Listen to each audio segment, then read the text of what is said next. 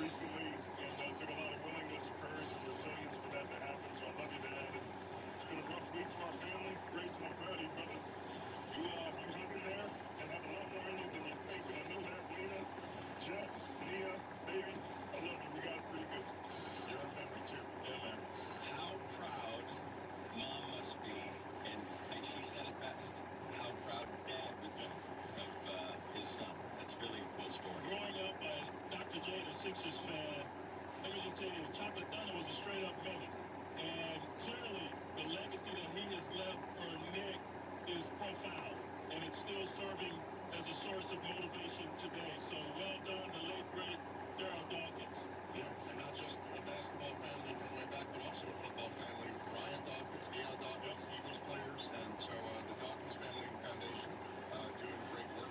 Well done by you, big fella. Well done by you. Long week. Yeah, AT. Glad you were with us here every step of the way as well. All right, fellas. Love you, Grayson. All right, let's check out what's been going on in Tuscaloosa meanwhile. And craziness, dude. South Carolina, final minute, the Memphis Steelers to knock over. They go for two. They got to go for two. They're down by 8 here. And the Steelers has to get rid of it. Not happening. They got the onside kick. However, Alabama just got the stop. And that's twice in 3 weeks. They exhaled. The other time was a loss. So pretty crazy the way it's gone for Alabama. Absolutely. And we'll see what happens now again in the rankings with the Crimson Tide. Moments ago here, USC drum major Sam Perez and the Spirit of Troy were firing up this crowd, which means we're just minutes away from this big-time battle of heavyweights here in Southern California.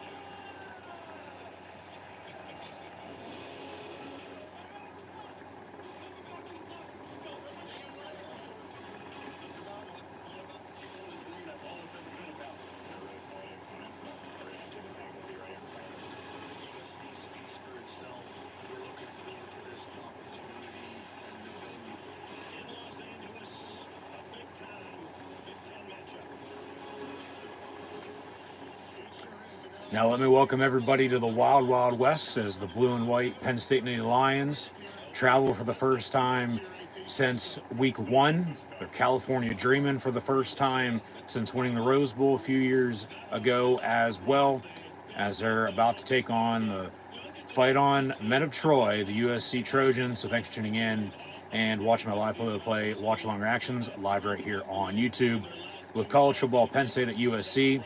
As always, I'm your host, Encyclopedia Sports, Quinn Luke 96. Be sure to like, follow, and subscribe on social media. Links in the description below. That's Facebook, Twitter, Instagram. Hit the red subscribe button, notification bell next to it as well to stay up to date. Thumbs up button. We are Penn State. Thumbs up button for USC. Southern Cal hosting Penn State for the first time since 1991. This is a Big Ten conference matchup, though, now, unlike it was over 30 years ago. It'll be the first regular season meeting since 2000. We'll get more into that in a little bit. But yes, thanks for tuning in and watching. Be sure to like, follow, and subscribe. Links in the description below. Thumbs up button. Be sure to share as well. Hashtag college football, hashtag Penn State, hashtag USC. Chat questions and comments, super chat, super stickers, super likes, super thanks. Always greatly appreciated. As Penn State and USC will be coming up shortly, 3:30 Eastern Time this October, Saturday the 12th, 2024 afternoon. Brad Nessler, Gary Danielson, Jenny Dell on the call for CBS. We'll also be watching the Red River rivalry with Texas and Oklahoma, Cal's at Pitt, and BYU, which ties into this Penn State USC game as well. They are hosting Arizona. So those are going to be the 4 games we're watching. But as always, this video is powered by Rogue Energy, HopeKThrifts, and Dead and Hungry. So be sure to go check out Rogue Energy, HopeKThrifts, and Dead and Hungry. Links also in the description below. So be sure to get your favorite energy and hydration flavors in can or tub form, shakers, and Rogue Energy merch at the link in the description below for Rogue Energy. Be sure to use the code LUKE, that's LUKE123 for 10% off.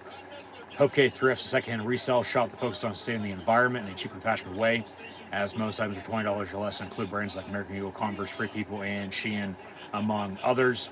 HopeKThrifts found on Depop, Instagram, Macari, and Poshmark at, yes, you guessed it, HopeKThrifts. That's HopeKThrifts. So be sure to use the message seller code CheapThrifts, CHEAPTHRIFTS, CheapThrifts for 10% off. Link also in the description below. And then Dead and Hungry, a novel written by Nathan D. Mitchell, just in time for spooky season. As you can find that on Amazon. And then once you do go check that out, if that doesn't interest you, you might as well be what the title says. And if you haven't done so already, also be sure to scan the QR code behind me. So with all that being said, as mentioned, the number 4 Penn State Nittany Lions and the USC Trojans, who were ranked, they're now 3-2, coming off of a couple road games in the conference, are now unranked, but hosting Penn State here this afternoon for the first time since 1991, as mentioned. So yeah, Penn State's out west, California, NIA, and if you thought, Penn State hosting UCLA last week was weird in a Big Ten conference matchup, well, just hold your horses, because yes, the Dodgers are blue and white in LA. You have also the Angels in the City of Angels, where this game's taking place at. You have the Lakers, you have the Clippers, the Rams are back, the Chargers are now in town, UCLA's in the hills in Pasadena, but USC downtown LA. When USC is good, among a few other sports teams in the city, LA is, no doubt about it, a sports town then, sports city at that point in time. But obviously, when they're not, that's a different story. But yeah, if you thought Penn State hosting UCLA last week in a Big Ten conference game, they've met before as non-conference opponents, just like Penn State and UFC have. But if you thought that was weird, like I said, hold your horses. You ain't really seen nothing yet. Because blue and white are in town. Of course, we are Penn State. Nittany Nations made the cross-country journey to LA. We're in Hollywood, where they're making dreams come true. But Penn State about ready to take on Southern Cal. First road game since week 1, as mentioned. First meeting with these two overall since the 2016-2017 Rose Bowl that USC won on a game-winning field goal, 52-49, which was, at that point in time, the highest scoring Rose Bowl of all time. That has since been broken. Penn State has since gone back to LA, to Pasadena, to play and win in the Rose Bowl. As mentioned, they're California dreaming here today, this weekend, for the first time since that win over the Utah Utes at the end of the 2022 season, January the 2nd, 2023, and winners of the granddaddy of them all. So yeah, first meeting with Penn State and USC as Big Ten opponents. First since that Rose Bowl. Obviously, they met in the 08 Rose Bowl as well. As CBS now is going to give us the intro. As CBS is back in town. They had the Wisconsin USC game a few weeks ago. As USC was coming off of a road loss at Michigan. Now USC is coming off of a road loss at Minnesota, hosting Penn State. Hopefully the road team wins today, unlike the home team did a couple weeks back. As Penn State starting 5-0, once again, 4th consecutive year, that's happened. For what it's worth, really, who cares? I mean, because it's not how you start, it's how you finish. 5-0 to 7-6 in 2021, 5-0 to 11-2 in 2022, and then 5-0 to 10-3 last season. So 5-0 here in 2024. New Big Ten. We'll see how this game goes. But yeah, first meeting since that Rose Bowl, which was the first meeting since the prior Rose Bowl, as I was saying, 08-09 season. But the first regular season matchup with the Unity Lions and Trojans since the Pigskin Classic to kick off the 2000 season. As they give us an aerial shot over downtown Los Angeles. And as the crowd is still filing in, of course, this is a 3:30 Eastern kick, 12:30 local, so a lunchtime start with the blue and white taking on the men of Troy. So get ready to hear the band play after every single play. But they show up the Big Ten standings. Penn State 5-0. 2 home conference wins against Illinois and UCLA. But they go on the road for the first time in conference this year. They hit the road for the first time since week 1. Obviously, they went to West Virginia and beat the Mountaineers. Also beat Bowling Green and Kent State. USC 3-2 with Lincoln Riley. We'll get to them in a minute. But yeah, first regular season matchup with Penn State and USC since the Pigskin Classic to kick off the 2000 season. The team, they bust to Harrisburg, flew out on Thursday, practiced at SoFi Stadium yesterday, which is home to the Chargers and Rams. The equipment truck left State College Sunday night and made it to LA Wednesday morning. Really today, though, for Penn State, nothing stupid. Don't get fancy or special. Just play Penn State football. They need a fast start, no doubt about it. I get it's a 3:30 Eastern kick, but it's 12:30 local. So we know how they play at noon. But Penn State with the run game, if they can run it today and stop it, I think they'll be fine. You got to get some pressure on Miller Moss, no doubt about it, because he'll be able to, if you don't, sling it all over the place. So they got to force pressure, get some turnovers, try to capitalize off of those if they can. Talk about the turnover margin. Penn State +4, USC is -2. But special teams on top of all that, take your points. But it's the Penn State defense. Penn State's defense in the second half, through 5 games, has only given up a total, as they have not given up any points at all throughout any third quarter of play. From West Virginia to Bowling Green to Kent State to Illinois to UCLA. 0 points allowed in the third quarter by the Penn State defense. But overall, through those 5 games as well, in the entire second half, they've only given up and allowed 17 points, which, if you average it out, is 3 points in the second half to the opponent.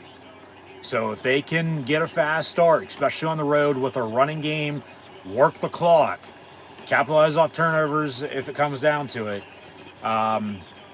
as the teams are about ready to take the field. Nittany Nation traveled extremely well, as they always do. I'm not surprised. But Penn State in the Coliseum, not the Rose Bowl. Taking on USC here.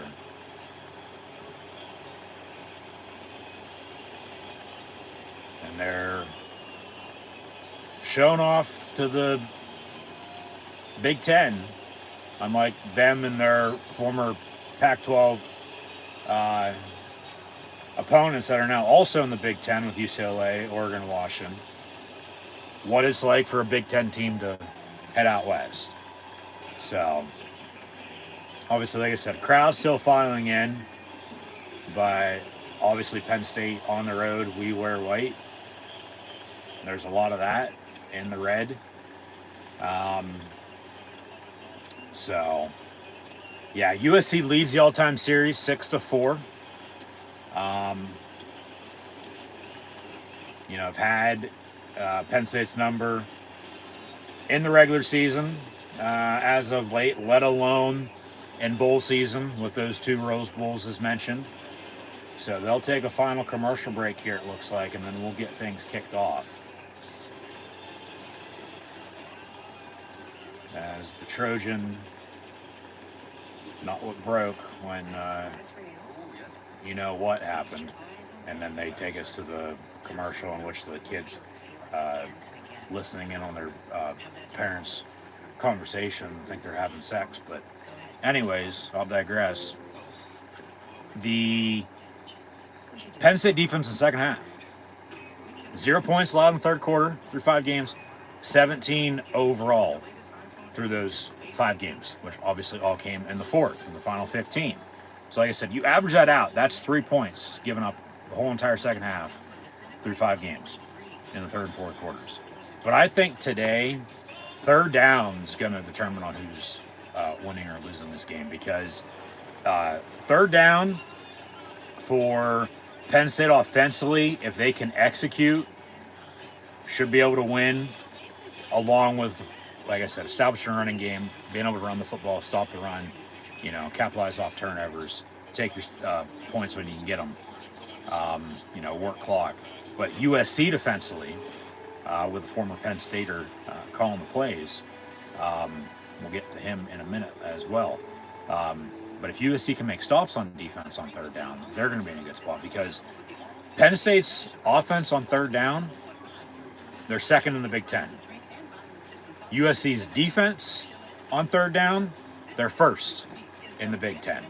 So there's really not much else to be said there. Penn State is 5-0 as mentioned, wins against West Virginia, Bowling Green, Kent State, Illinois, and UCLA. But first Big Ten conference road game here in 2024, first road game since week 1. USC at 3-2, led by Lincoln Riley, the former Oklahoma head coach. They won in Vegas against LSU week 1, and then also beat Utah State and Wisconsin. The Wisconsin win was back home after the Michigan loss, and then they just went to Minnesota, and now back home here today against Penn State. So, yeah, they're bringing up the stat of the Big Ten teams, as Indiana is the only Big Ten team to win traveling 2 or more time zones. Everybody else has lost. 1 in 8 Big Ten teams. Yeah, they had to bust to Harrisburg and then fucking fly out, because State College Airport, they can fly back in, but they can't fly out with the plane and go direct. They'd have to stop. So that's why they had to bus. And that's what they had to do when they went back to USC in 91. They would have either have to ask Spider, but drove the equipment truck out as they did this week, or they would have packed it all on the plane and flew all that out as well. But they, like I said, the equipment truck bust and trucked out Sunday night to Wednesday morning. The team flew out Thursday from Harrisburg and arrived Thursday night. And we are Penn State chant. There's the all-time series, yeah. As mentioned, 6-4. Last meeting was the Rose Bowl. Last meeting, the regular season was 2000. That was a neutral site game in East Rutherford at Old Giant Stadium. But Penn State's first trip to USC since 1991. This is our furthest west since 1992, though, when they went to BYU on Halloween. As Penn State's going to kick off to begin this game, so away we go. And a touchback, 1st and 10 SC to kick things off. So, as mentioned, Penn State's 5-0, USC's 3-2.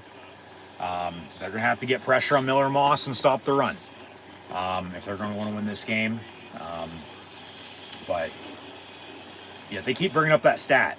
The Big Ten teams that have traveled more than, or 2 or more time zones, from the east to the central to the mountain to the west coast, and anywhere and everywhere in between. Teams are 1 and 8. Indiana's the only team that's won, and they went out to UCLA and won. First play of the game, USC hands off, Penn State stuffs them.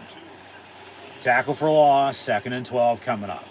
So Penn State's defense, it's more so in the second half, but it's there the whole entire game. It's can the offense get rolling? Because if they get a fast start, watch out. But run game, run it, stop it. Got to get pressure, force mistakes, get turnovers, capitalize off those. So 2nd down to hold over the middle, caught. more missed tackles, but a first down on a pick of about 15 before being wrapped up and brought down. So there's the fight on for USC every fucking play. Shut the fuck up. But first down. So come on, defense, good stop.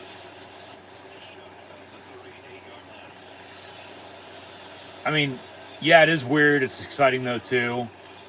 You know, normally a pass incomplete on a screen. Penn State picks it up just in case, but it's incomplete. 2nd and 10. You know, normally this is a bowl game. This is the Rose Bowl, Holiday Bowl. You know, for that matter, potentially too. But you know, just it's the way it is now. This is college football. This is new Big Ten. USC is gonna come to Penn State in 26. Penn State making the trip out to LA. They'll be going out west once a year for the next 4 years. And we'll get more into that later. But handoff, 3rd and about 7-ish coming up. So see the defense get off the field after giving up an early first down. But I'm telling you, pressure, get to the quarterback, stop the run. If you get a turnover or two, you got to capitalize on it. You got to get some points off of it. And who knows, that might be the difference when it's all said and done. So 3rd and 8.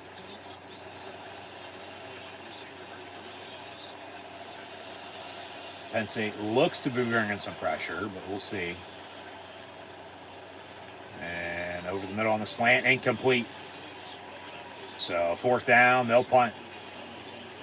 And now the offense will get their chance to get in some rhythm, get some momentum built up here early. You know, would hope, you know, for a faster start than what they're accustomed to. But at the same point in time, you know, Penn State football, especially for a noon game, which this is a noon game, you know, locally out west in LA at the Coliseum. That's hosted from baseball to football to racing. Of course, Super Bowl I, the Olympics, USC punts. It's going to bounce and be down about the 10-yard line. So 12:51, 12:50 now to play in the opening quarter. It'll be Penn State ball, 1st and 10 from the 10 with Drew Aller. Singleton's back at tailback. Got the fat man, Katron Allen, as well. As we know, they're good 1-2 punch, good tandem in the backfield. 200 monster at times. But it all starts up front. You got to be able to block to run the football, open up a pass. You know, they have depth at receiver, but who's going to be the number 1? And then followed by 2, 3, and 4, maybe 5 if it comes down to it. But, you know, with Tyler Warren at tight end, he's been their go-to. They'll hand off Singleton, and he gets 11 yards right off the bat, first down Lions. Blue Band doesn't seem to have made the trip. They did go to West Virginia, but they'll be I take that back. I hear some Penn State Blue Band. Whether they all went out or not, that's a different story. Tyler Warren, direct snap, will toss it near side to Singleton for about 1 yard, maybe 2 if he's lucky. So 2nd down, but yeah, Tyler Warren's their go-to, Mr. Do-It-All. He can catch it, obviously at tight end, blocking to start off with. They'll pass it to him. He makes the catch near side on a bubble screen. They'll have a 3rd and short coming up. But, you know, he's handed it off. He's thrown it. Like I said, he's done it all for him so far offensively this season. He makes the catch there, and now they got to convert. But Danton Lynn, the USC defense coordinator, is a former Penn State defender. Slant caught. Tyler Warren, speak of the devil, first down on a pick up of 5. And Lynn was the one in 2011 that was carted off earlier in the season with an injury.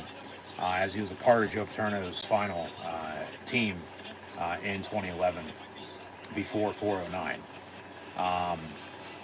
And was at UCLA, but then Lincoln Riley poached him and hired him at USC to be the DC. So, USC's defense looks what Penn State's defense, once was, still is. Pass complete, Leon Clifford. That's going to be a reason why. So Little Red Dog with the catch and run. First down. They'll move the sticks again. All right, they're getting something going here. Maybe take a shot here before too long. Obviously keep the run game going. Never want to abandon that.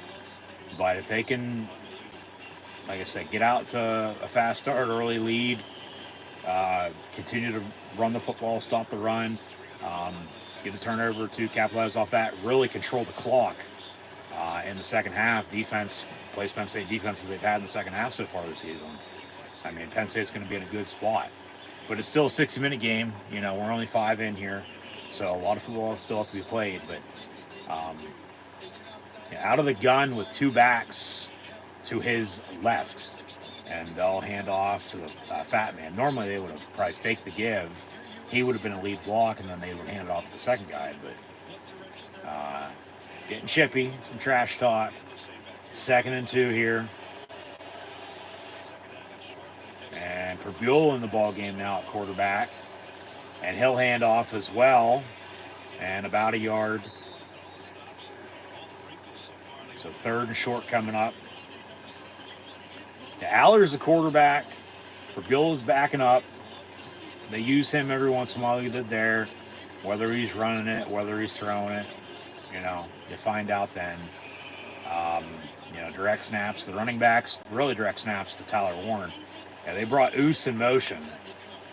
And they got off the block, so 3rd and a yard. They probably should have ran it the other way because he was blocking that way, not the misdirection near side. But now we've got a whistle and a timeout. Did they want the play clock reset? Did they? They're pissed about something. They're not saying he was lined up. Do they want a measurement for a first down? He's short, but they're pissed off about something. They had to call a timeout. Arguing with the refs, so who knows what that was. So they're down a timeout here. 9:06 to play in the first. They're going to take a break, so we'll get back to it shortly. Thanks for tuning in and watching. Get back to some of this preview and just reiterate some stuff as we normally do. But just overall should be a damn good game. Should be. We'll see how it plays out with 5-0 Penn State and 3-2 USC.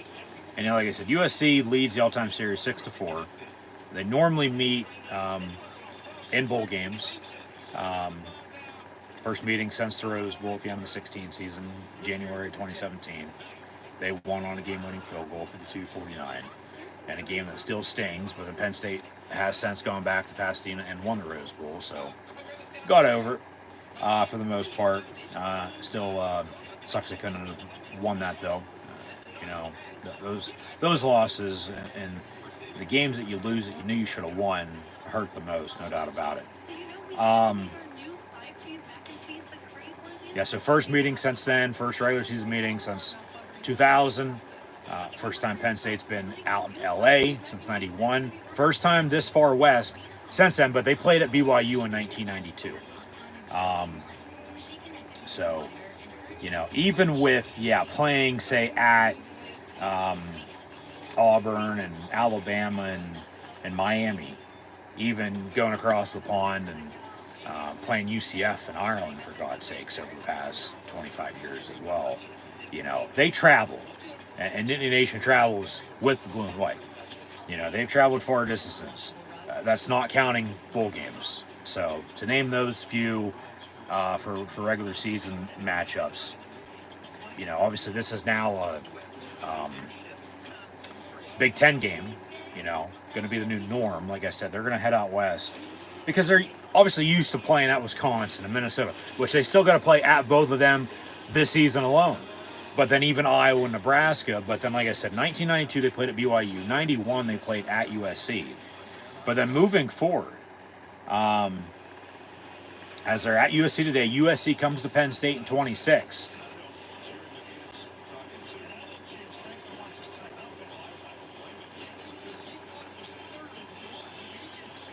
It was 3rd and 1, wasn't it? Or were they saying it was 4th down? It's clearly not a 1st down on 2nd and 2, but it's 3rd and short. How did they... Okay, now it's 1st down. So Penn State called a timeout. So they gave him the 1st down. I'll take that. I mean, yeah, you'd like your timeout, but some confusion because of the fucking refs. But what's new? So 2nd and 2 to 3rd and 1. Now they say 1st and 10. Penn State had to call a timeout with their 3rd down package in, but I want my timeout back. And Franklin just said, do I get my timeout back? And they said, yes, if you can read lips. And now they're reviewing it. But then now, guess what? They're going to overturn it from 1st and 10 back to 3rd and 1 after he was short. Jesus fucking Christ. Damn zebras. Yeah, they got to get this straightened out. So just, this thing's all over the place. Normally, it ain't this bad, but this is bad. So they're going to think about it. Hopefully they tell us something good. I mean, I'll take the 1st down. I would still like the timeout back too, but you're not going to get both. Because it was 2nd and 2. They said 3rd and 1 initially. But then they said 1st and 10. Penn State lined up for a 3rd and short, had to call a timeout. Then they gave them the 1st down. And now Penn State wants their timeout back. So they're reviewing it to see if it's still 1st and 10 as they initially said, or if it's 3rd and 1 like we all thought. Calling the field's Penn State 1st down. We'll see what they say. But what I just said is what I know. They were short, so it'll be 3rd and short, but they get the timeout back. Thank you. They get the timeout back. Call's overturned, but they get the timeout back, so it's still 3rd and short, back right where we just were. And we'll see how they line up now. If it's going to be in the same formation or, they empty it out and take a shot. It's 3rd and 1. Just get a fucking yard. Get 2 yards, get a 1st down, and work from there. Run the damn ball. So, the fucking refs. And these are Big Ten refs, obviously. Because this is a conference game. Oh, they got tricky there. Yeah, we're dazed and confused for sure now, because what the hell just happened was, line up out of the gun, Singleton to Aller's left, but then Warren in motion, and he just gets up under fucking center, and they snap the ball to him, and he sneaks it, and they get the 1st down. And now we got 4 linemen up front, a lineman lined up with a receiver near side, Singleton in motion, trips far side, dump off over the middle to Warren. He gets 15 yards and a 1st down, and they are continuing to move the football. So that's all that matters. Just got to continue to drive and get some 1st downs and score some points. If it works out, it works out. If it just, we're all over the place right now. Like I said, don't get too special. Play Penn State football. Well, right now, this is Penn State football. This is what works best for them. Okay? Fleming in motion. They work better in hurry-up mode, too, offensively. Aller going to dump it off back on a screen. Tyler Warren. And he's got a 1st down inside the 10. 1st and goal at the 4. No penalty. They're knocking on the door and driving and scoring and leaving it all out there.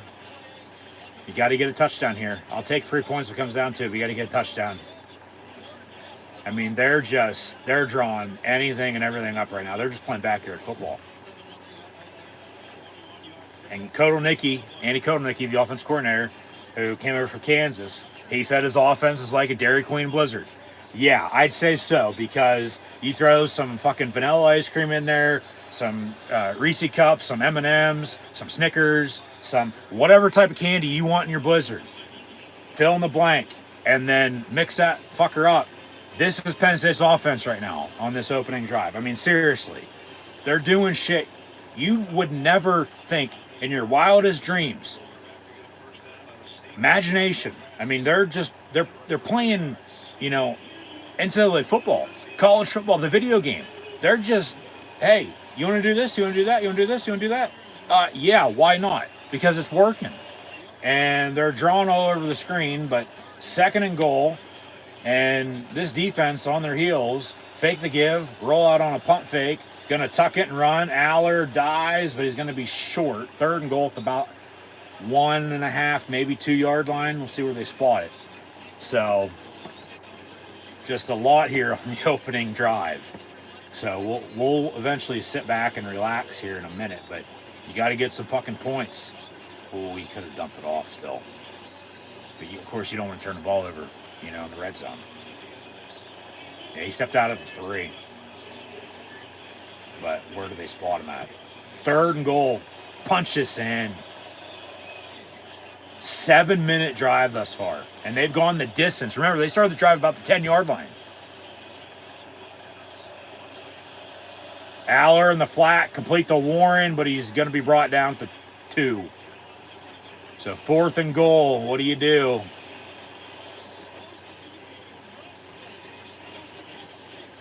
Normally, I'd say take the fucking points, I would. But you have this good of a drive going, go for it, punch it in, take a lead. But then at the same point in time, you might need those 3 points. I'd be going for this, yeah. I would. Normally I wouldn't, but I would be. Maybe just try to draw them off sides. It'd still be fourth and goal half the distance, but they'll snap it. Aller looking to throw on a slant. Caught. Touchdown. Tyler Warren. Under 5, 4:57 to play. They just went on about a 8-minute touchdown drive to open this game up. And now we got a penalty on the play. God damn it. What's that? You gotta be kidding me. Pick it up. Pick it up.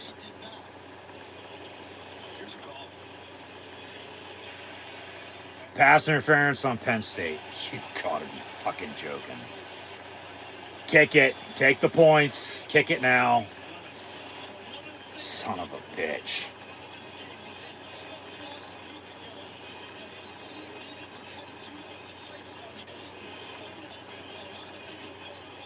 How is that PI? He's fucking blocking.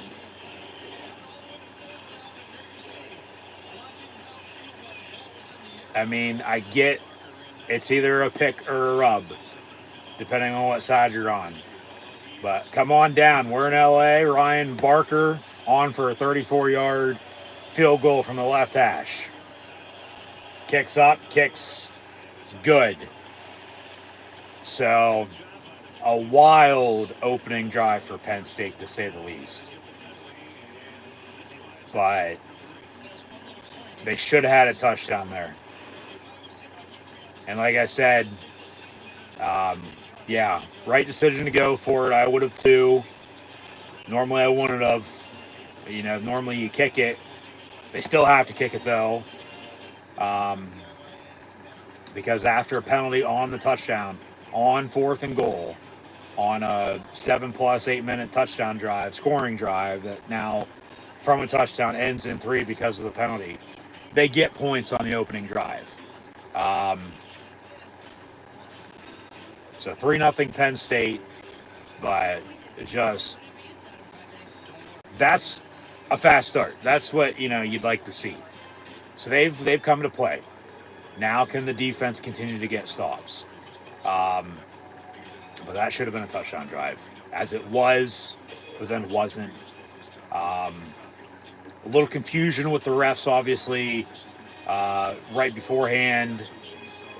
And then they really started to open up the trickery. What else they got up their sleeve? because, I mean, that's a lot, especially on the opening drive. Normally, they don't do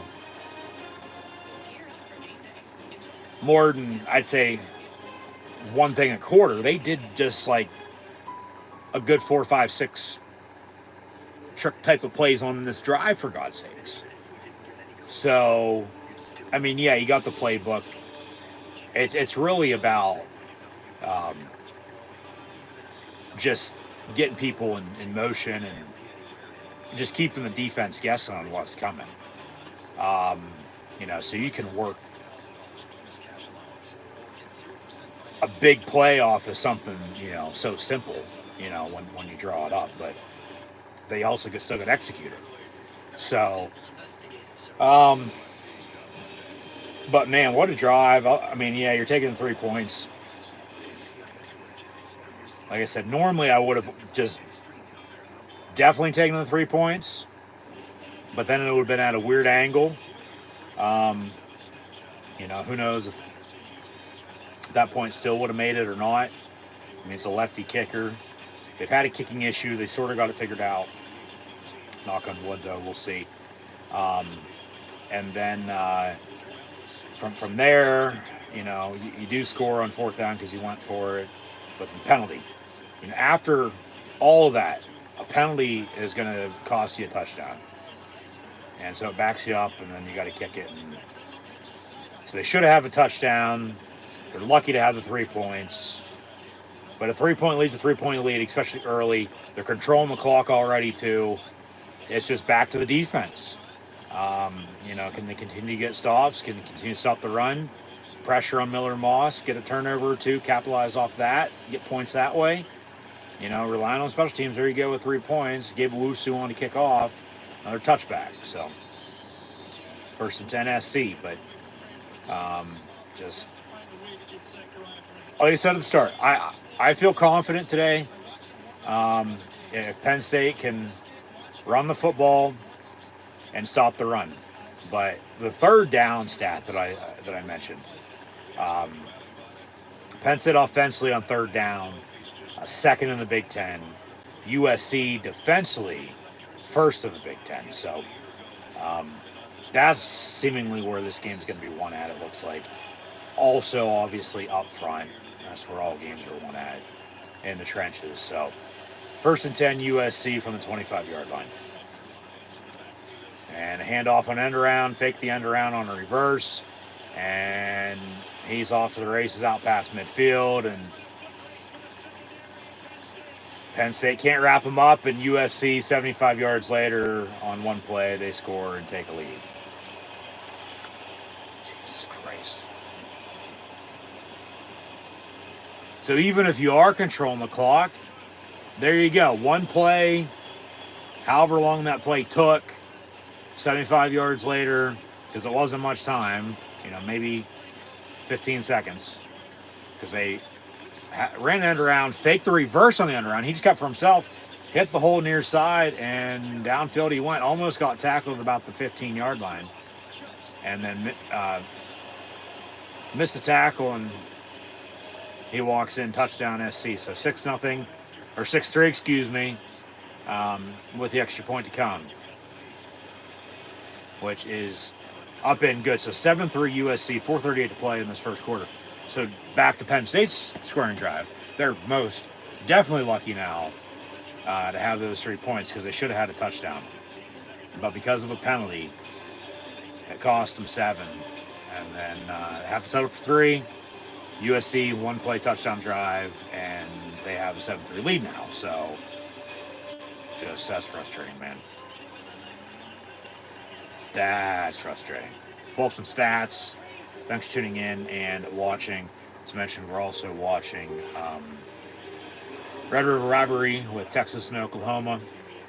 Cal is at Pitt.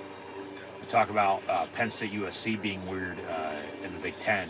Cal at Pitt is weird for the ACC, for that matter. They're tied early on. And then 4 o'clock here. She's real fine with 4:09. Arizona BYU on Fox. But we're on CBS here at 3:30. A little after 4 now, midway, almost towards the end of the first quarter. And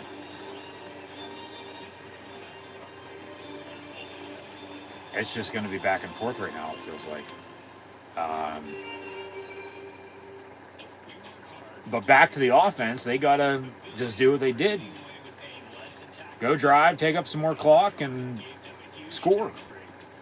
Obviously, it comes down to it, because that's just a big explosive play on a run, I might add, because it was an end around, it wasn't a pass, and they score off it. You can't settle for 3 all day. They're going to have to eventually punch it in, which they, remember, did, but then they shot themselves and cost themselves with that penalty. Drew Aller, 6 of 6, 62 yards.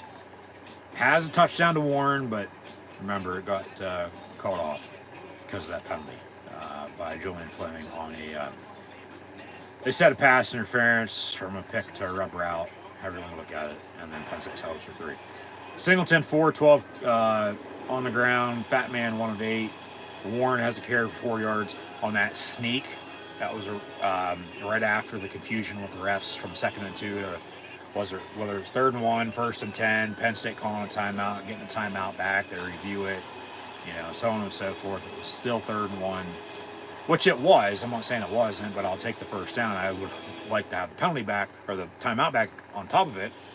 No penalty at the end of the drive. But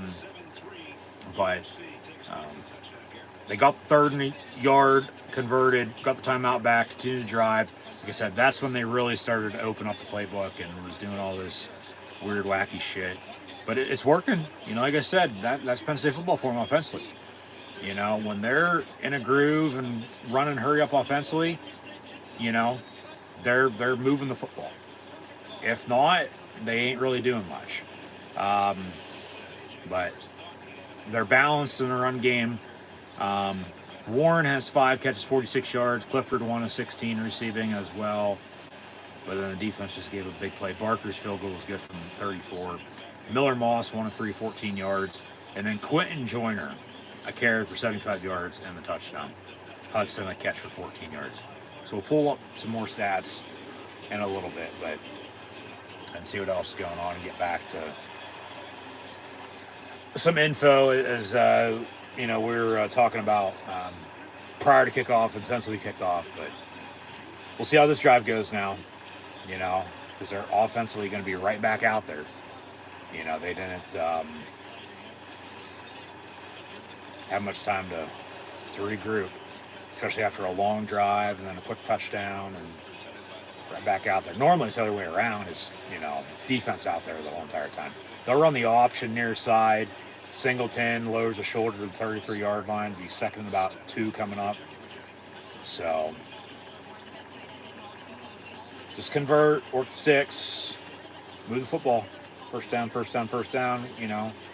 Said score points. That's the objective. This ain't golf. It's football. Not the lowest score, it's the highest score. And this was a shootout in the Rose Bowl in the last meeting. Lincoln Riley was at Oklahoma at that point in time. Clay Helton at USC. Warren's going to throw. Pass complete. Fat Man. And he gets 10 yards and a first down. Like I said, Tyler Warren's Mr. Do-It-All for him offensively. He is. At tight end, he can block. He can catch. Obviously run. But there he is thrown again. Threw a passing touchdown to Singleton earlier this year. That pass complete for a first down to the Fat Man, Katron Allen. So 1st and 10. Yeah, some of the band went. It doesn't seem like all of them did.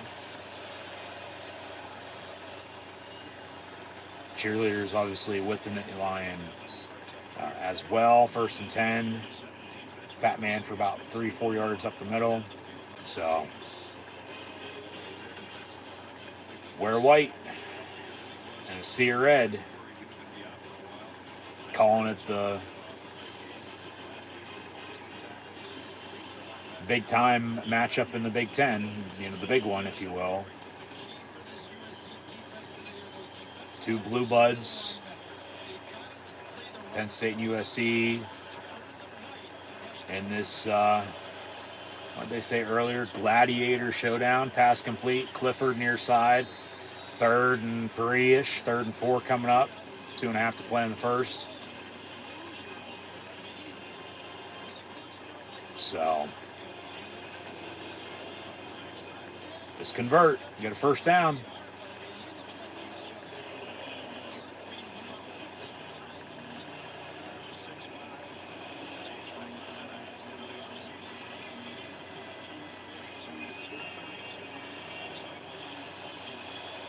Aller lines up.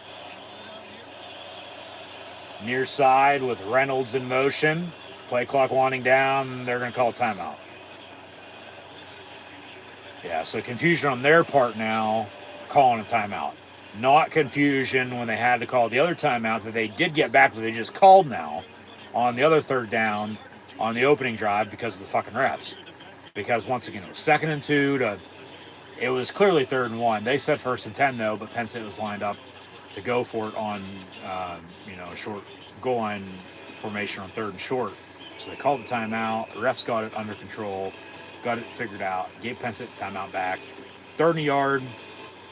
They got the first down on that one trick play, because trick plays have included thus far Tyler Warren going in motion, just getting up under center then as they look to the sideline like looking for the signal, even though obviously there's in-helmet communication now in college football.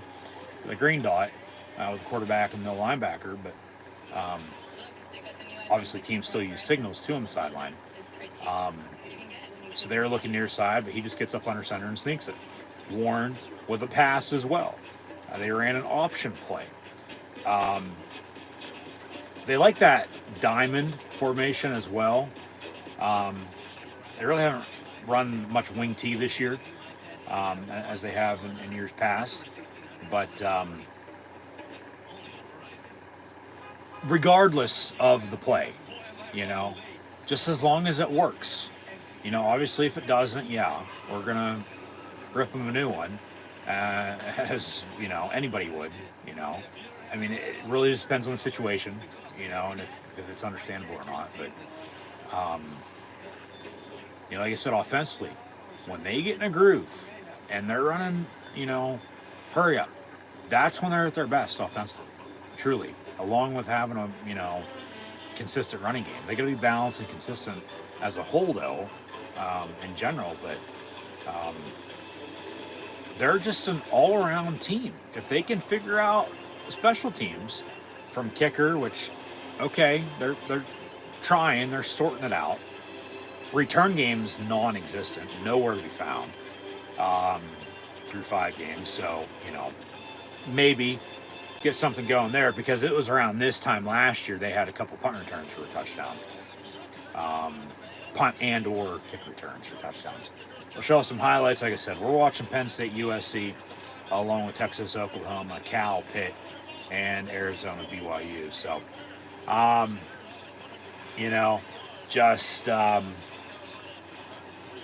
we'll see what they do here. 3rd and short. Obviously had to call a timeout. Wanted to make sure they were all set, lined up. There's confusion with some motion and so on and so forth. But there's a Hollywood sign and a replay, and yeah.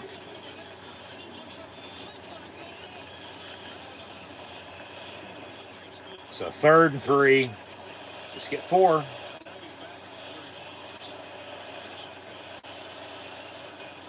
And Clifford, along with Omari Evans, who was the intended target, and Harrison Wallace, and they like Luke Reynolds, the tight end, behind Tyler Warren. Pass down the middle, incomplete, and intended for Evans. But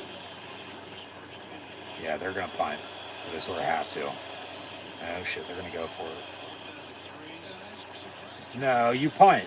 4th and 3 from midfield, you punt. You play field position. You got to get stops on defense. USC going to call a timeout to make sure they're set. Make Penn State think about it. They're going to go for it, or they do end up punting. But Clifford had a 100-yard receiving game last week, his first. He's the little red dog. Liam. Not Sean, his older brother, the big red dog, the former Penn State quarterback before Drew Aller. But, it's Harrison Wallace. It's Amari Evans. Liam Clifford. There's somebody I'm forgetting for whatever fucking reason. But, just... They need somebody to step up the wideout. And that's the thing with Tyler Warren, why they're getting him the ball as much as they are, because at tight end, they're going to go for it on 4th and 3 here. I don't know. If it works, it works, but if not, you're giving them a short field. 10 on the play clock. They're going to pooch punt it. That's a false start. God damn. Because Aller motioned out of the gun, lined up as a back then, and then Warren came back in deep shotgun. But now a false start, and they'll replay 4th down, but now they're going to have to punt it 4th and 8. It looked like they were going to pooch punt it.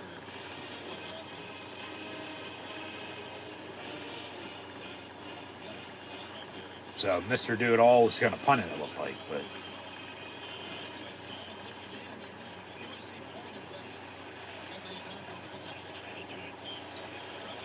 Mick Dundee, Riley Thompson from down under on the booming away.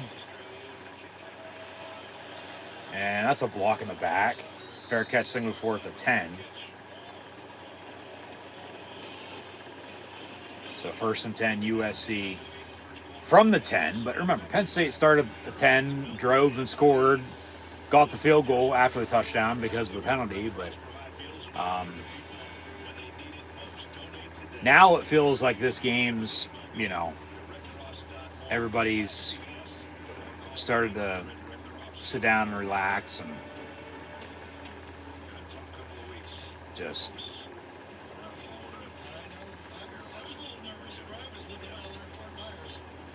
settling down, settling into the game.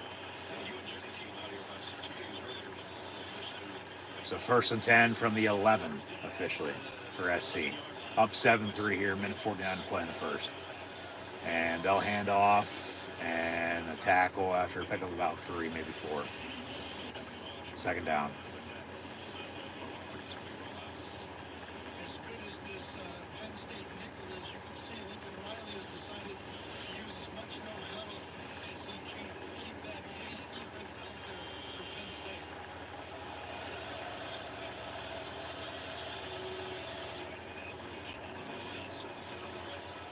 And out of the gun.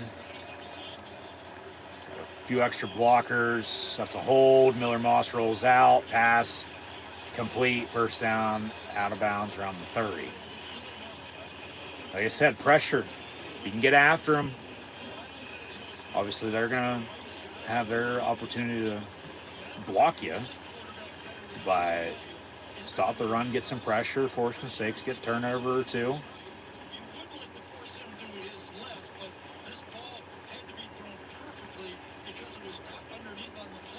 So 1st and 10, under a minute to play here in the first now. I'll give up field goal, but I don't want to give up a touchdown here. Hold, but a run for 12 yards on their 1st down.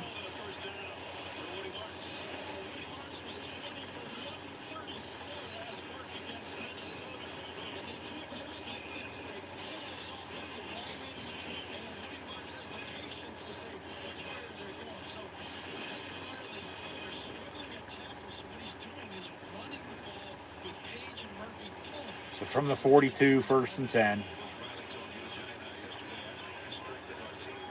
They don't have to snap it, they don't want to. 5 seconds here to end the quarter. And they actually will as time expires. Down the middle, it's caught, another 1st down into Penn State territory now. But Penn State's saying hit the ground incomplete. So we'll see a replay. Yeah, that's incomplete. That's incomplete. That ball clearly hit the ground right there. Boom. That's incomplete. Yeah. He's good in the goal line. Why don't you use him all over the field because he's tough. So at the end of one, USC leads Penn State 7-3. And to begin the second, USC is going to have a 2nd and 10 up 7-3. Right around midfield. So let's hit the reset button.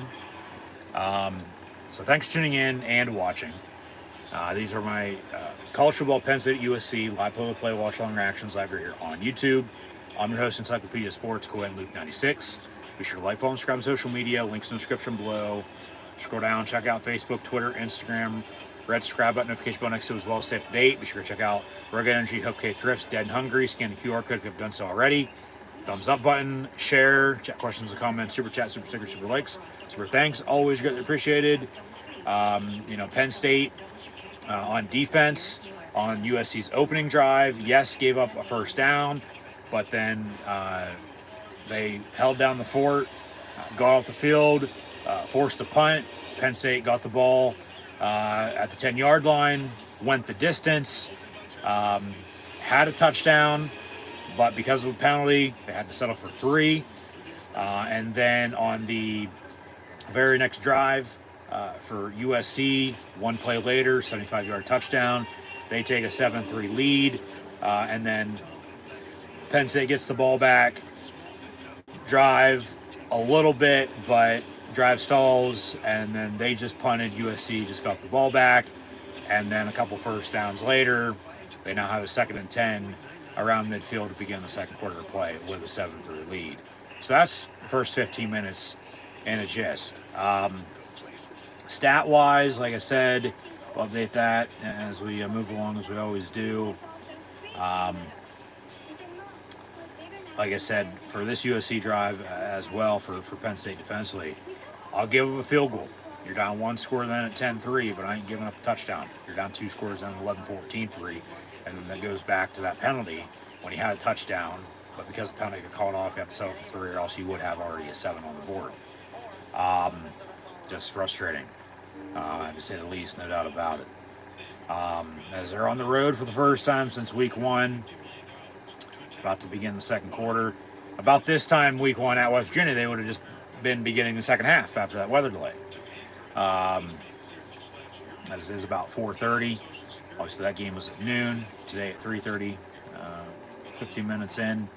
Drew Aller, 7 of 8, 66 yards. The only incompletion was on that last drive, and then they had to punt because it stalled. Warren, 1 of 1, 9 yards. Pass complete to the fat man, Katron Allen, for that stat as well. He also has 2 carries, 11 yards. Singleton, 5 of 20. So they're getting some balance. They're getting some consistency there in the run game. Got to keep that up, obviously. Continue to try to stop the run. I get the 75-yard touchdown was on an end around, but it was to a receiver. They ran end around, faked the reverse, even on the end around, and then he was just off to the races, and they couldn't stop him. So even with the time of possession, that Penn State's clearly winning because they went on an 8-minute scoring drive. USC, first down, and then their first drive stalled.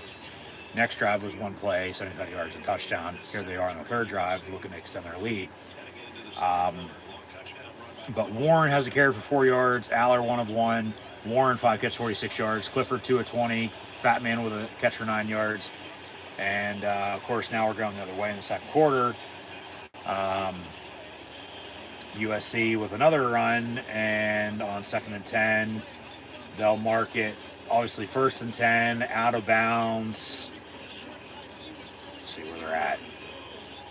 From the 42, it ran a toss, but faked the pass back, but just kept it on the run.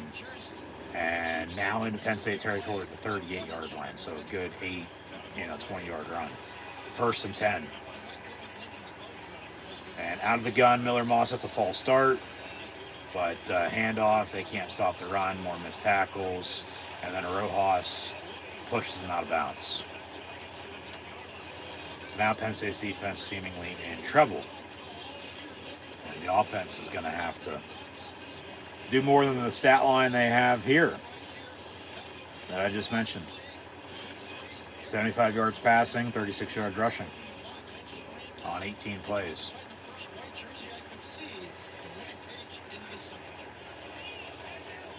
It's going to go back to that fucking penalty.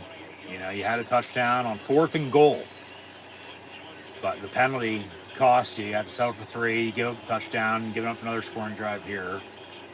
Moss looking to throw, pass complete, he walks in, touchdown USC.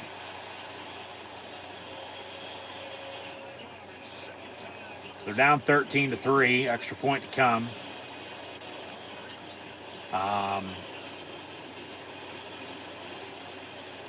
They're in a tough spot. Early second quarter, USC, yeah, opening drive stalled, but back-to-back scoring drives now.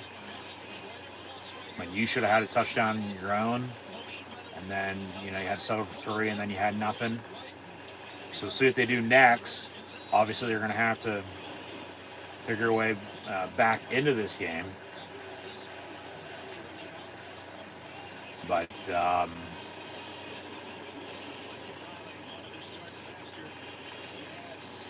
just frustrating.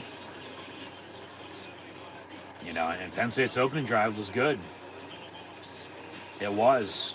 But now they're in a hole because the defense can't stop the run and they can't tackle. And then USC with a lead, they're going to hope to try to control the clock at some point in time today. Make some stops, stop the run. You know, get after Aller, make, you know, him make a few mistakes if they can. Just, that's frustrating. You had all the momentum after that first drive, and then on one play, it's gone. You know, and then they get a stop defensively, get the ball back, and drive once again and score again. Yeah, that's a... Talk about swing, just...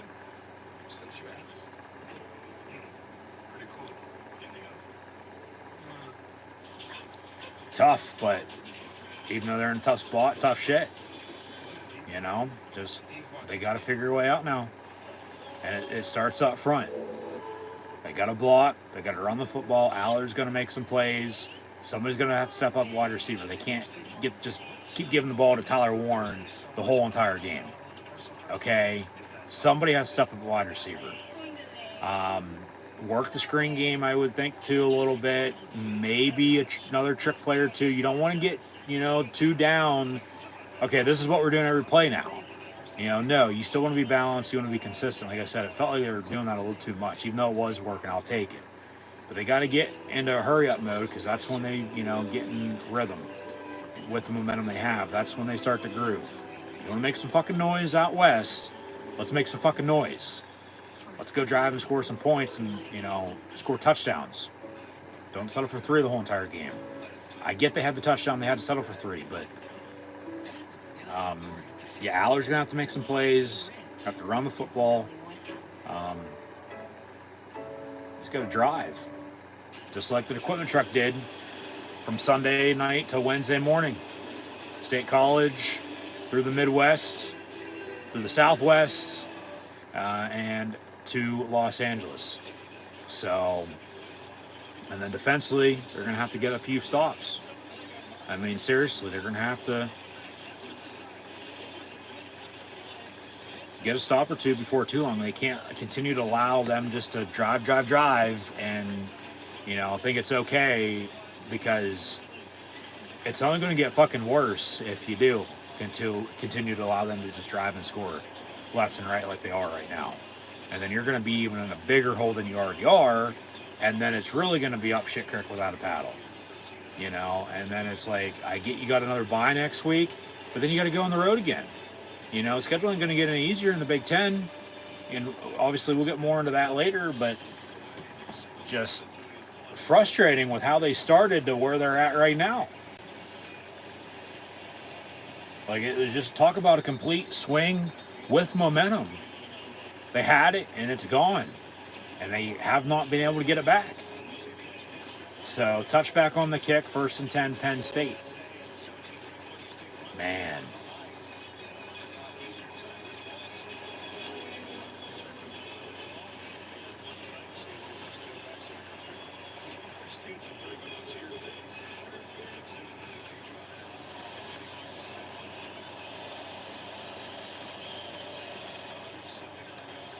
Dinkins in motion.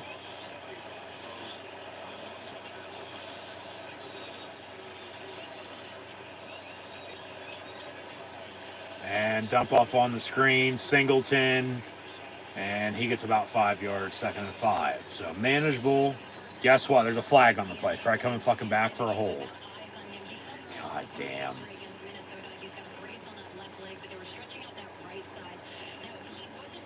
So Aller, quarterback, yeah. Prbula, he really doesn't do much anyway.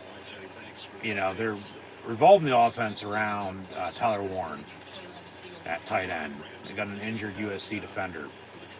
But with Singleton and Fat Man at tailback, yeah, it's Harrison Walls, Julian Fleming, and Liam Clifford with Omari Evans at wide receiver. So chop block on the defense, 15 yards, automatic first down. They'll take a timeout because of the injury as well. So I'll take the free yardage, first down, and, you know, just you got to do something off of it. You know, you just can't get it and then not do anything with it. Can't let it sit.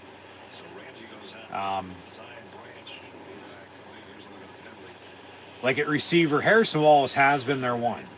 But even at that, I don't even think you can say that anymore because he really hasn't done much.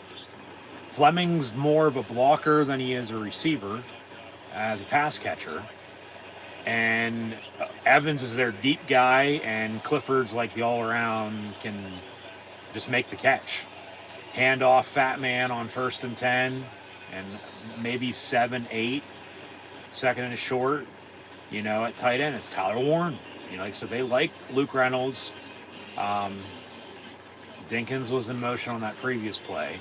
Good block by Reynolds in the meantime to get Fat Man a couple extra yards. But, yeah, that's what I was thinking. This is Penn State's largest deficit so far this year. 11 points, down 14-3 here early in the second quarter at USC.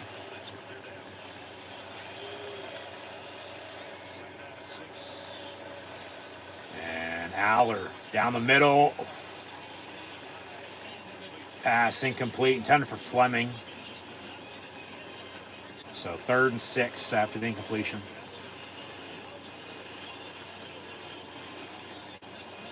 It looked like he was going to have, who was that, Wallace, yeah, going deep on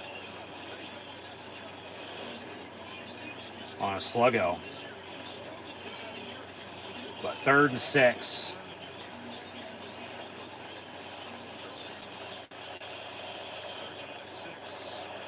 From midfield. 3rd and 6 from midfield. Yeah, Warren in motion again. Play clock at 5, 4, 3. They get it off.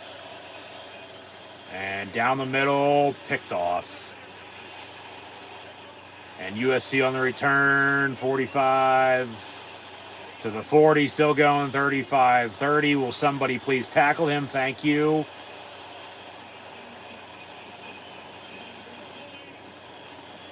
Can't be turning the ball over. You just can't. And here we go with Penn State in the big game. And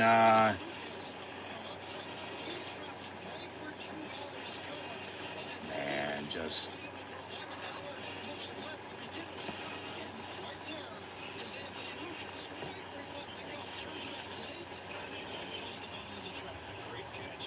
like I said, you talk about a wave of momentum. And 10 for Clifford. Hell, he tracked him down and tackled his ass because nobody else wanted to. So give him credit, but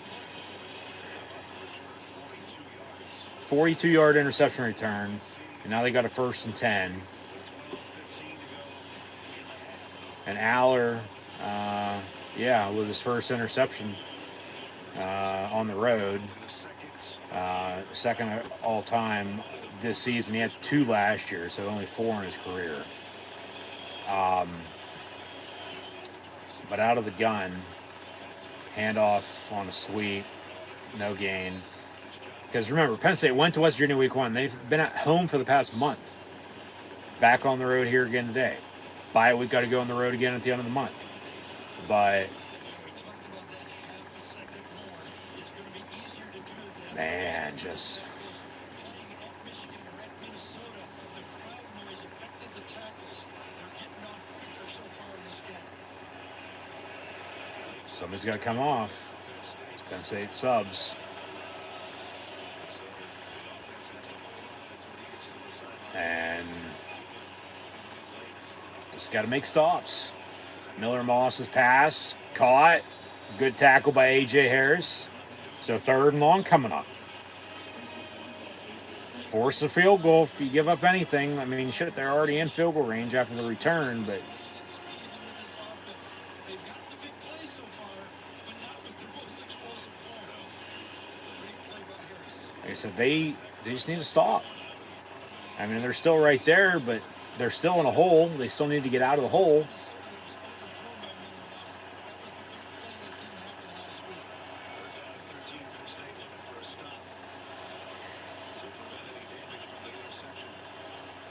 Handoff on a draw. He stumbles. They make the tackle. So 4th down. They're going to kick a field goal here to go up 17-3 if he makes it. So then you're down. Still 2 scores. It won't be 11. It'll be 14. And then you need 2 touchdowns to tie if you continue to get stops and you get the offense rolling. So, I mean, give credit to USC's defense, led by former Penn Stater, which we knew, D'Anton Lynn, is their new DC this year. So, 45-yard field goal from the right hash.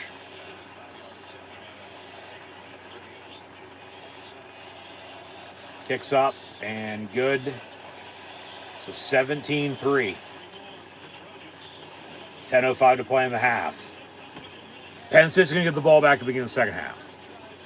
All right, that's really right now, since the opening drive and the field goal, which they should have had a touchdown out of it, which they did, but the penalty cost them. Have settled for 3, haven't done shit since. Getting the ball back to begin the second half is going to help them right now. Looking ahead a little bit. So obviously, you don't want to go back to these last 3 scoring drives by USC by any means. You don't.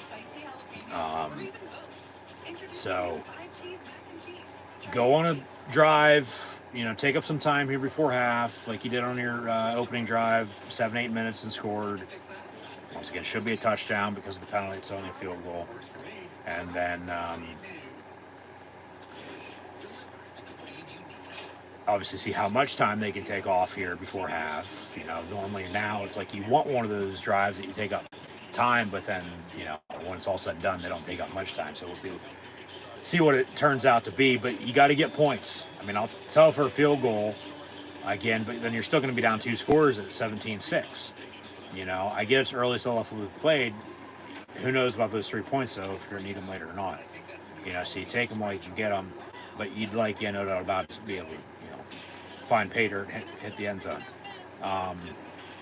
For 6, make it 7, be down 1 score then at 17-10. Get another stop, score again, you're right there. Settle for 3, score, tied up 17, and whatever the case may be at that point in time, then so be it. We'll figure it out. But just, like I said, momentum from USC's opening drive to their opening drive, and then 1 play, 75-yard end around for a touchdown. If they would have been able to tackle him, make a stop, force a kick, you're not down 14. You're down a little less than that. Because, they still drove and scored another touchdown. They go up 14-3. And then, they get the field goal there. So, just, man.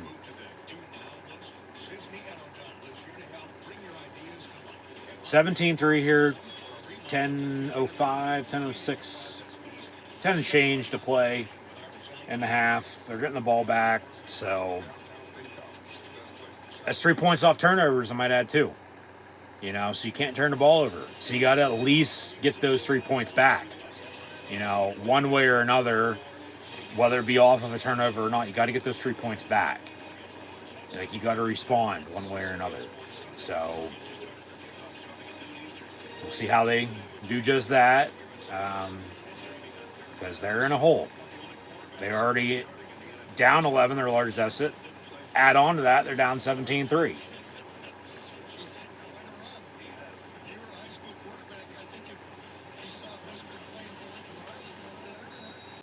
But starts now, and it still starts up front. You got to run the football, get Singleton, get Allen going. Aller's going to have to make some plays. Can't turn the ball over.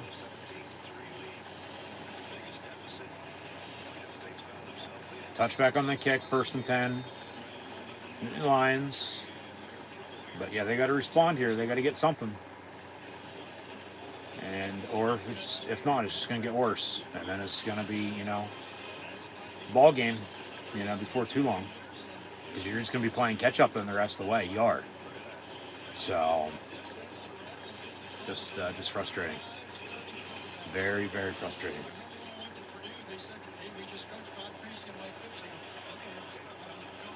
So 1st and 10, Evans in motion out of the pistol. And they'll fake the run. Aller looking to throw, dumps it off. Tyler Warren. He gets 12 and a 1st down. All right, 1st down, move it. He's their offense. Keep getting the ball. But somebody else has to step up. Whether that's, like I said, run the screen game with the backs who can catch it. Receiver more so than not. Like I said, you have Harrison Wallace. You have Julian Fleming. It's 1A, 1B with the 3 and 4 spots with Clifford and Evans, in any given game. So 1st and 10 from the 35. Hand off to the fat man. 2 yards, 3 yards in a cloud of dust. Big Ten football USC, but 2nd down. Just got to get something going. Because if not, it's just, they're already in a tough spot. They need some help.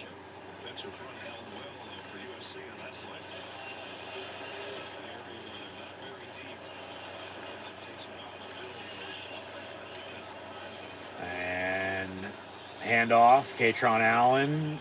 He gets tripped up and of a 3rd and 6. Got to get a 1st down, man. 1st down, 1st down, 1st down. Keep this drive going. Because then if they have to punt, that next defensive drive is going to be crucial. Complete. Warren, but he's short. 4th down. They will have to punt here. You're not going to go for it. 4th and 3. Own fucking 40-yard line, 45-yard line. Down 14, not get it, give them the short field. You're just conceding at that point. So they'll punt.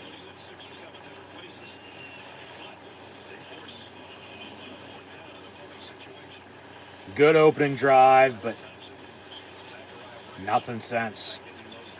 Not a damn thing. And Thompson punts. Fair catch of the 17. As USC leads 17-3.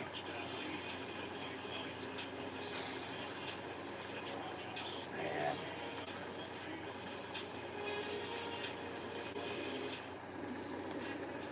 Just frustrating. Very, very frustrating. But what's new?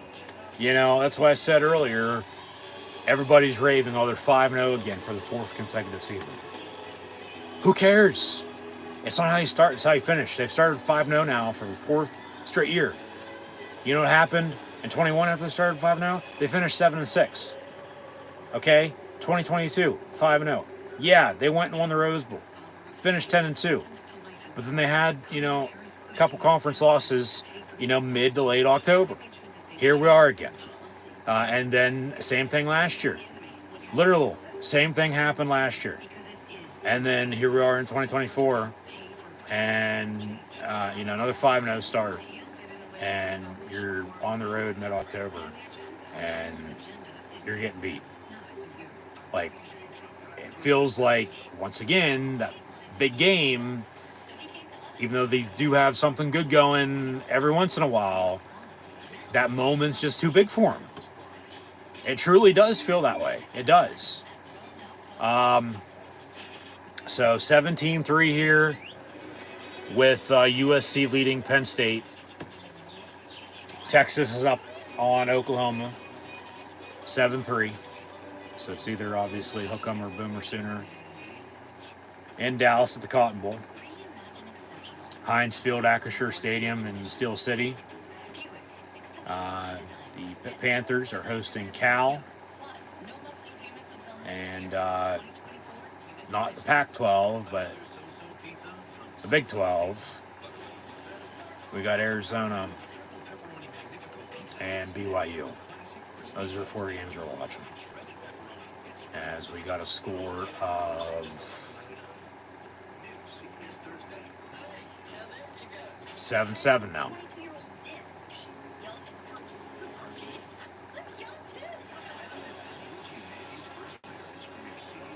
Man, just frustrating. Just very, very frustrating. I mean, I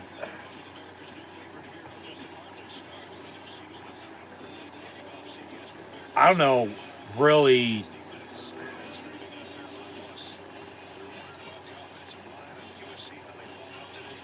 At this rate, if they give up another score here on this drive, if they're going to be able to get back into this, just because I get it's early, still up for played, not over until it's over, but just with the way the game's going, you're already down what you are. Give them the ball back again. They've been 3 straight drives now. Been able to drive and score with ease. 2 touchdowns and a field goal. And the third one, probably give it to him, probably should have been a fucking touchdown too. They lucked out and forced a kick. But if they don't get a stop here, get the ball back, still down only 17-3, do something then. They should have done their last drive, even drive before that, and last time they played USC and the time before that, and so on and so forth. Moss's pass, incomplete near side. Big third down coming up, 3rd and 7. That, if they'll be able to come back and... I mean, it's still a 2-score game. It's early, but just the way the game's playing out. Because it goes back to that opening drive. Yeah, they went and scored a touchdown, but it's that penalty, man. You don't have that penalty, that's a touchdown. You're up 7-0. You're tied at 7, you give up that touchdown. You're down 14-7, you give up another touchdown as they did. As Penn State subs, they're subbing late.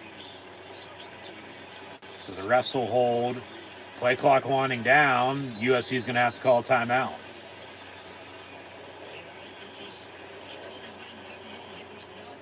So they're pissed off about that. But hey, they're allowed to do it. The refs got to stop to allow them to sub.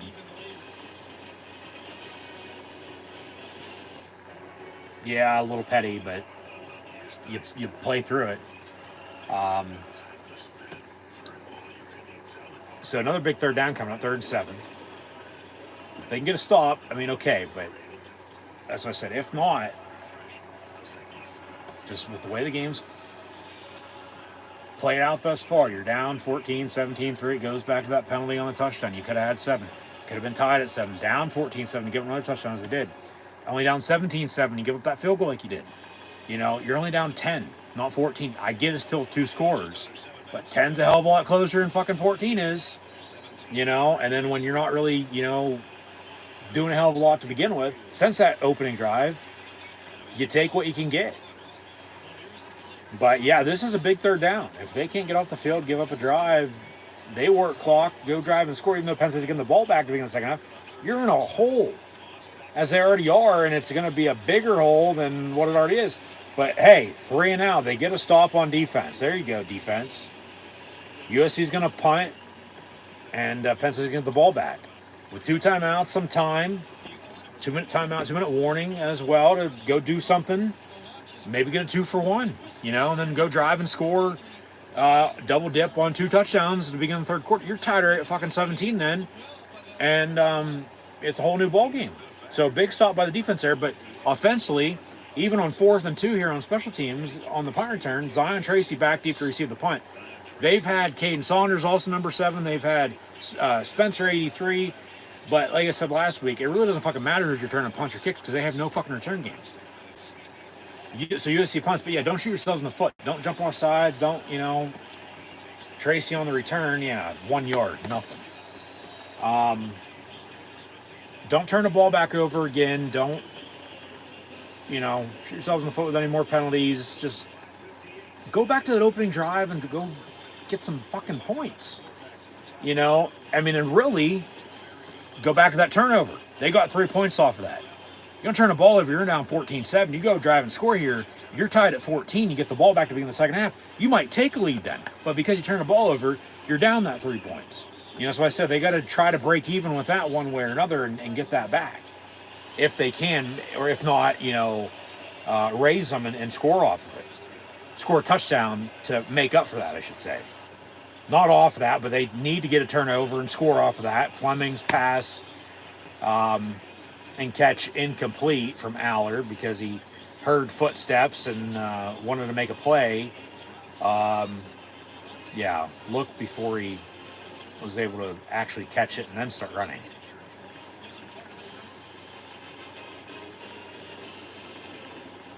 So incomplete, 2nd and 10.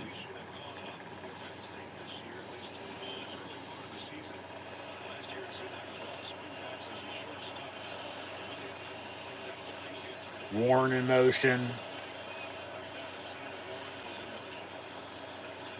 Aller's pass intended for him, caught by him. He makes a man miss, 1st down, lowers the shoulder out of bounds of the 40. There you go. There's a little bit of a spark. Let's keep it going. Going to take a shot before too long, I'd hope too, but keep running the football. Keep getting Warren the ball because he's right now literally their only offense. Fat man for about 3, maybe 4 yards. 97's helmet came off, so he's going to have to come out for a play. 2nd and 7 coming up for Penn State. But yeah, they're going to go try hurry up here again. And by all means, go right ahead because they work better offensively in hurry up. They do. And a handoff on a draw. 6 yards, 3rd and 1 coming up. Keep it going. Keep it going.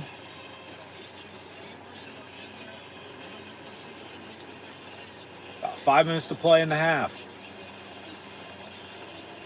Let's get a 1st down. That's 3rd and a long one. That's more like 3rd and 2. Slant over the middle, caught Warren. And he's like, you guys aren't going to block for me. I'm just going to run fucking through you and continue to get a 1st down here. So let's keep it up. Go, go, go, go, go.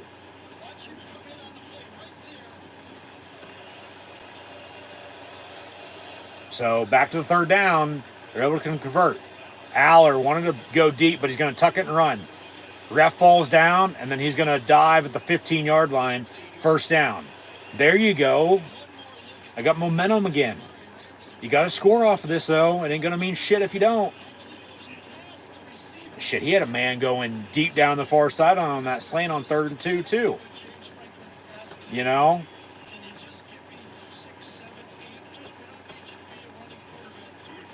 So 1st and 10. Run it. Run the damn ball.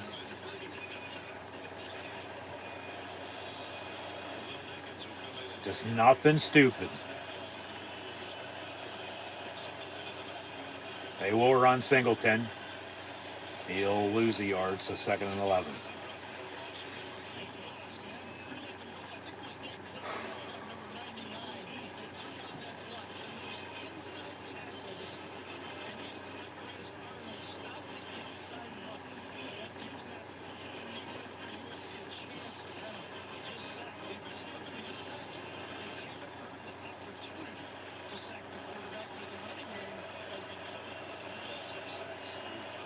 So 2nd and 11. Wallace in motion.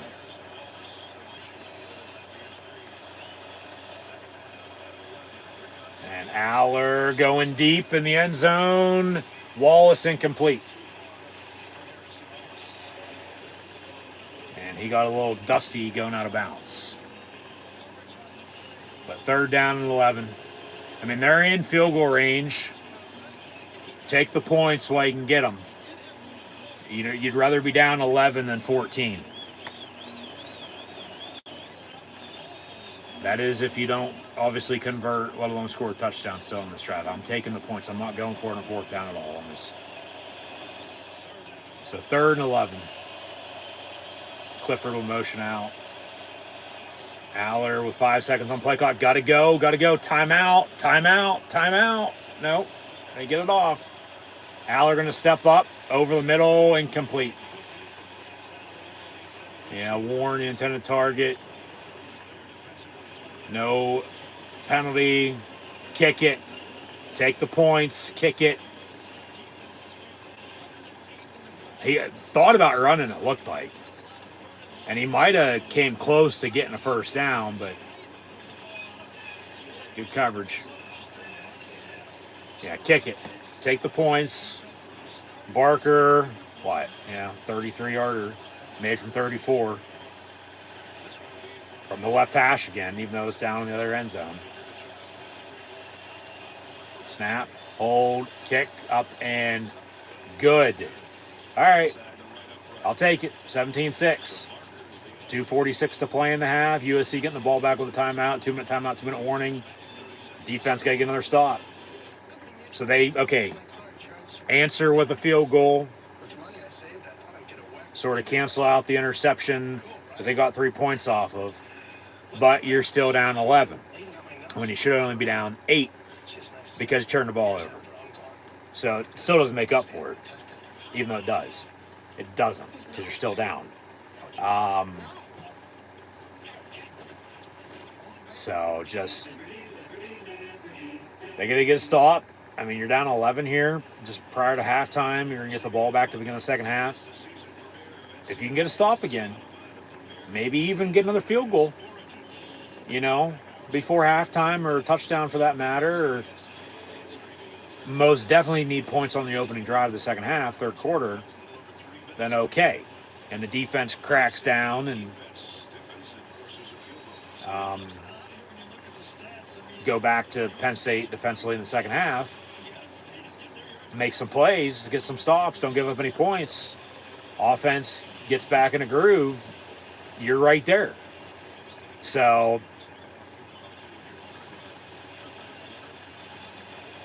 return from the 9, that's a block in the back. They wrap him up at the 21. But, you know, they, yeah, exactly. 5-0, 5-0, 5-0 to 7-6, 11-2, and 10-3. 5-0 again this year. Like I said, what? It doesn't fucking matter how you start, it's how you finish.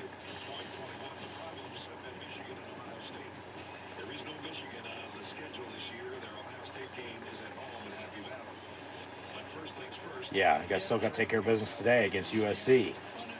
1st and 10, you got to get a stop defensively. So I'll go back to what I said, that, you know, if they couldn't get a stop, it might be in an even worse spot. Well, they got to stop, they get a field goal out of it, so get another stop. Because you can't just do something and then allow something big to happen again. You got to continue to crack down. So that pass completed over the middle, 2nd down.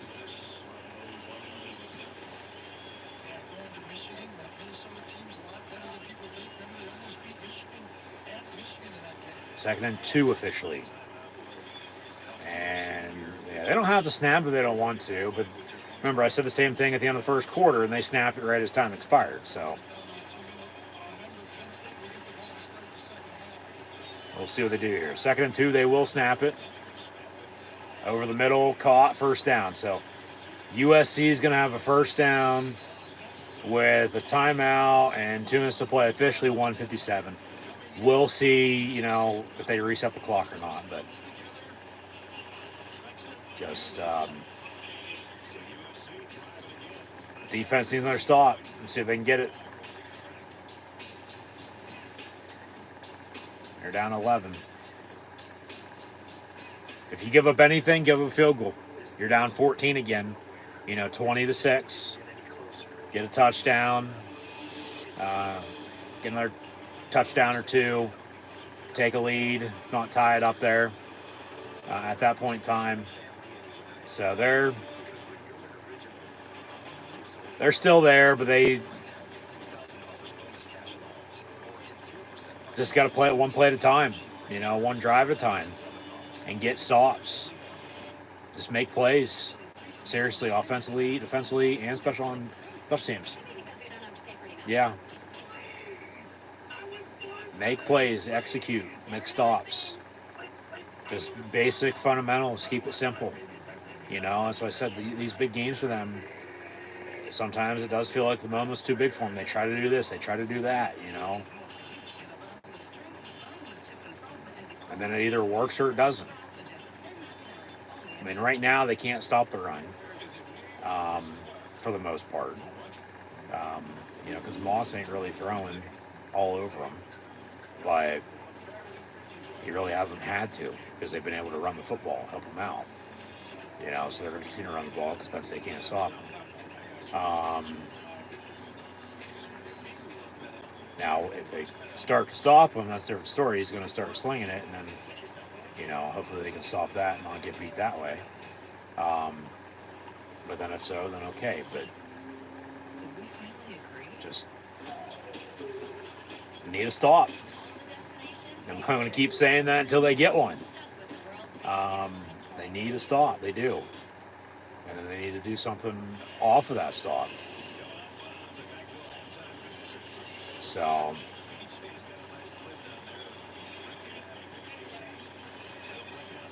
we'll see here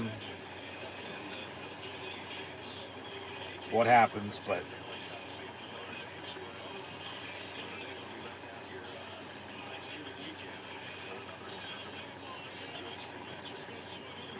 the first and 10 here, USC with 2 minutes to play. Minute 58 officially, so they do reset the clock at a second, but yeah, need to stop. And who's it going to be? Because we're all California dreaming.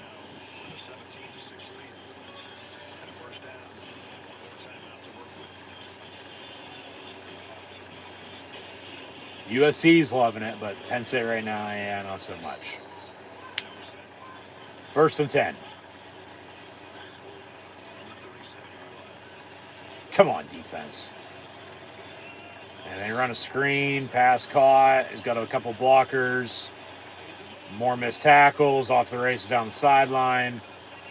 And 10 seconds and a lot of yards later on a simple dump off on a screen. And then missed tackle after missed tackle after missed tackle.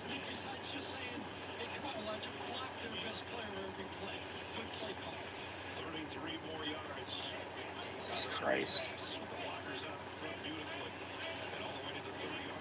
So another first and 10 for USC. Like I said, you give up anything, give up a field goal again. You're down 14 at 20-6. Don't give up a touchdown. You're down 24-6 then. You know, it's a 3-score game. Keep it a 2-score game as long as you can. Obviously, and start inching back. So second down.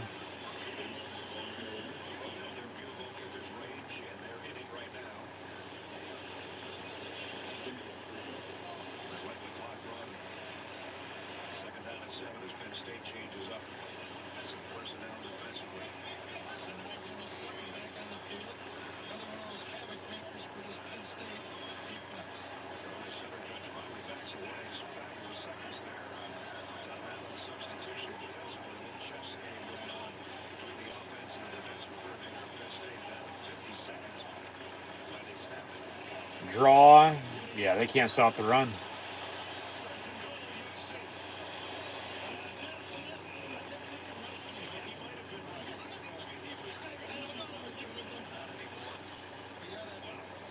They cannot stop the run.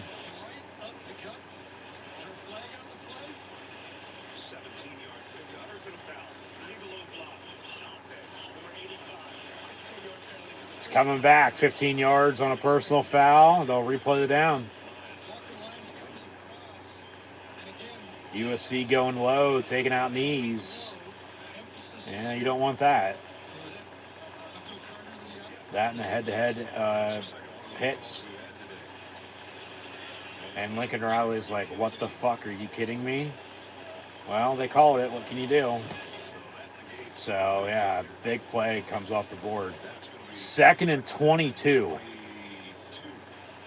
those were points on the board taken off the ball. 40 seconds and counting. So, Penn State can luck out with that. Then okay. Hold it to 11. Rather than give up anything. Pressure over the middle. It's caught. More missed tackles. Wrap them up in bounds. Wind that clock. USC's got a timeout. 22 seconds. 3rd down coming up.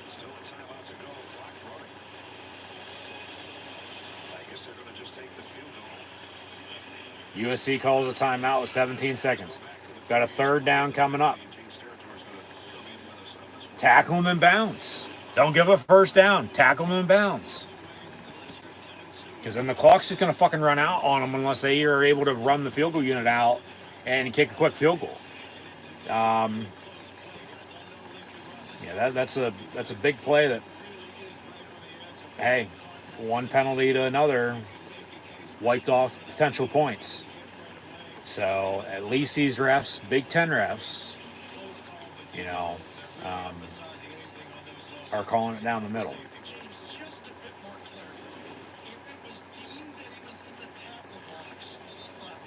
So 3rd and 13 for USC here. They have no timeout, 17 seconds. Like I said, don't give up 1st down and tackle his ass in bounds because they'll wind the clock and time will probably run out. And if they can hold it to 11, get the ball back, go do something early 2nd half, then okay. You're right there. But we'll see.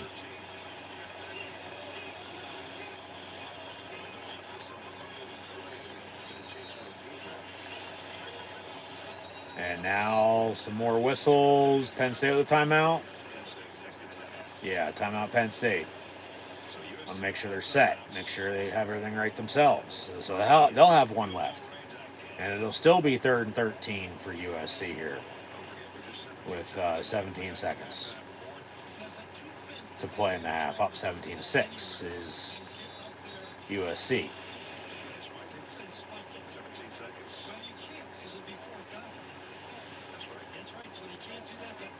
They might take a shot, to be honest with you. Just because then,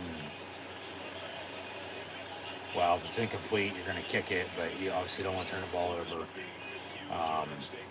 But that's why I said tackle them in bounds defense. Don't give them a 1st down.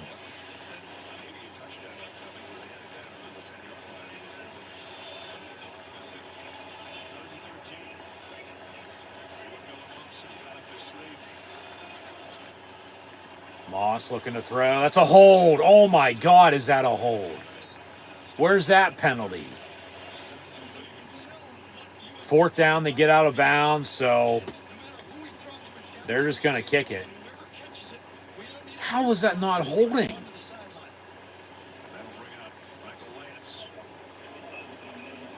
So this will be, where's the ball at? Okay, they say 47 yards. Yeah, because the ball's right at 30-yard line. 30, 10, and 7. Field goal for 47 is up and good. So, okay. You're back down 14 again. 20-6. 7 seconds here before half is nothing. You're just going to go to halftime and get the ball back to begin the 2nd half. Here's the new Big Ten commercial from Washington to Oregon, UCLA. We're in LA at USC, and we are Penn State, Nebraska, Iowa, Minnesota. Penn State goes to Wisconsin in 2 weeks, with Western Illinois, Purdue and Indiana, Michigan and Michigan State, along with OHIO. Also out west tonight at Oregon, Penn State, Maryland, and Rutgers. So,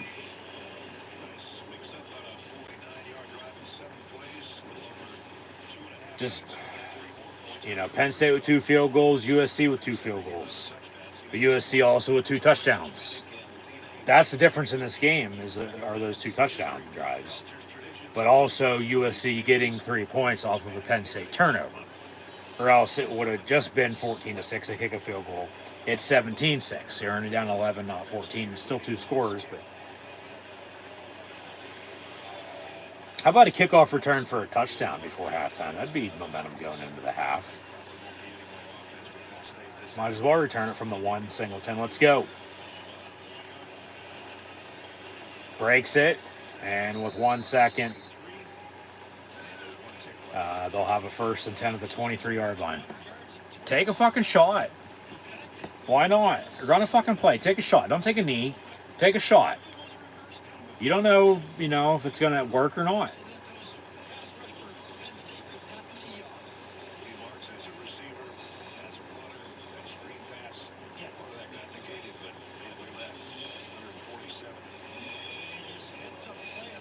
And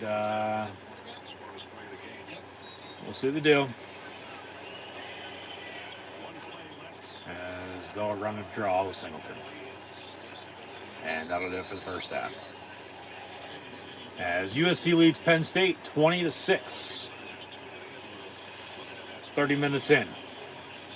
The difference in this game is a Penn State turnover for 3 points. Penn State defensively not being able to stop the run, giving up 2 scoring drives, and then only kicking 2 field goals themselves. When one of those field goal drives to go up 3-0, they had a touchdown, but one play before that there was a penalty. They have to settle for 3. So 20-6 at halftime. They will, Penn State, get the ball back to begin the second half. So see if they can do something there. Cut it to 1, score. 20-13. Not 20-10. James Franklin interview at halftime. Yeah, no consistency. Yep.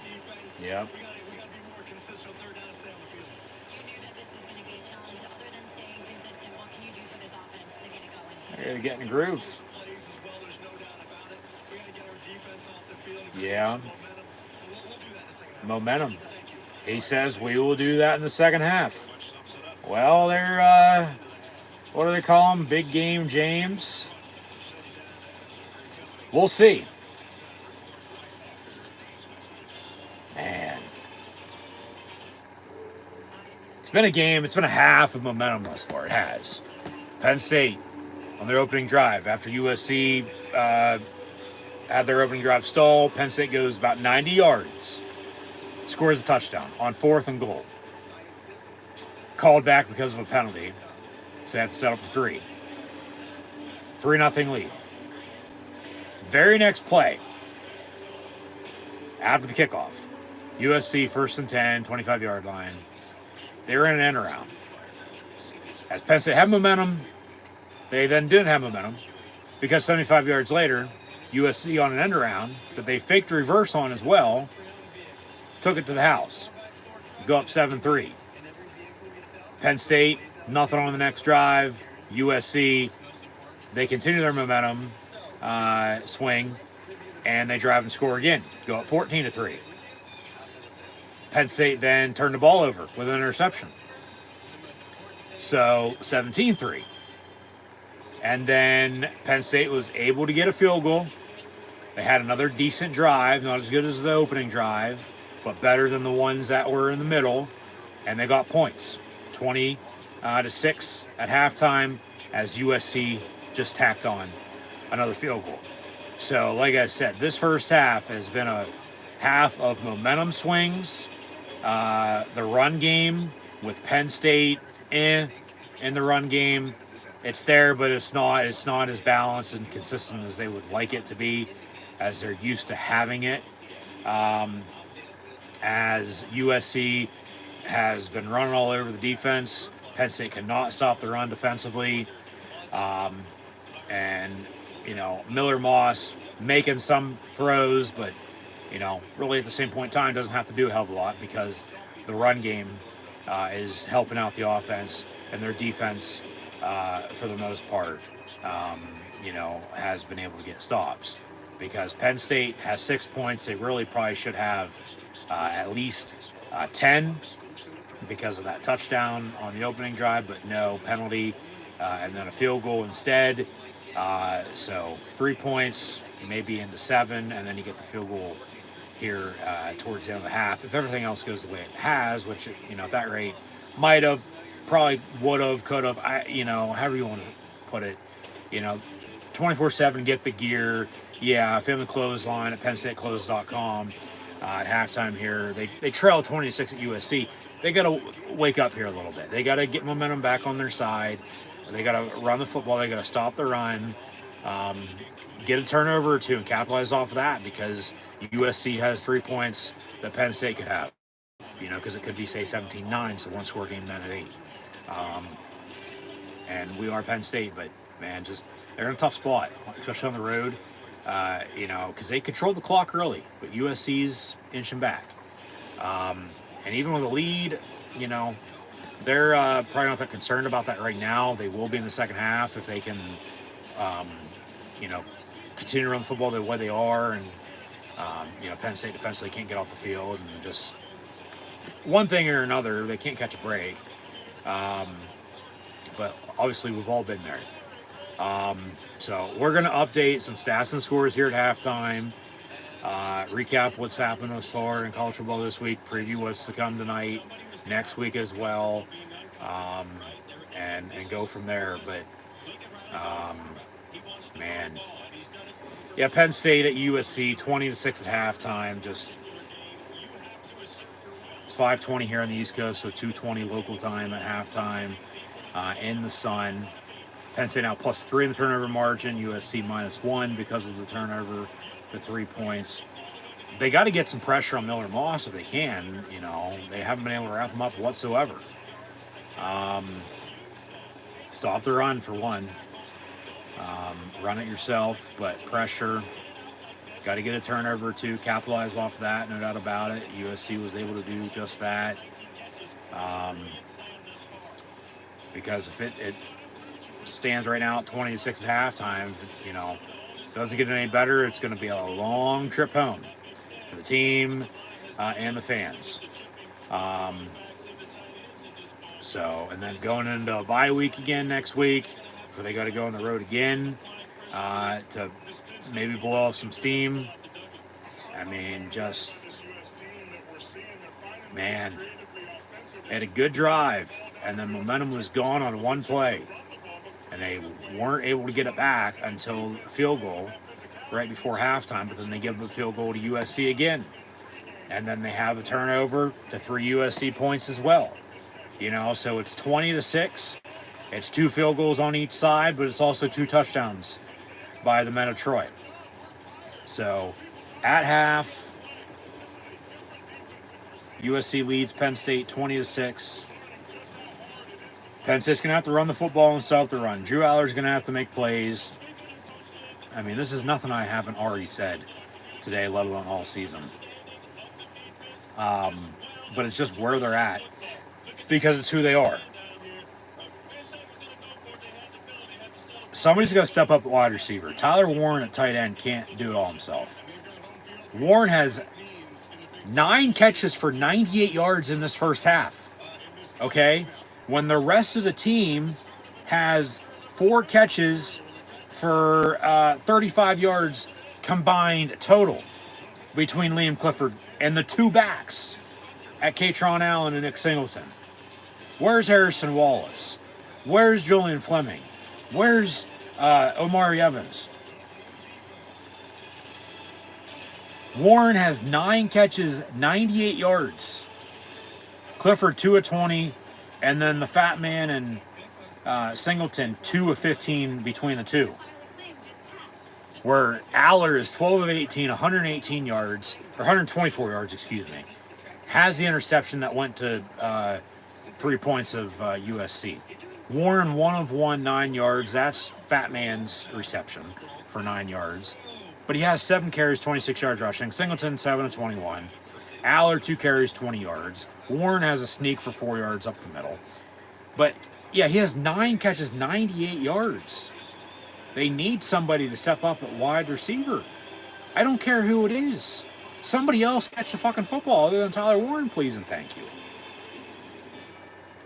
He can't do it all himself. You're one-dimensional in the receiving game.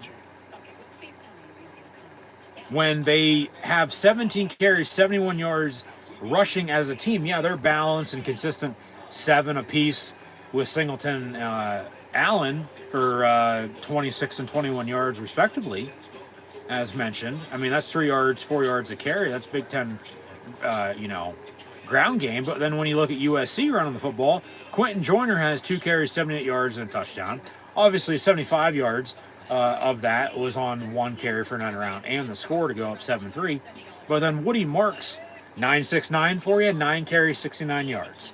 And Miller Moss is 10 of 14, 101 yards, and a touchdown. That touchdown, as Joyner has a rushing touchdown, and Joyner has 2 catches, 12 yards, and a receiving touchdown. Just Penn State, they're in a tough spot, but tough shit. USC still had the same amount of time and the same chances that Penn State's had, and they're playing better. Obviously this would be a top 25 matchup if USC wouldn't have lost to either Michigan or Minnesota on the road.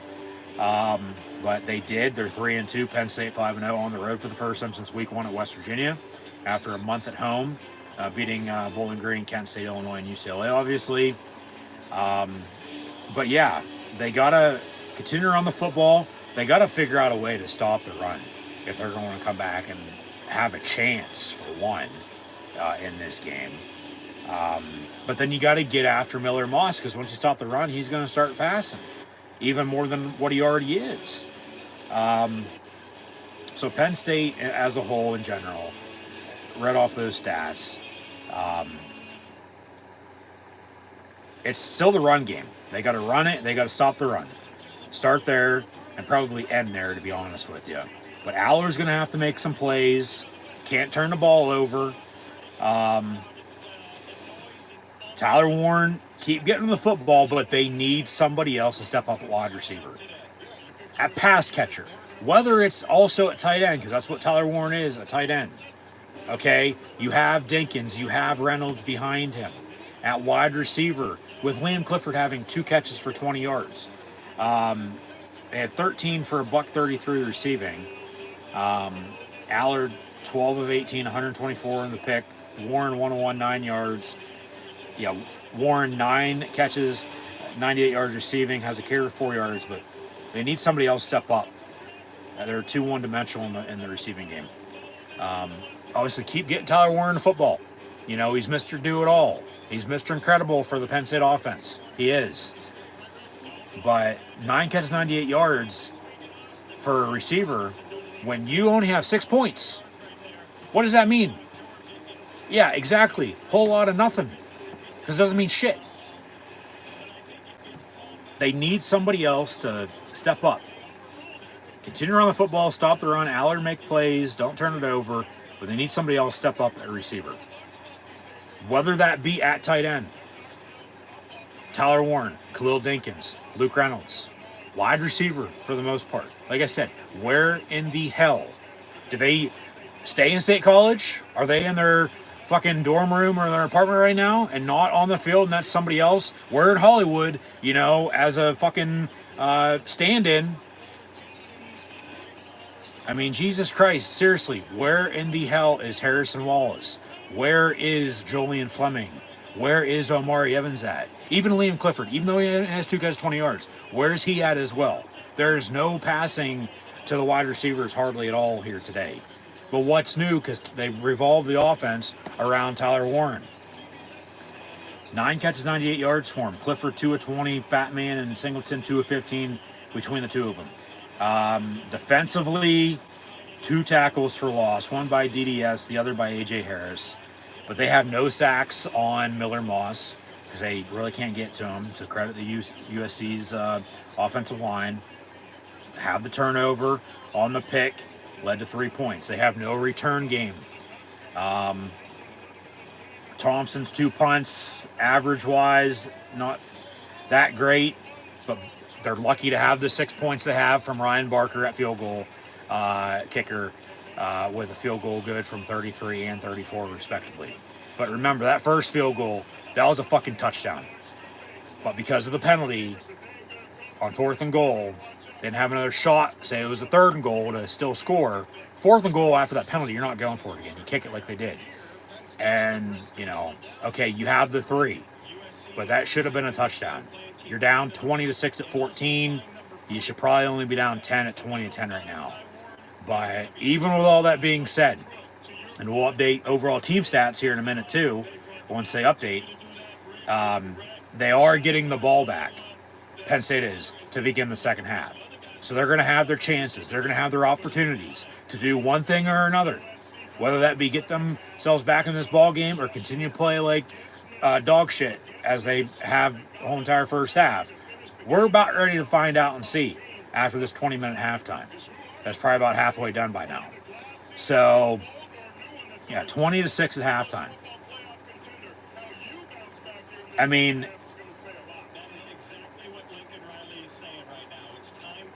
how they have more first downs, how they are 3 of 8 on 3rd down, USC's 0 of 4 on 3rd down, and only 4 penalties, 2 on each for 20 and 30 yards respectively. And they have 5 more minutes of time possession at 17:49 to 12:11 because of that opening drive that went as long as it did. You know, all that beats the hell out of me. But I'll tell you why they're down. Once again, it's the fucking run game. They can't stop the run. As both teams have 2 field goals, USC also has 2 touchdowns. And it's because of the run game. Total yards, 248 to 204, an advantage of the Trojans. And 147 of that, you know, is on the ground. So 101 yards for Miller Moss. Aller 133, they have 71 yards rushing. I mean, overall, top to bottom, left to right, you look at that's balance on both sides. It is. You know, Penn State more first downs, almost 50% on 3rd down, excuse me. Didn't go for it on 4th down. You know, decided to kick it, and rightfully so, because of the penalty that cost them a touchdown. So they have to settle for 3, and then they're, you know, momentum's gone on one play because of a 75-yard touchdown, and then, you know, give them another touchdown, and then give them a turnover. They get points off of that. You're down 17-3. Yeah, it's 14. You get the field goal. You're down 2 scores still at 11, but then you give the fucking field goal right back to them, and you're down 14 again at 20-6. But at least it's only 2 scores and not 3 scores, because it could be a hell of a lot fucking worse. But USC leads Penn State 20-6 at halftime. So I've said what I've said. You know, we'll see. You know, if they can win 3 in a row on October the 12th, because they haven't lost on this date since 2002, and it was an overtime loss at Michigan, I might add. If everybody remembers that 02 season, they had a couple close losses, including a couple in overtime. In a season, they ended up going 9-4 after the bowl game, in which very well could have been a few more wins rather than the losses they had. Because they're 13-4 all time on October the 12th. 3 of the 4 losses, I might add, have been on the road. 1890, 1991, and 2002. Home loss back in the 60s. But even with the 2 wins, trying to win 3 in a row on this date, those 2 wins were by 1 score in Big Ten play. Okay? Michigan and Iowa. And now they're at USC. So they're going to light the cauldron at the Coliseum here this second half. Well, Penn State needs to light a fire under their fucking ass and get themselves back in this ball game if they're going to want to have a chance to come back and win it. Plain and simple in the fucking story. So, man, just they're in a tough spot, but once again, tough shit. They've done it to themselves. You know, you can't really fucking feel sorry for them when USC's done as much as they've done. You can't. So yeah, 20-6 at halftime. We're gonna kick off this second half shortly. So more aerial shots of downtown Los Angeles and the Memorial Coliseum that was built and dedicated to World War I vets. So obviously to them and World War II and all the wars the United States has fought in throughout history, and the current United States military, from the Army, Navy, Air Force, Marines, and Coast Guard. Thank you for your service. As Penn State will be hosting, as they've already hosted UCLA at USC today. They don't play Oregon this year, unless obviously it would be, say, in the Big Ten title game or in the playoffs one way or another.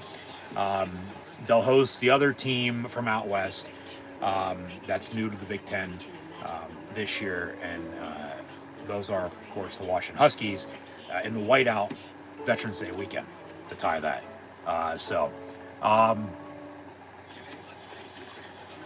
Just, man, like I said, it's been a first half of momentum, whether you had it and lost it and didn't get it back and then gave up as much as you did, or just, they got to stop the run.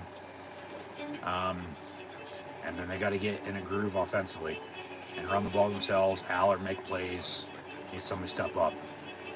So don't turn the ball over. They got to get turnovers, capitalize off those. We'll see how it plays out, but they're going to have to start scoring touchdowns and not settling for 3 the whole entire game as well. But it's going to depend on the situation, because you might want to take it here and have it rather than, not have it and need it later. But obviously, if you can score touchdowns, you score touchdowns.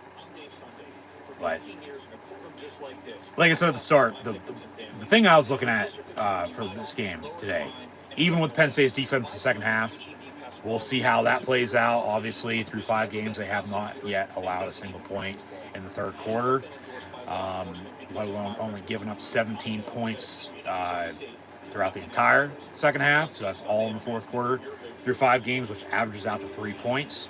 If so, USC is, 23-6 then at that point. And then Penn State to, get something going offensively, get some points themselves, and, just find a way to win this game, or else, like I said, it's going to be a long trip back to Happy Valley. And once you get back, it's not going to be a Happy Valley. It's going to be an unhappy valley for 2 weeks, because you're going to bye next week, and then you got to go on the road again. But that third down, as Penn State's 3 of 8 on third down, USC's 0 of 4, third down might decide this game, because of Penn State's offense on third down. They're second in the Big Ten, almost at 50%. But USC's defense on third down, they're first in the conference. Okay? So, yeah, offensively 0 of 4. They still have 20 points. They've still scored real quick. That's what I said. Time of possession in their eyes right now really doesn't matter, but it will the second half if they can hold their lead and continue around the football, because they're just going to work the fucking clock. But Penn State, yeah, we'll see what they do here this third quarter, especially on this opening drive. Get a good opening drive as they had on the first one of the game here this third quarter. Cut the lead, be down 7, let alone 10. I get it's still 2 scores, but just keep chipping, and somehow, some way, get yourself back in this game, because it's going to take everybody right now to figure it out. So we'll see. But Penn State was a 3.5 point favorite. Over under right about 50. Obviously USC's covering that right now, and so another half to be played. But touchback on the kick, 1st and 10, Penn State from the 25-yard line, left to right, across your television screen, ready on our dial. And once again, thanks for tuning in and watching my college football. Penn State at USC, live play-by-play. Watch long reactions live right here on YouTube. As always, I'm your host, Encyclopedia Sports, Cohen Luke 96. Be sure to like, follow, subscribe on social media. Links in the description below. Thumbs up button. Share, chat questions and comments, super chat, super sticker, super like, super thanks. Always greatly appreciated. Be sure to also go check out Rogue Energy, HopeKThrifts, and Dead and Hungry. And be sure to scan the QR code behind me if you haven't done so already. So 1st and 10, Penn State to begin the second half, down 14, 20-6. Aller out of the gun, over the middle. It's caught. Guess who? 44, Tyler Warren, as he goes over 100. on 10 catches now. So, I mean, shit, that's a first down a catch for the most part. Keep getting the fucking ball. Keep moving it. Somebody still obviously has to step up. But run the football. They're going to have to take a shot or two, no doubt about it, but just don't do anything stupid. Don't start shooting yourselves in the foot now with penalties and more turnovers. So, yeah, they're down 14 for the first time this season. And but, yeah, 1st and 10 in the meantime at the 35-yard line after that first down. Completion on the reception to Tyler Warren.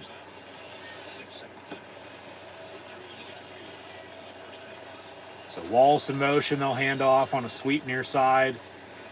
Singleton, nowhere to go. So 2nd and 9. So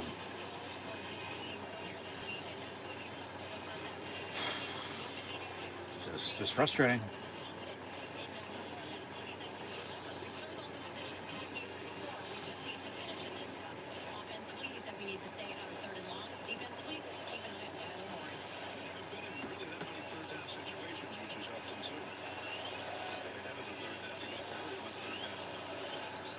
Aller, far side, caught. Harrison Wallace, first down at the 45. His first catch of the game. Aller took a shot, too, as did Wallace on the hit.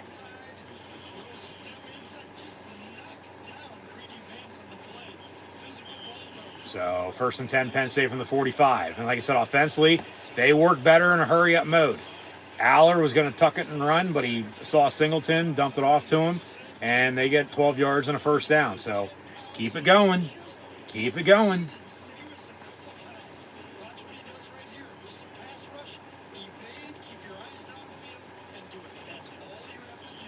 It's a game of inches. First down is 10 yards. They'll motion out of... Jesus Christ. Tyler Warren's going to snap the football. He literally can do it all. Double pass to Perbula. Aller going deep in the end zone. Warren, who snapped it, catches it. Touchdown, Penn State. Holy shit. How isn't that a top 10 play for you? They're just backyard footballing it up. Did that seriously just happen?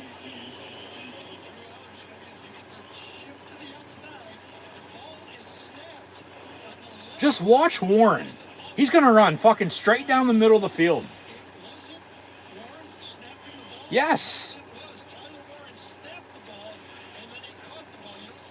There you go. Barker on for the extra point. Now you got momentum back on your side. Kick up and good. 20-13. 12:52 to play in the third. There you go.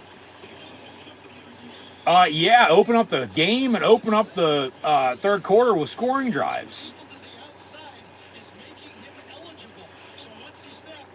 And it was a legal play. There is no penalties. It stands, touchdown, extra points up and good. They cut the lead. Now you just got to get a stop on fucking defense and go right back to it on offense. You're right there. That's what... This game is a hell of a lot closer from, you know, up 3-0, down 14-3, 17-3, down 17-6, you know, 26 halftime, now 20-13 because you drove and scored. But it is a hell of a lot closer than even that, or any of those scores. But it's just a matter of fact if they could get a stop or not, or actually do something. Because they were, but then they weren't. They were, but then they weren't. Now they are again. So hopefully they can just keep pushing forward and not go backwards with anything. Just, what a fucking play. I mean, you talk about trickery. You know, seriously, you talk about Tyler Warren literally being able to do it all for you. Mr. Incredible. Tyler Warren, number 44 for Penn State. These Penn State mugs, I might add, are from Warren, Pennsylvania. That's where they're made.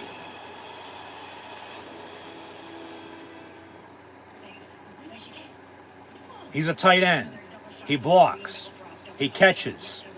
They've run him in as a quarterback. Okay? He's ran it. He's thrown it. obviously catching and throwing touchdowns. He now makes a touchdown catch after they literal audibled and motioned the whole entire offense. Just not a receiver or two. The whole offense. Offensive line included. Not excluded, included. They were involved in on that play. And Warren goes up to snap the football.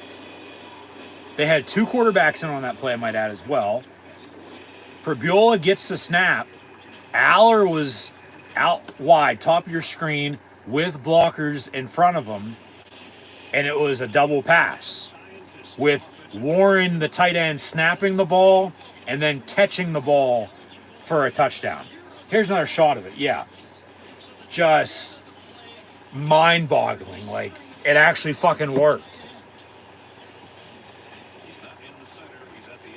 And Prebula threw to Aller and a 40-yard touchdown from him, 244 Tyler Warren.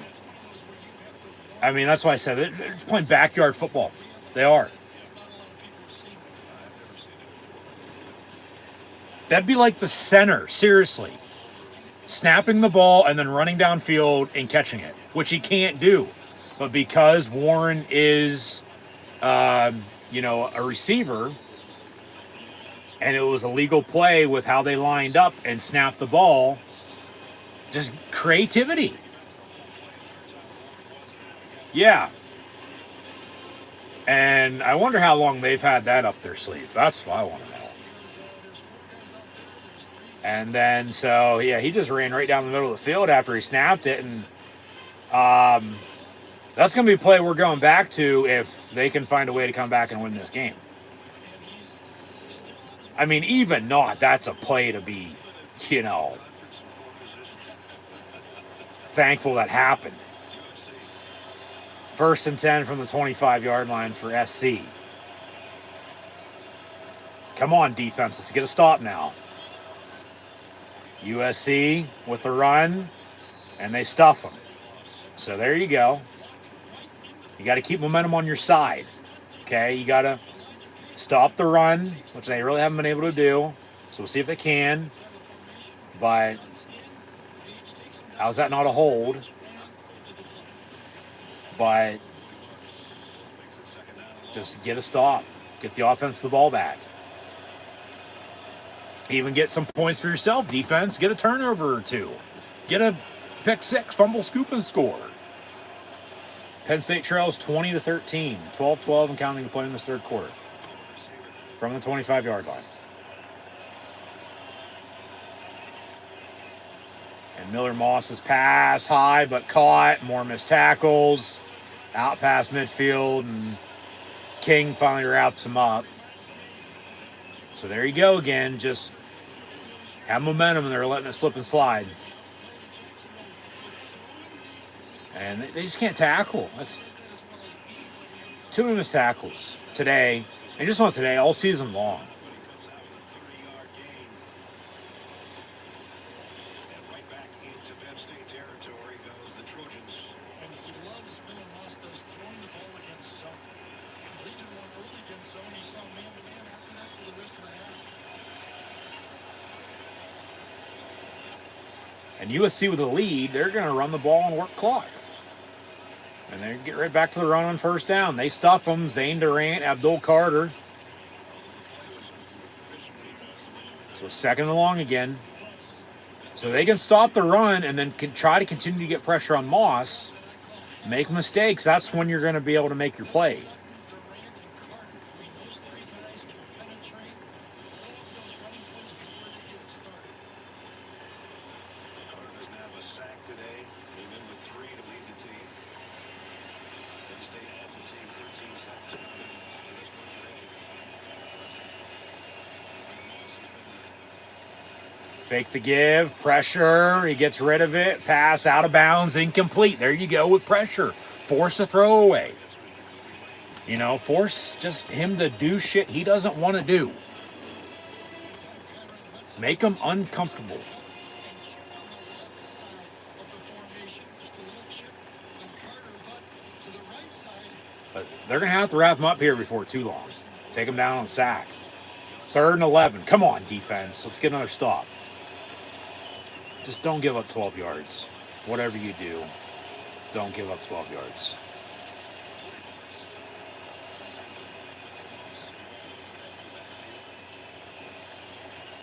Pressure. That's a face mask. Pass complete. Big first down. Pushed out of bounds at the 5. Where's the fucking penalty? How was that not a hold or a face mask? Thank you. There it is. It's a late penalty, but it's coming back.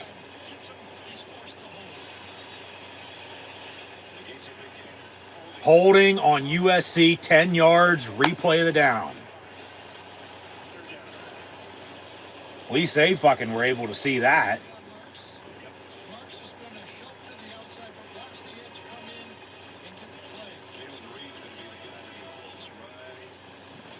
Hold, face mask, yeah.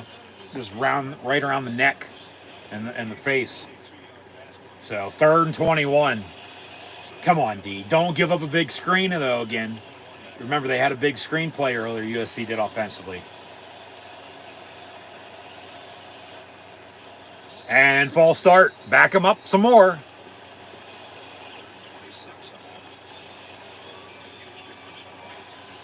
False start.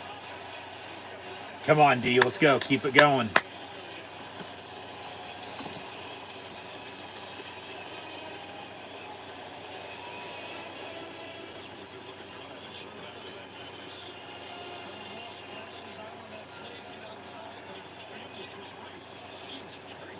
Third and 26 officially now for USC. Just don't give up a big play.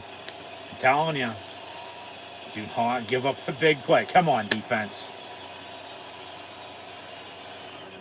And they'll run a draw. Another hold, more missed tackles. But USC gets to about the 47-yard line, even though they're in Penn State territory. Still not enough. They're going to have to punt and pin Penn State deep. So Penn State going to get the ball back. After driving and scoring to begin the second half, cutting the lead to 7, getting a stop now on defense with a chance to cut this lead to 4 at 20-16. I'd like a touchdown, though, and tie this sucker up at 20. You know, mid to late 3rd, early 4th quarter. Because then you have momentum on your side. Zion Tracy on to return. Ooh, that almost blocked. But it's going to bounce and take a USC bounce to the 9. So 1st and 10, Penn State from there. But remember, opening drive, they had to go the distance, had a touchdown, penalty, you know, to the field goal. It is right now a difference. Just, you look at it, you take 3 points off the board, back down to 10 then at that point. You've been down 20-10 at halftime, and you have your touchdown. It ain't 20-13, it's 20-17. All you need now is a field goal to tie at 20, let alone a touchdown to take a lead at 24-20. That's how big that fucking penalty was on 4th and goal when they had a touchdown. But because of the penalty, it backed them up and they had to settle for 3. And they still trail by 7. So, they have momentum though. They just drove and scored. They got to stop on defense. And USC had a big play, but a penalty brought them back. So don't shoot yourselves in the foot. Okay? Don't turn it over. No penalties. Just drive and score. It's right there for the taking. Are you going to grab the bull by the horns that Oklahoma hasn't been able to do today in the Red River Rivalry? Or are you just going to let it slip and slide and fall out of your hands? And, you know, it is right there for the taking right now for Penn State to come back and tie this game up. Let alone, you know, just find a way to win. Momentum is on their side again. Which they had it earlier, but then they lost it and they couldn't get it back. But now they have it again, and they're for the time being, they're keeping it. How much longer can they keep it? Okay, and then they're already controlling the clock. You know, yeah, they have the turnover. USC has a field goal out of that. Add that into, you know, a touchdown drive that got called back because of a penalty. And you have to settle for 3. And then you turn the ball over, you know, that's 3 points to USC, it ain't fucking 20-13. It's 17-13.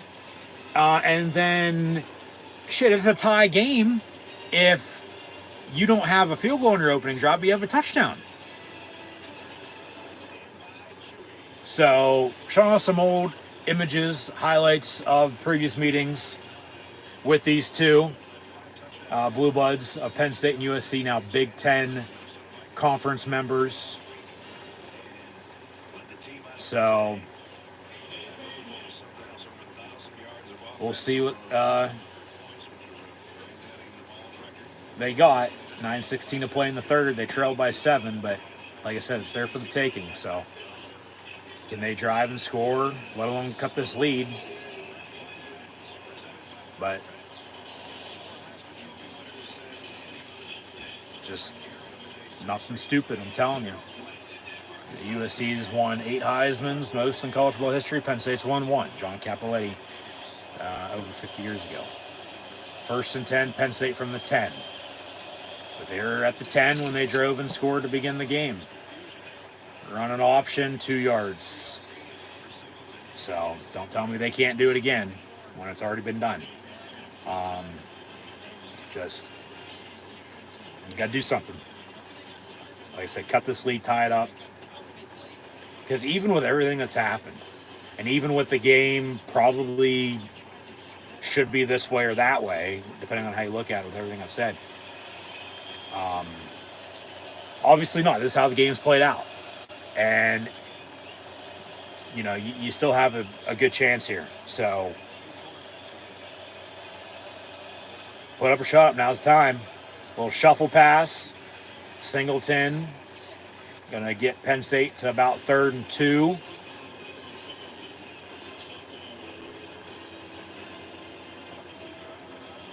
So,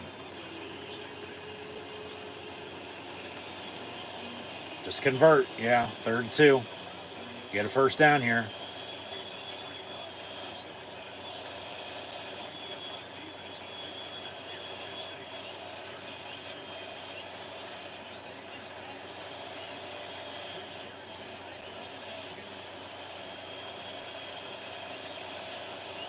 And Penn State will run it up the middle. And Fat Man gets a Penn State first down on a pick up of 3. Maybe 4, yeah. Right to the 21. It's a first down. That's what matters. Keep it going.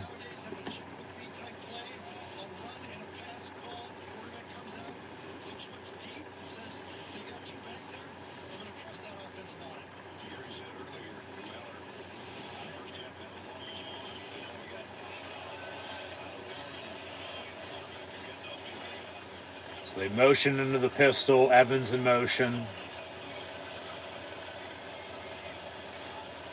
Aller, fake the give, wants to go deep. And down the middle has a man. That's Harrison Wallace at the 48-yard line. 1st and 10 again. Let's keep it going. One play at a time. They run better and hurry up. So let's fucking move.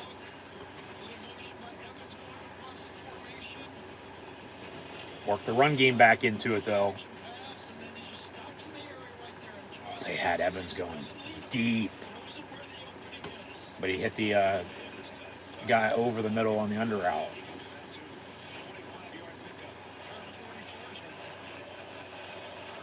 First and 10, Penn State at the 47. Fake the toss, Aller, pass again, complete. Tyler Warren inside the 30, down to the 20. Mr. Do-It-All, Mr. Incredible, Tyler Warren. Like James Franklin said, he's the best all-around tight end in college football, and I think he's definitely showing that today. We're going to fucking wheel route with him down the far sideline. Go hurry up again here. 1st and 10 from the 19. Aller's pass. Caught. Evans inside the 5 of the 3. 1st and goal, and here come the Nittany Lions. Punch this in. You got to tie this game up at 20 with 6 minutes to play in the third. Let's go. Just don't do anything stupid. Do not turn the ball over. No penalties in the red zone like you had on the opening touchdown drive that, you know, you had to end up settling for 3. And right now, along with the turnover. That's the difference in this game, even though with them being able to run the ball better than you, but you're still there making plays. See what weird, wacky formation they draw up here. First and goal from the 3. Handoff, Allen. No. Second goal at the 1.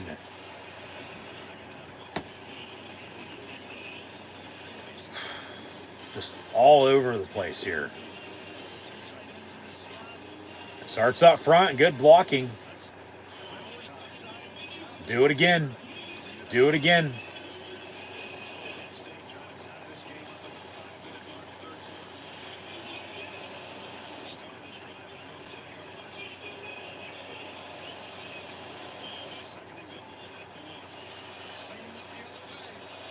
And they'll run it again up the middle. Allen, touchdown. They're an extra point away from tying this game up at 20. 4:45 to play in the third quarter. When they were down 20-6 at halftime. Defense, doing what the Penn State's defense has done all season long in the third quarter. And yet to give up a point. We still got some time left. But this defense is cracking down, and the offense is now 2 of 2 on scoring drives since half. And they just went 90 yards again and scored. So like I said, if it comes down to it, okay. They're able to, because they've done it twice already today.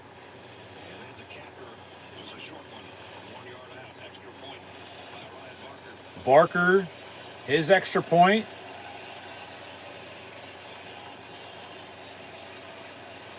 Up and good. We're tied at 20. And Penn State still has momentum on their side. So let's continue to do it again.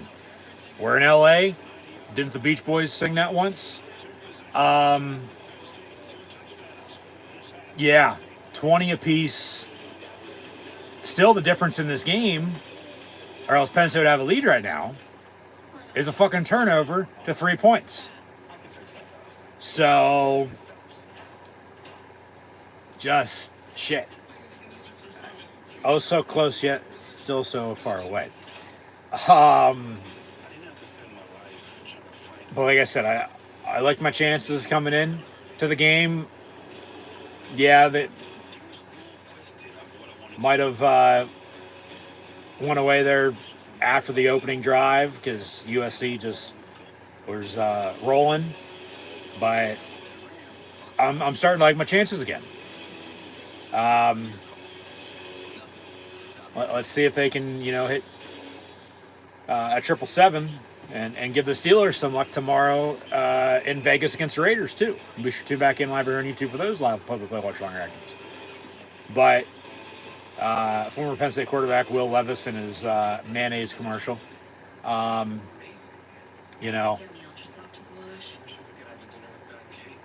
this offense, like I said, in tempo, in hurry up, that's when they work in their best light. They do. They're able to make plays, drive, and score, regardless of where the drive started at, or whatever the score is.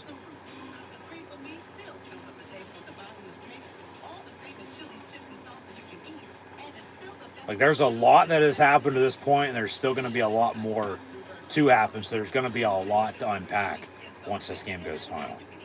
I'm saying that now, so just get ready for a post game.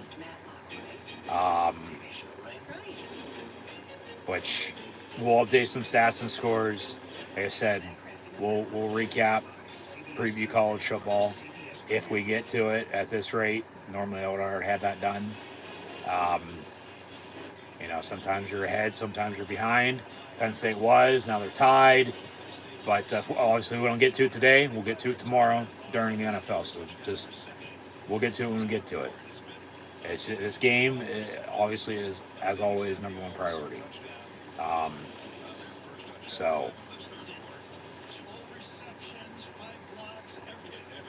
Yeah. It's the defense, back to the defense now again.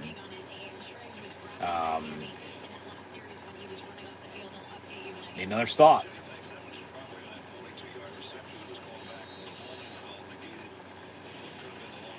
So we'll see if they continue to stop the run. You know, they've done a better job at that since halftime. You know, get after Miller Moss. Gabe Owusu kicks off. And USC will return it from about a yard deep. And they wrap them up. There you go. So 1st and 10, USC. And we're tied at 20.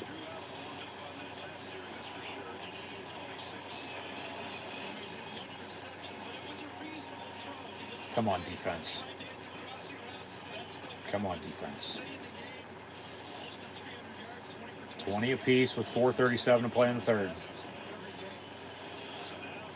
And yeah, Penn State's back to controlling the clock. Yeah, and 0 third quarter points allowed this season with a plus 59 scoring margin. Only 17 allowed the entire second half through 5 games, which was all obviously in the fourth quarter. Averages out to 3 points a second half.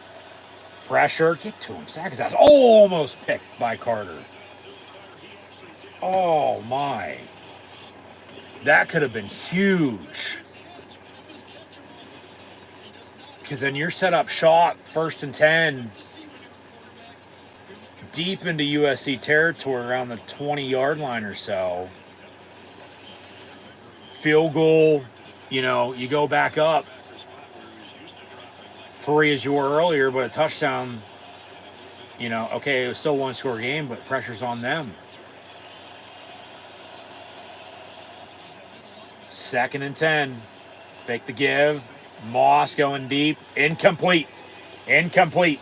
And no penalty. Tracy on the coverage. 3rd and 10. Come on, defense.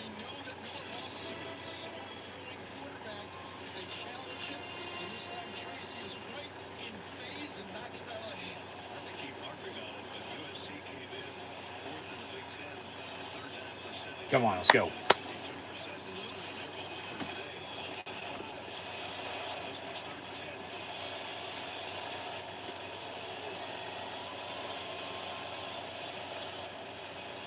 And pressure up the middle. Jalen Reed on a safety blitz. Pass caught, though. And going to depend on the spot. It's going to be right at the marker. They'll say 1st down.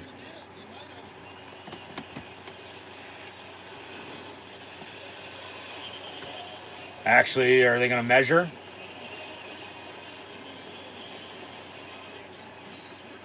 No, they say... Oh, they're looking at it. They say 1st and 10. All right. So fucking close. Come on, defense.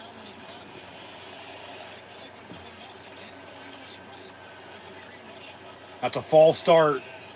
And more pressure. Carter's going to get to him. They sack him. Yes. First time today they've been able to get to him and sack him. 3:35 to play in the third. Penn State defense in the second half, I'm telling you, man. Keep getting to him. Unfucking blocked by the guy who had a false start on the same play they didn't call. And then he takes him down in the sack. I mean, what else is there to be said? 2nd and 14.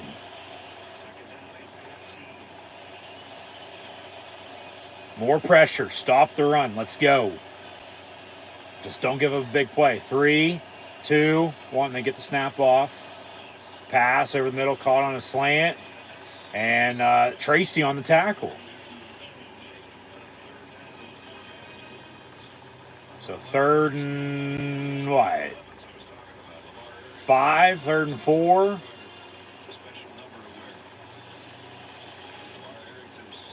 Third and 6.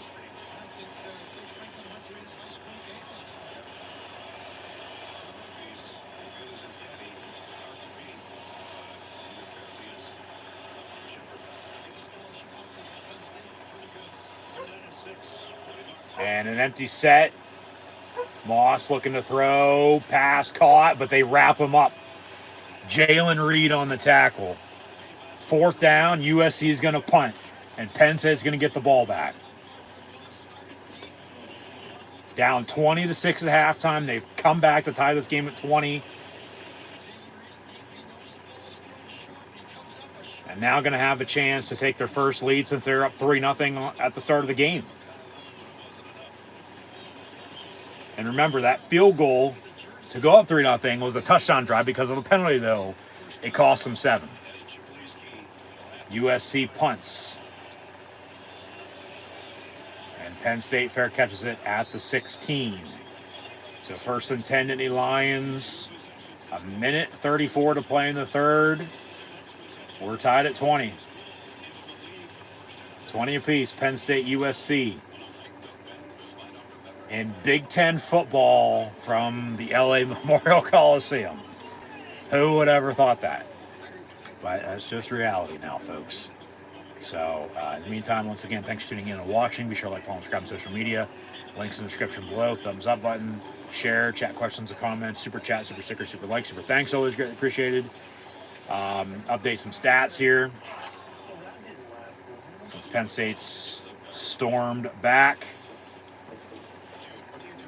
And now as we almost near the end of the third.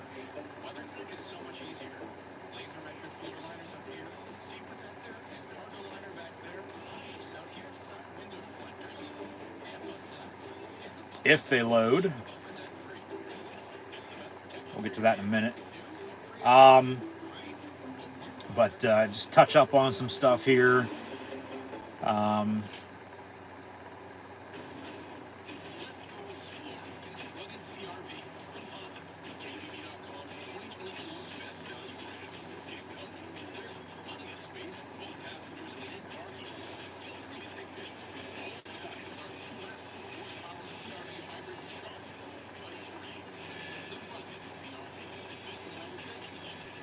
I guess that's about it from everything I've already said today.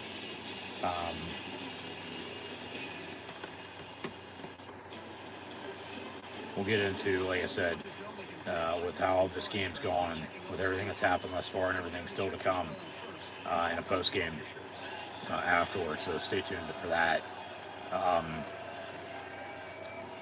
And then with the recap and the preview, if we get to it, we get to it. If not, we'll save that for tomorrow. Obviously, Penn State's off next week, so no college football next week, but we'll return in 2 weeks live here on YouTube when they go to Wisconsin, but still got to finish up and take care of business here today at USC.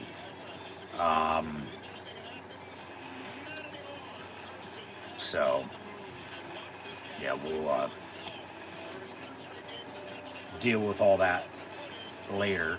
Aller, here we go. 20-26, 279, a touchdown, and the interception, which went for 3 points in favor of USC off of it. So, or else they'd have a lead right now. Warren, 1 of 1 passing, has a carry for 4 yards, snapped the ball, caught a touchdown on the same play, has 12 catches, 174 yards, and that score. Well, hey. And now they're having other receivers step up. Wallace, Evans making a couple catches. Liam Clifford had a couple earlier. So, run game, they're still balanced there. 10-9 for 33 and 24 yards and a touchdown. So, obviously, would like that to be a little bit better. God damn it, they threw a pick. Can't do anything stupid. Can't turn the ball over. But was it a catch? But was it a catch is the question.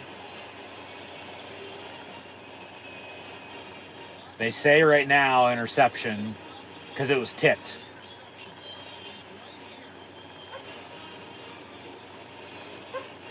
And yeah, Aller, here replay of it.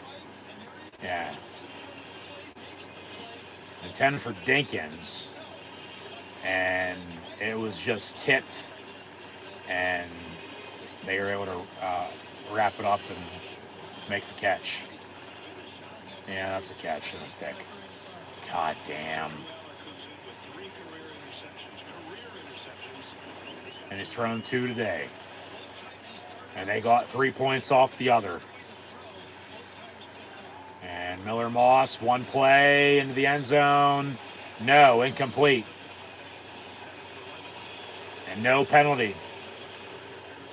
So 2nd and 10.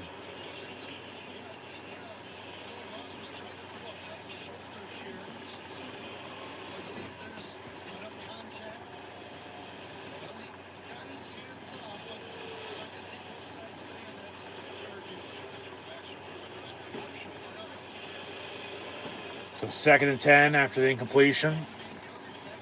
Minute 21 to play here in the third. Penn State's going to sub.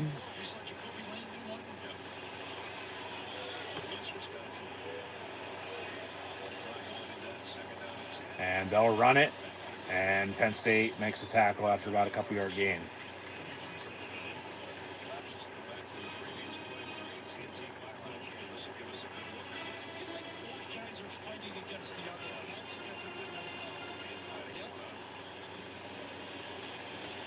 So Elliott Washington has changed numbers from 16 to 9. And he's been playing some DB today.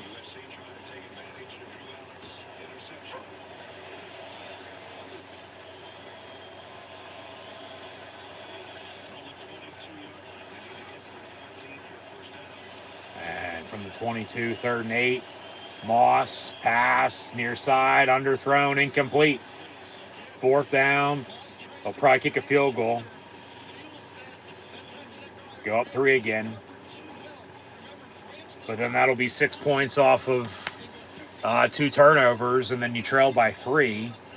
And then these might be the first third quarter points Penn State's given up all season here if this kick is up and good. And then so close, 33 seconds, you know. And this is middle of the field from 39 yards out. Kicks up and good. So those 3 points right there on that field goal are, in fact, the first third quarter points Penn State's given up on defense all season long.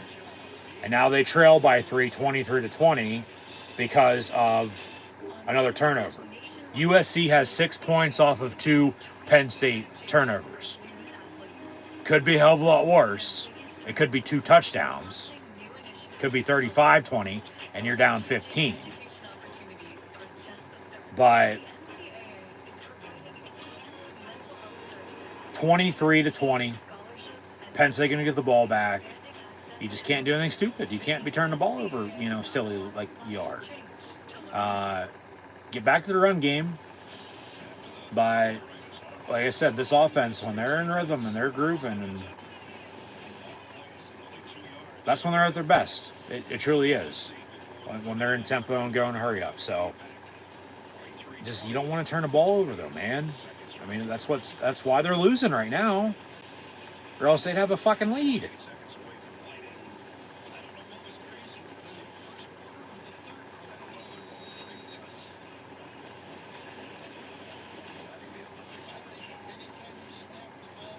So USC on the kickoff.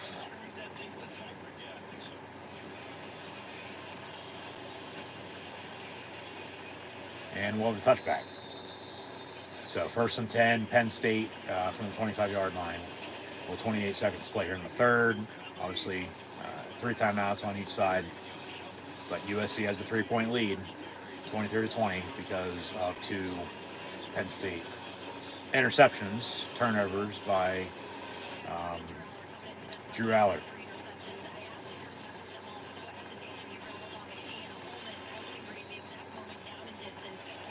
Yep, and now 2 today. But how do you respond? How do you play through it? Shuffle pass over the middle to Tyler Warren, and he gets to about the 33-yard line. 1st and 10, make it 2nd and 3. 15 seconds and counting in the third. We'll see if they snap another play off or not. Doesn't look like it. They're in no hurry. So we'll go to the 4th quarter. Penn State's going to be down at USC by 3, 23-20. With a 2nd down and 3 to begin the final 15 of play. They'll light the cauldron, and we'll see if Penn State can get a spark, or if they're going to burn baby burn and head back to Happy Valley with their first loss. And Tyler Warren, shit, he keeps it up. He's going to end up with over 200 yards receiving today, for God's sakes. Win or loss. So, end of 3. USC leads Penn State 23-20.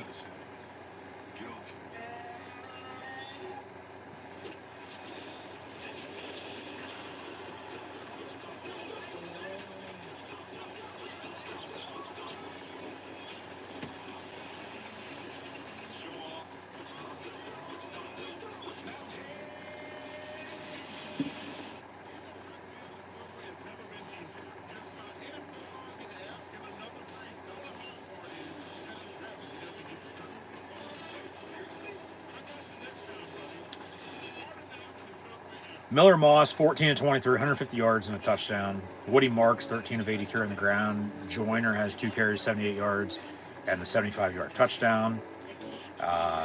Lemon, 5 of 59. Marks has a catch for 33 yards. Hudson, 2 of 22. Kobe Lane, 2 of 18. Joyner also has 2 catches, 12 yards, and another touchdown. Branch, 2 of 6. Allers, 21 of 28, 286, a touchdown, and not 1, but 2 interceptions. And those 2 turnovers led to 6 USC points, and Penn State trails by 3 entering the 4th. So, 23-20. Penn State 2nd and 3 coming up. Katron Allen, 10 carries, 33 yards and a score. Singleton, 9-24. Aller, 2 of 20. Warren has a carry for 4 yards. 13 catches, 181 yards, and a touchdown. 3 quarters in. Most receivers won't even have that fucking stat line in a game, let alone maybe even 2 games. Wall is 2 of 44. Those were both in the 3rd quarter there. Singleton, 3 of 25. Clifford, 2 catches, 20 yards. Evans has a catch for 16 yards there to get him 1 goal to go before that Allen touchdown. Who else has a catch for 9 yards? That was the pass that was attempted and completed by Tyler Warren for 9 yards. Abdul Carter with a sack. They have 4 tackles for loss defensively. Barker's 2 of 2 on his field goals from 33 and 34 yards. 2 of 2 on his extra points. But the difference now in this game, with everything that's happened in this game, it's going to boil down to turnovers, as it, normally does. You just don't want to turn the ball over. If you play basic, complementary, fundamentally sound football, with a running game and, defense that makes stops for it, and you're relying on special teams, you're going to win. You're simple as that. You're going to win. But turnovers, especially when the other team capitalizes off of those into points, which USC has done twice. Like I said, lucky hasn't been 2 touchdowns, or a combination of both, mixture of both, for 10 points. It's 2 turnovers, 2 field goals for 6 points. You trail by 3, so you're still right there. So, obviously, 15 minutes to play now, 4th quarter, about to begin. Penn State trails at USC, 23-20, and got a 2nd and 3 coming up. So, got to convert, got to continue to drive and score and tie this game up, let alone take a lead. So out of the pistol, they'll run the fat man, 1st down Penn State for 6 yards up the middle. Keep running it. Make them stop the fucking run, and then beat them with the play action pass.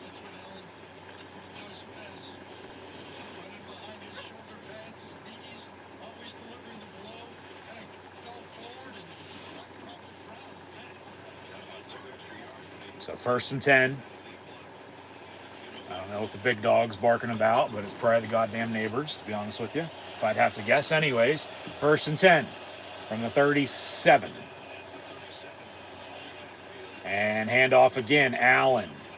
And he gets 5-6 yards.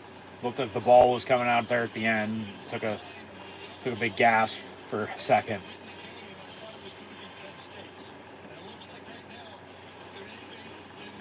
Yeah, I thought so. The ball was popped loose, but he's lucky to somehow, some way hold on to that still.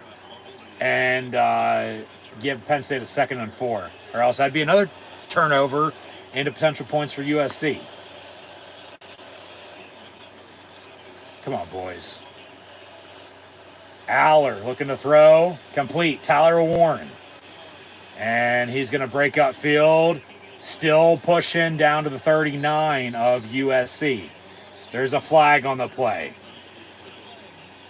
We'll see what that dirty laundry is from the refs. What do you say, Stripes? Personal foul. Roughing the passer on the defense. 15 yards. Automatic first down. There you go. So 32-yard play, 32-yard penalty, basically.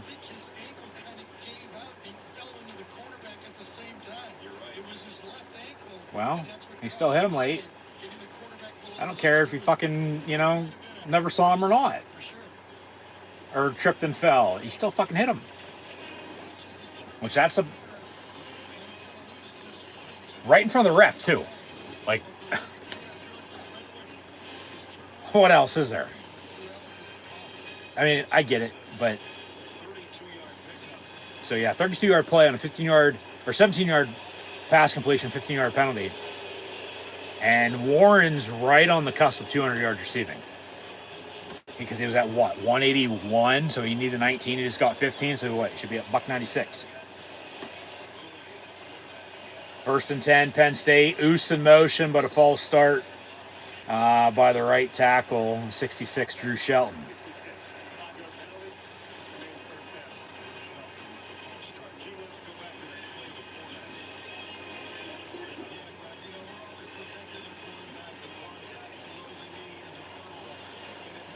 So they get the roughing the passer, but then they get the false start, so it's 1st and 15 now. Ball's going to be spotted at... where are we at? The 30. Pump fake, Aller, near side, Warren again to the 9-yard line. 1st and goal, Penn State. He just went over 200 yards receiving for the Nittany Lions here today. And I'll let you know, unless they tell us beforehand,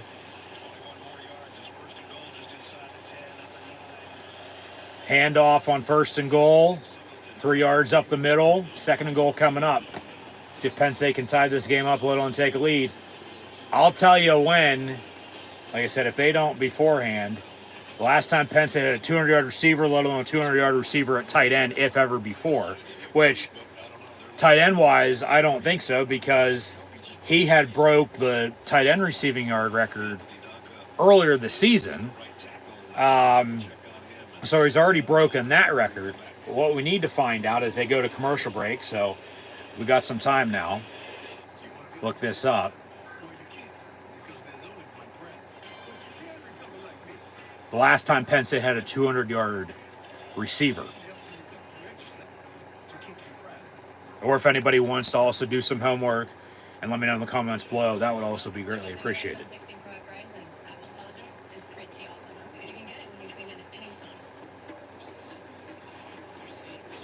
I should have it here momentarily if it loads. Sometimes this thing is quick, sometimes it's slow.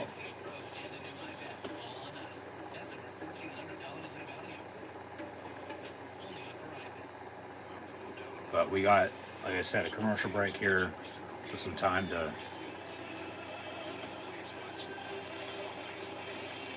figure that out.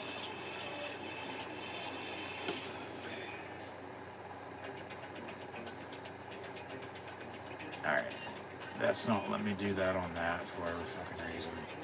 Let's look here.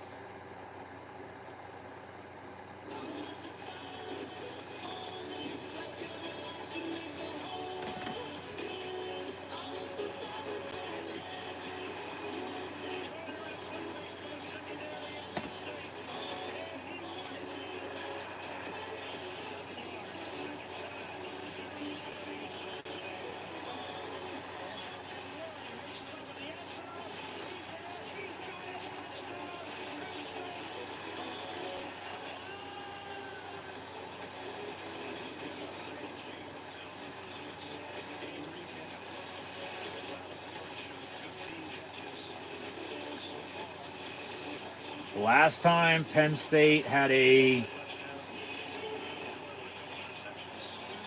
200-yard receiver was officially Jahan Dotson at Maryland in 2021.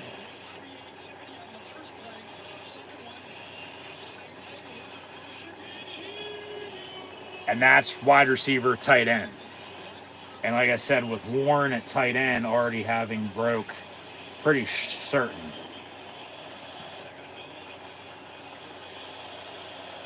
his own record that he already broke earlier this season for receiving yards set by tight end in a single game, about 150 or so. He's, yeah. There you go, in Penn State history. I actually beat him to it, though. So I'll pat myself on the back for what it's worth. Penn State better fucking win. But most receiving yards, yeah, it's Jahan Dotson and then Tyler Warren.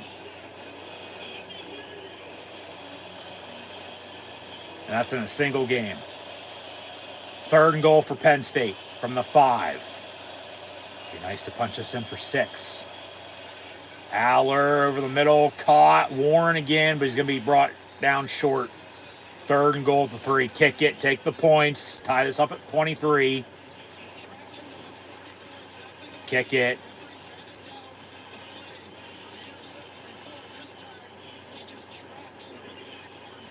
Oh, he had, who was that? Wallace wide open in the back of the end zone.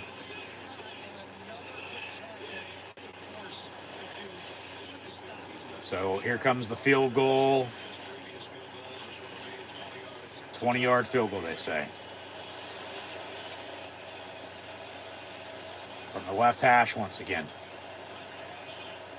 The left-footed kicker kicks up and good. We're tied again at 23 with 10:50 to play.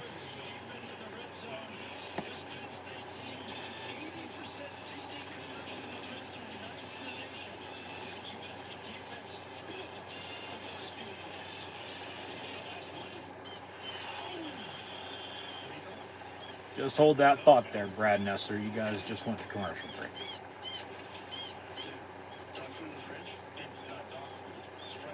So, Texas is beating Oklahoma, Pitt's beating Cal, and BYU's beating Arizona. And we're tied here at 23 with Penn State and USC.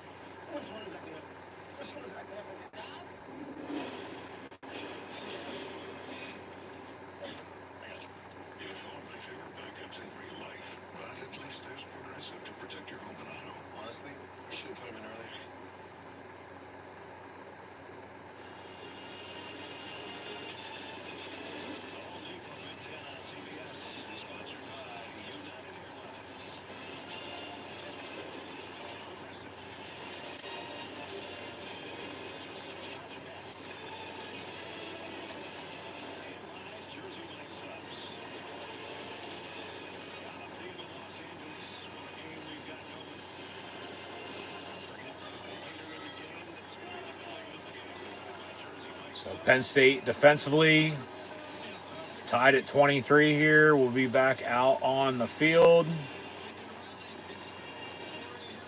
See if they can make a play, make a stop.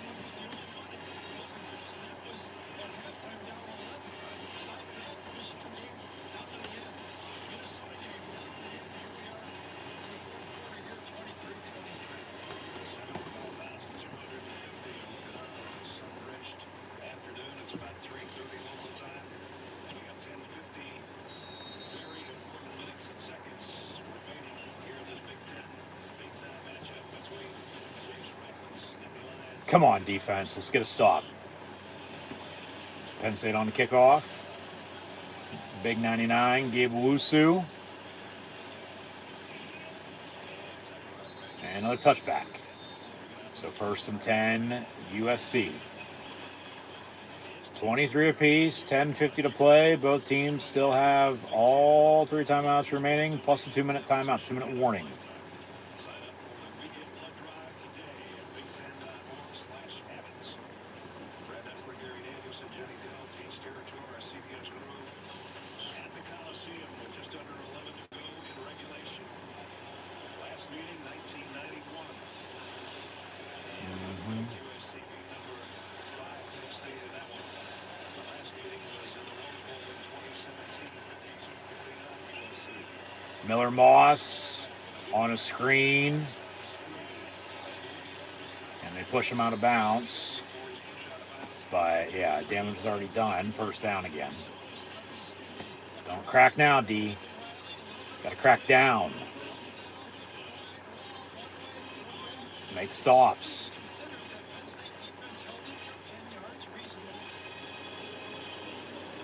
First down at the 35.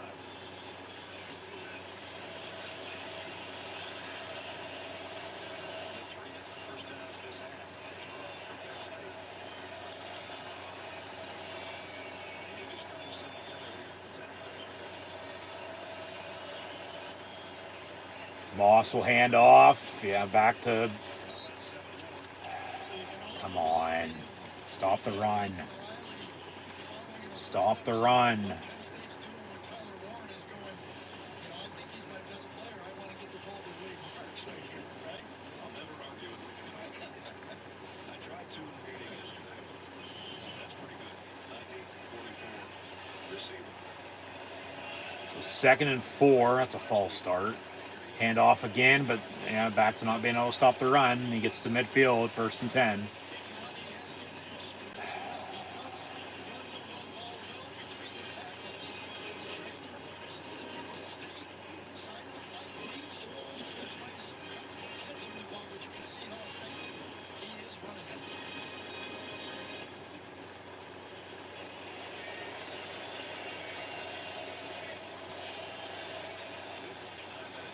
First down at midfield.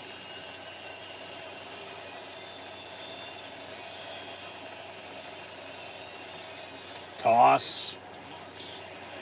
And another 11 yards and a 1st down. So, USC is just running the football because Penn State can't stop them. Back to what it was earlier in the game. God.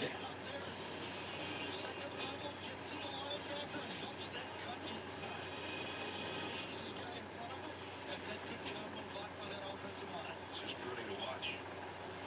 Woody will get a breather. Quentin Joyner has got 2 touchdowns today, 1 in the air, 1 on the ground. Back in. Woody, 6th career game. 100 plus.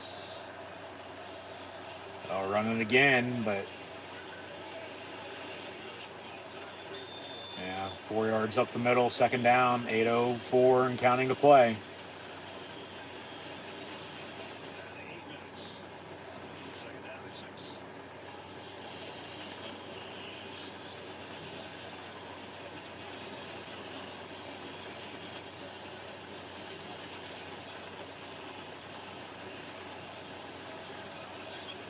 Pass. This drive so far.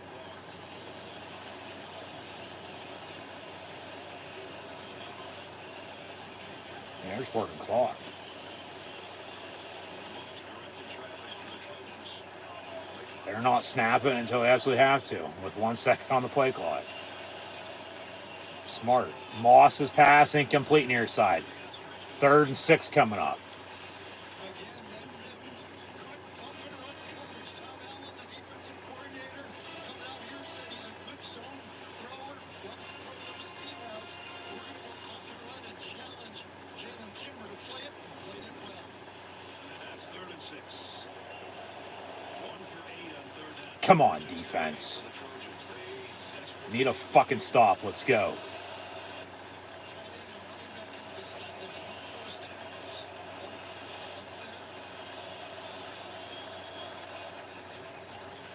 And Penn State pass caught at the 10. They almost got to him, but he got rid of it.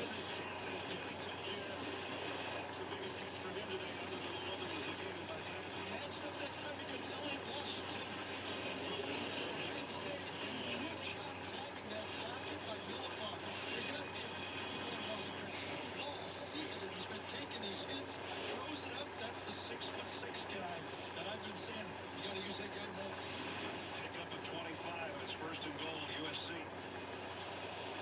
Number 4, Whitmark. So first and goal SC from the 9. They'll run it a draw up the middle. Punch that ball out if you can. But yeah, second goal USC now at the 5.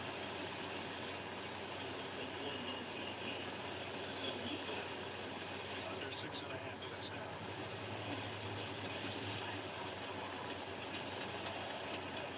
Substitute, which means Penn State will late substitute. They wait as long as they can, they jog off, and they force that play clock down to about 10 seconds before the player gets off the field. Trips in a bunch near side, out of the gun. Moss looking to throw on a slant, caught, touchdown.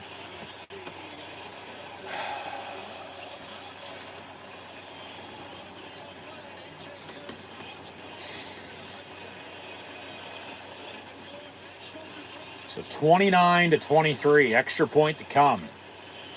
And USC has 6 points off of 2 Penn State turnovers. Penn State doesn't turn the ball over. This game is tied right now with the touchdown at 23, but then they saw the extra point to go up 24-23. But now, Penn State's going to need a touchdown to tie at 30. 5:55 to play.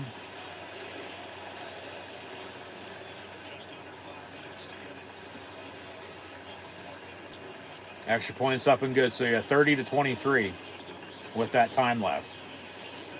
3 timeouts, 2-minute warning for both teams.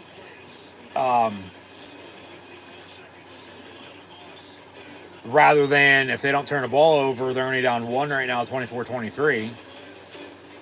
Because USC has 6 points off of 2 Penn State turnovers. That Penn State could work the clock, go kick a game-winning field goal, let alone go score a game-winning touchdown, and then that's it. But no, because you turn the ball over, now you got to go score a touchdown to tie this game up to continue, playing. Whether that is in regulation, whether that's in overtime, who knows? But turnovers are killing them. Even with, still not being able to stop the run. 2 turnovers, 6 points, and you trail by 7. You should only be down 1. But because you turned the ball over, now, like I said, you got to score to tie it up, let alone anything at all. But you could just be getting a field goal, could be getting a touchdown to win it. Man.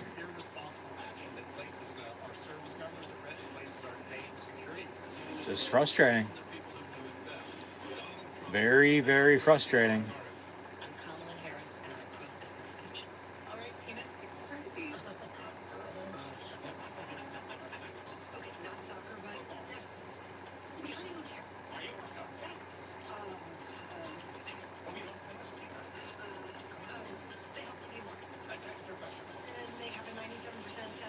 If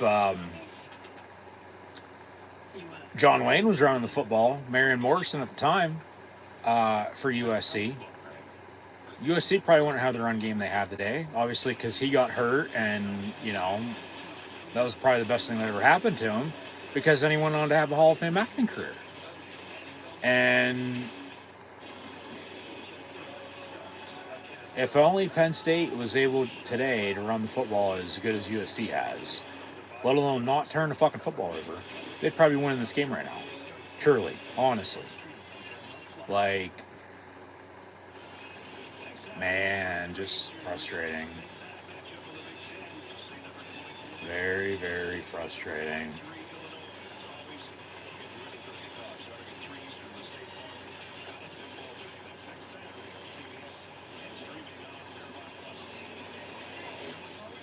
But we'll see. And Warren has the most receptions in Penn State history. First single game today, too, with 16. And it's the turnovers to 6 points, yeah, and Penn State trails by 7. Should only be down 1 right now. With everything else that's happened. But no, you're down by 7 because of that. Or else you don't need a field goal or touchdown to win it, not touchdown to tie. But then do they go for 2 in the win? Knowing them. We'll see. Just don't turn the ball over again, man. Just don't turn the ball over. So they gave up 3 points in the third quarter. They gave up a touchdown there. Add on, to what they've already given up in the second half this season. So 27 points in the third and fourth quarters now through, 6 games with 5:55 to play. Out of the pistol, Perbuola will hand off to Singleton. Aller was out there too. He was lined up out wide. But it's the turnovers. It's 2 interceptions. You don't turn the ball over. Like I said, you're only down 1 with everything else that's happened because you probably should be down more. I mean, luckily, they only got 6 points off those 2 turnovers once again. Because it could be a hell of a lot worse. But yeah, it's the turnovers and points off turnovers is the difference in this game. Empty set. Aller, slant over the middle, caught, first down to the 40, goes Harrison Wallace. 1st and 10.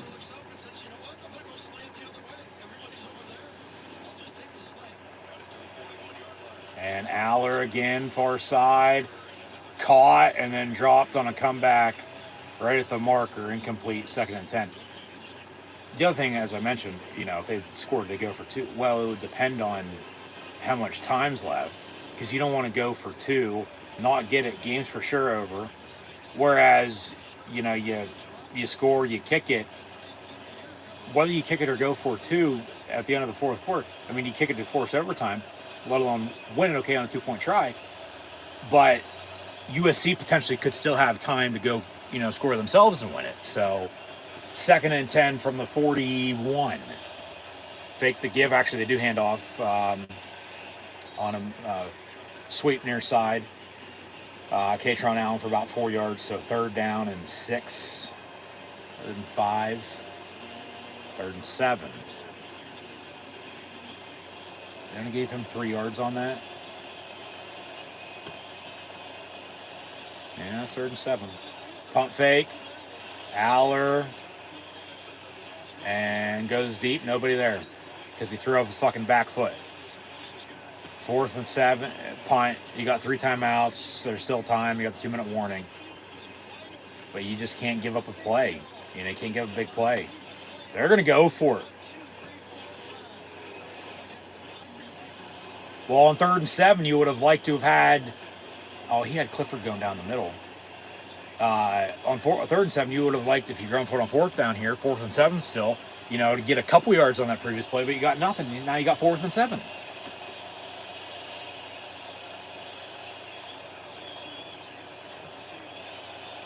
They're going for it. Aller. And pass caught. Jolian Fleming. His first catch of the game. Former Ohio State Buckeye. Pennsylvania native, was committed to Penn State, decommitted, went to Columbus, transferred to Penn State. They go for it on 4th down, get it. 1st and 10, pass complete, and then dropped incomplete, catching a fumble, no. They say incomplete, intended for Tyler Warren. Ballsy. That was fucking close, too, to being incomplete. And Warren, well, that's a catch. Pass and a catch, and they recovered. Should be 2nd and short, not 2nd down and 10. If they'd look at it.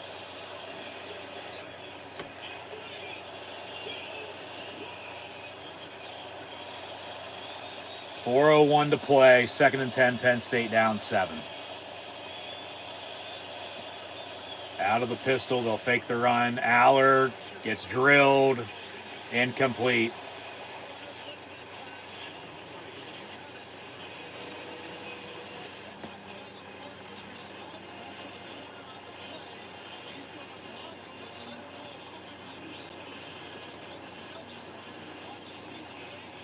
sort of pushed them into him. Another big third down here. See if they can convert. Talked about third downs earlier. And this is what it's coming down to potentially. Penn State offensively on third down, second in the Big Ten. USC on third down defensively, first in the Big Ten. Gotta go. Snap the ball. Or to call timeout.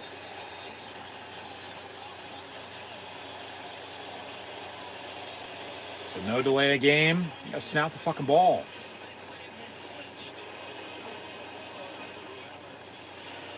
So timeout, Penn State.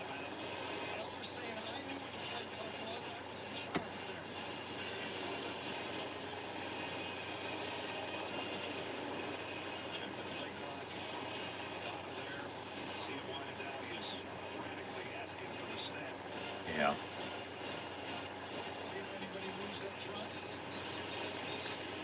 Yeah, they might have got away with a false start before the timeout.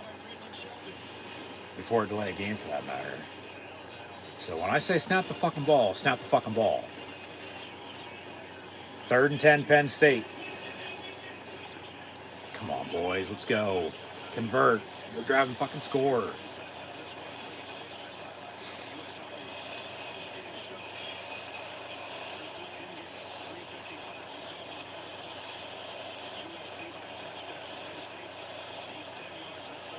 Just don't turn it over.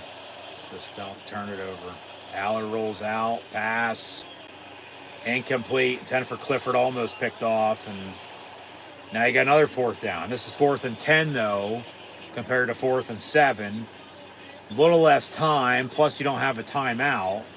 You do have 2 timeouts, plus a 2-minute warning still, but where are they at?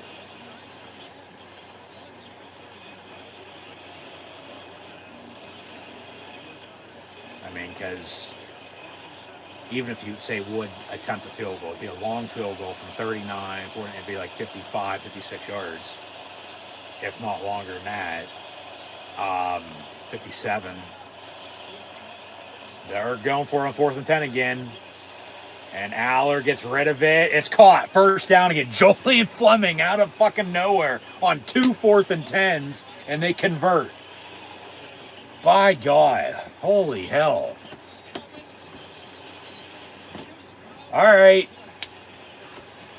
Drive stays alive. 1st and 10. Backs up against the wall, and they're fighting back. Because I was going to say, even if you would attempt a long field goal, you probably wouldn't make it. But even if you would make it, yeah, you'd still be down because you had the, turnovers into points for them. But then even with the time and the 2-minute warning and the timeouts, you still might not get the ball back. So you sort of still have to go for it. And then they snap the ball, go for it, and they convert again. Whew. Whew.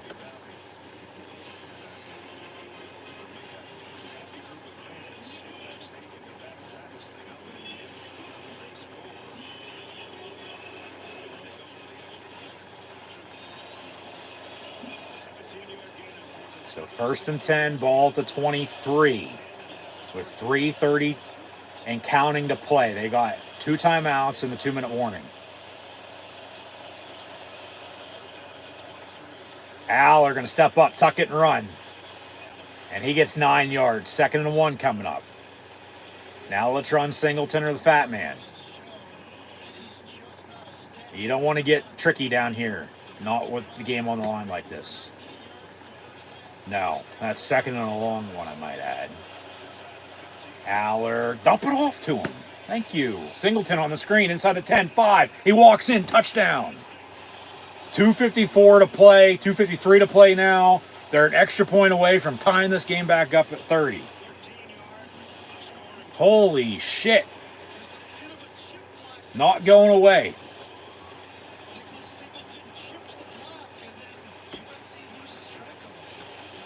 And good teams find ways to win.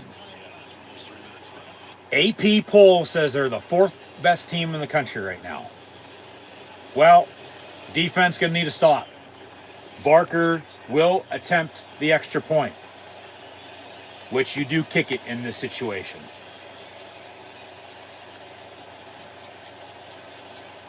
And that kick is up and good.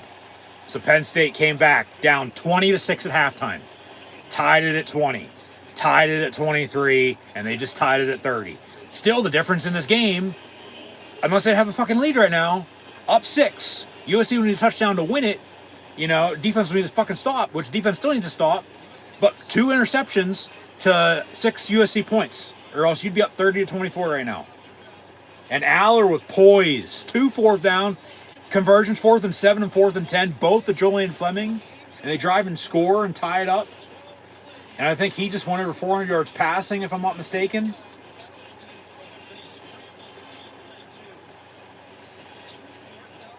Yeah.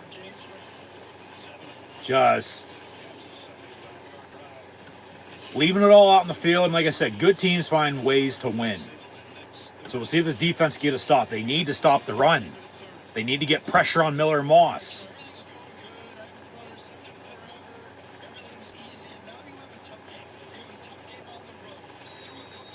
Aller, 28 of 40, 382. So he's close. 2 touchdowns. 1 to Singleton just there. Other one to Warren, who snapped the ball to Perbula, who passed it to Aller, and then Aller threw it to Warren. And then a touchback. Almost kick out of bounds by Gable Usu. Oh, God, not the time to be doing that. But it's touchback into the end zone. But like I said, it's the 2 interceptions, the 2 turnovers. I mean, that's a 15-yard difference if it goes out of bounds.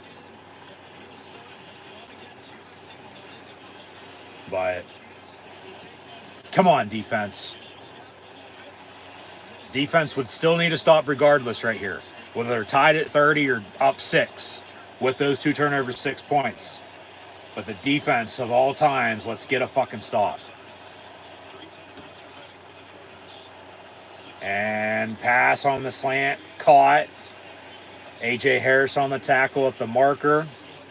Be 2nd and short, though.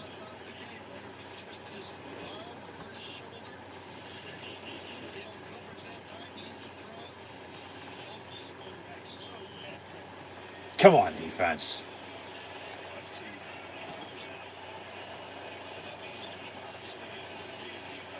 And a handoff. Missed tackle. They get the first down.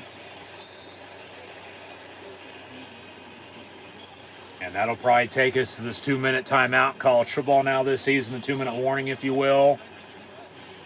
Yeah, and guess what? Penn State USC might come down to a fucking field goal as it did in the Rose Bowl after the 16 season, January 17, and USC won on a game-winning field goal, 52-49.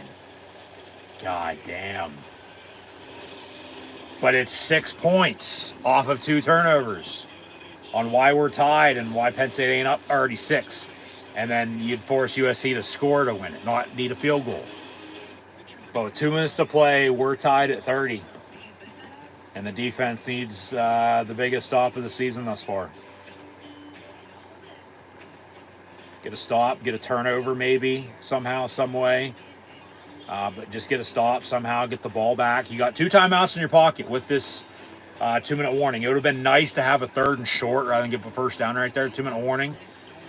Because then that would be your 3rd timeout because you had to burn one on that last touchdown drive. But stop the clock, I guess, as much as you possibly can. You know, try to get the ball back if you are going to force a kick or, you know, do give up a touchdown. You know, just to give yourself some time on the back end of it if it comes down to it. Obviously, you don't even want that. You just want to get a fucking stop and get the ball back, and you're still tied at 30 with a chance to go win it for yourself with a game-winning field goal or a game-winning touchdown. So we'll see here. We'll see. But thanks for tuning in and watching. 2 minutes to play. Penn State USC tied at 30. Be sure to like, follow, and subscribe on social media. Links in the description below. Thumbs up button, share, check questions and comments, super chat, super stickers, super likes, super thanks. Always greatly appreciate it as well. And be sure to scan the QR code if you haven't done so already. So 1st and 10 SC, 2 minutes to play. They got 3 timeouts. Penn State's got 2. And the Penn State defense needs to stop. So we'll see if they can get it. And if so, who's it going to be? They've only sacked Miller Moss once this game. They've had a hard time stopping the run. But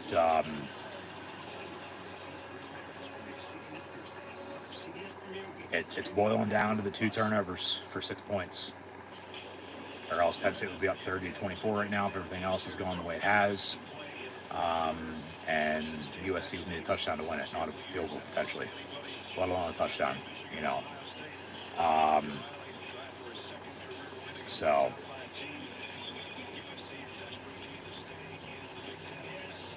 That's what's at stake. USC's trying to stay alive. Penn State trying to stay up in the top 4 in the playoff picture. That's what's at stake. come on, defense. 1st and 10.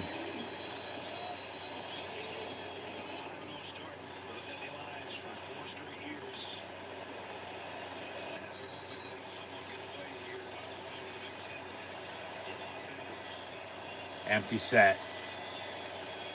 They'll motion a tight end in the block. And they almost get to Moss. Pass over the middle. Incomplete. Almost picked. So 2nd and 10. Do it again.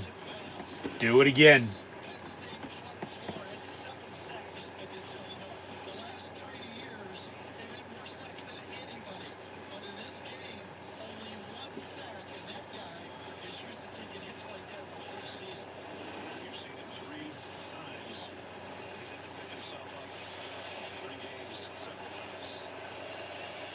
Out of the gun, 2 receivers top, 2 receivers bottom, with a back to his left. Moss gets the snap, pass complete, and 1st down out past midfield. Now you're probably going to start calling those timeouts.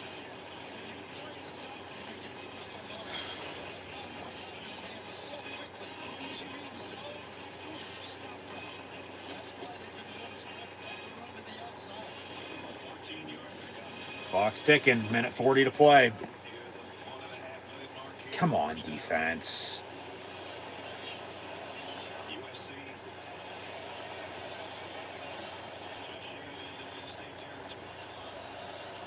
And they'll run a draw, and they stuff them. Tackle for loss. 2nd and about 12, 13.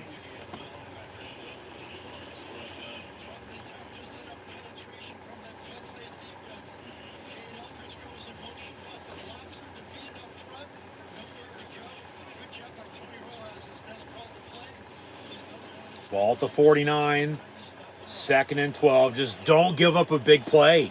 Under a minute to play. Do not give up a big play.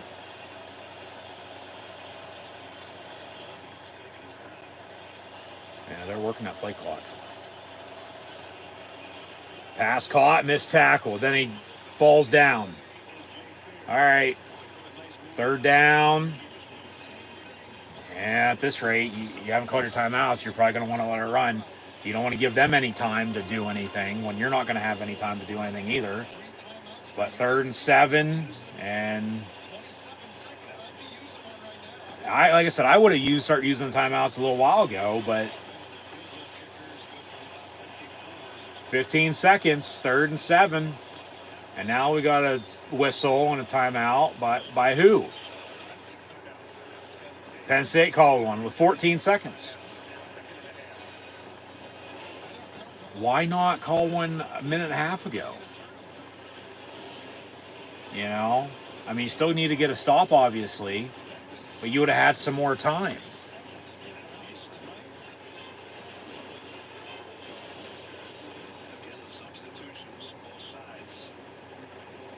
So, just keep them out of field goal range.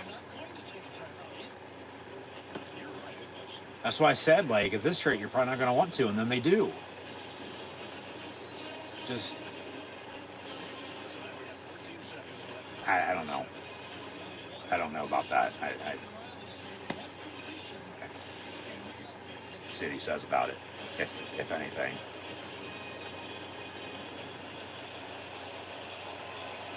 But 3rd and 7 USC from the 45. Empty set. 14 seconds to play. We're tied at 30. And just don't give up a big play. They bring 4 on pressure. Moss is pass high. It picked off. Jalen Reed. Jalen Reed on the return. And to the 50. And they got 4 seconds to chuck it deep for a Hail Mary to potentially win this game, or we're going to fucking overtime. There's the turnover.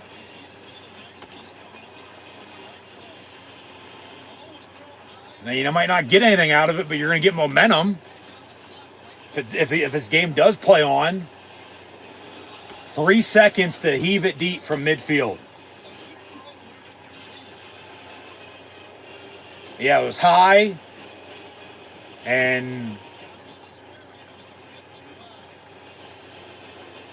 Jalen Reed, right the last second, picks it off because it looked like it was going down incomplete. And decent return. 5 seconds. USC with a timeout. Yeah, they got 3 of them. They're going to call one. Penn State with one themselves if they want to, give themselves some extra time.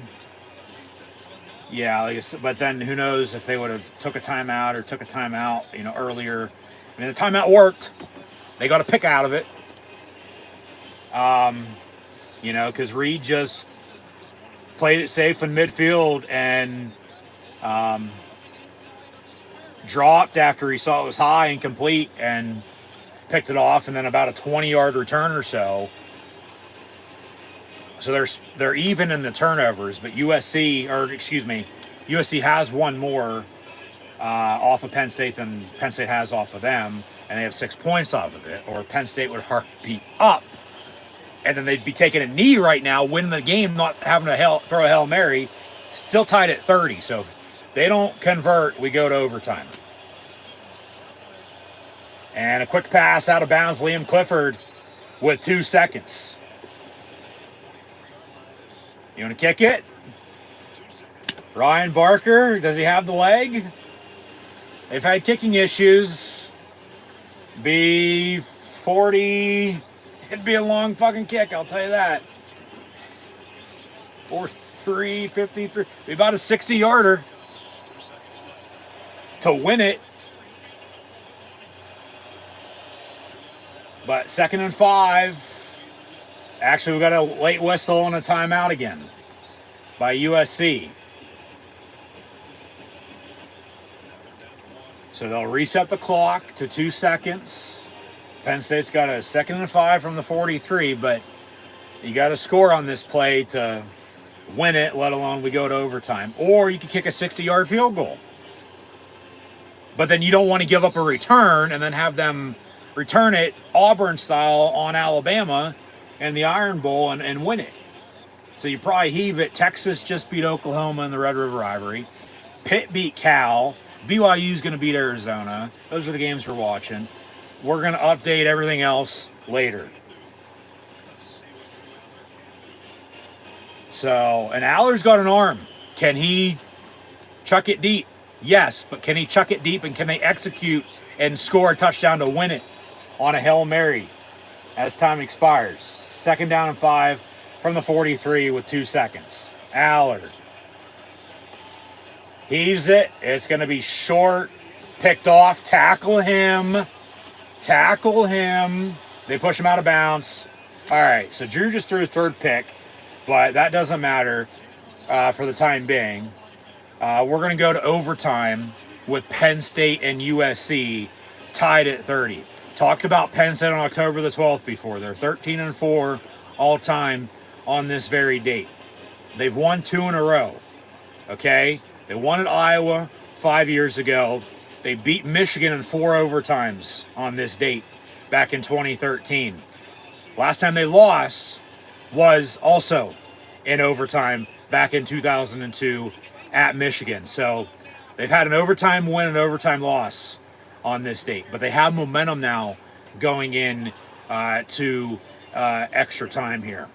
And obviously college football overtime rolls, you win the toss, you play defense, because then you'll know what you got to get to potentially win the game. as both teams will have a possession in the first overtime. If we're still tied at the end of the first overtime, which will be untimed from the 25-yard line in, we'll go obviously flip the end, but we'll play on if we're still tied. Let me pull up Penn State in overtime because I believe this is their first overtime game since the 9 overtime loss against Illinois in 2021, if I'm not mistaken. And then this will go down as USC's first Big Ten overtime game, win or loss for the Trojans. But, just they have momentum. You got to score. If not, just keep the game going, But, yeah, first overtime from the 25-yard line. If you win the coin toss, you want to play defense because you know what you got to get. Whether that's a field goal, touchdown, to keep it going. There's the rolls. It used to be in the fourth overtime, the third overtime and on, that you'd have to go for 2. Now it's in the second overtime you got to go for 2. Penn State's the visitors.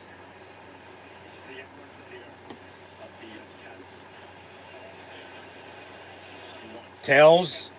Penn State wins the toss. They'll play defense, so USC on offense. Yep, exactly. That's why you play defense in overtime in college football. NFL, you want the ball, you score, you win. But in college football, you play defense because you'll know what you got to get to either win or keep the game going. So it's either last overtime games. Yeah, Penn State was a 21-9 overtime loss against Illinois. USC 1-3 overtimes last year against Arizona, and now the old Pac-12. And like I said, Penn State on this date has won and lost in overtime before throughout history. So, no, but you win the toss, you play defense. Good. You'll know what you need now. So defense needs a stop, and then the offense to potentially win it, whether that be a field goal, whether that be a touchdown. But then, yeah, the second overtime, they'll switch ends, 25-yard line, and then you score, you got to go for 2. And then it's when the third overtime rolls around now in college football. That's when Penn State got into trouble with the 9 overtime game with Illinois. In college football now, in the third overtime and on, just so it's not on and on and on, basically for the safety of players at that point, the game being as long as it is, whether you agree with it or not, it's just the way it is. But in the third overtime, that you just trade 2-point tries back and forth from the 2-yard line. But USC, 1st and 10 from the 25, pass incomplete. So 2nd and 10 from the 25, and overtime is untimed. Obviously the play clock, but no game clock. So Zion Tracy's been playing well.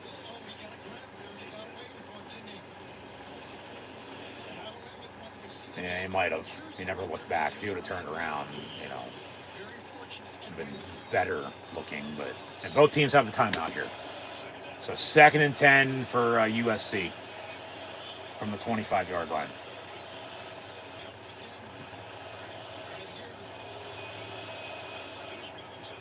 And Moss will hand off. Tackle for loss at the 30. Who is that? Dadai Dennis Sutton, DDS.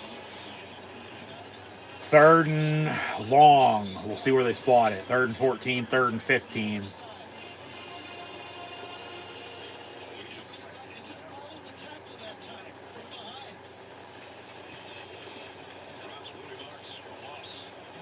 Come on, defense. From the 28, 3rd and 13 officially. And an empty set. But just don't give up a big play. Sack would be nice. That's a hold. Pass. Incomplete. Incomplete. 4th down. And now they're going to have to kick a field goal. 28-38. Be about a 45, 46-yarder.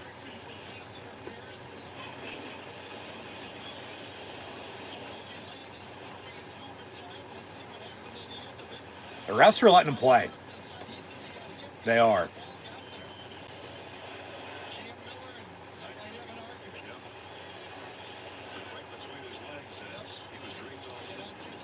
So, made or missed on the field goal here. They're 3 of 3 already today. Penn State will have a chance to tie, let alone win the game. Kicks up, no good. He hooked it wide left. No good. We're still tied at 30. Penn State can win it with a field goal. Penn State wins it with a touchdown, potentially 2. Let's go. We are. And the big dog's excited. He's barking. Hooked it wide left. Let's go. So, Penn State can win it with a field goal. Just don't turn it over. Whatever you do, don't turn it over. Because then we'll go to double overtime. And then Penn State will get the ball to begin double overtime. Perbuel hands off to the fat man. He gets a yard. So you want to get some yardage here. You know, Barker's starting to warm up on the sideline, and he'll come on down here in a minute. You can go over $1 on this and get a 3-point win in LA.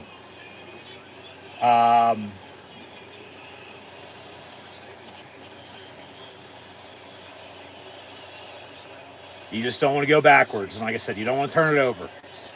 So 2nd and 10 at the 25. Shuffle pass to Warren over the middle, and he'll get 3, maybe 4 yards. 3rd down. Yeah, but Penn State will win it with a score, whether that be a field goal, whether it be a touchdown.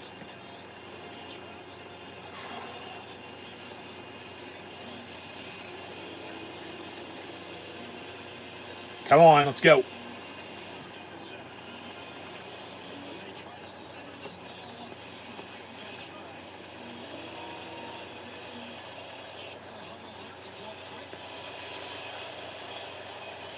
Out of the pistol. Aller will keep it for himself, and yeah, they'll center it in the middle of the field. 4th down, and Ryan Barker on to attempt a game-winning field goal for Penn State at USC here to win it 33-30. And Tyler Warren on that last catch, by the way, just tied an FBS record with 17 receptions by a tight end in a single game. Ryan Barker, as USC will call a timeout.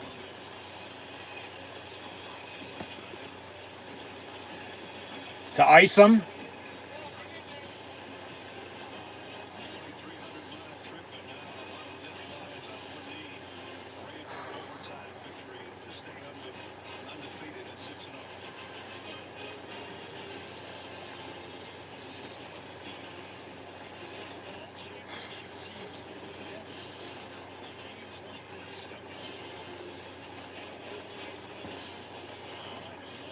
Here we go. Ryan Barker going to attempt a game-winning field goal here for Penn State. Kick's going to be officially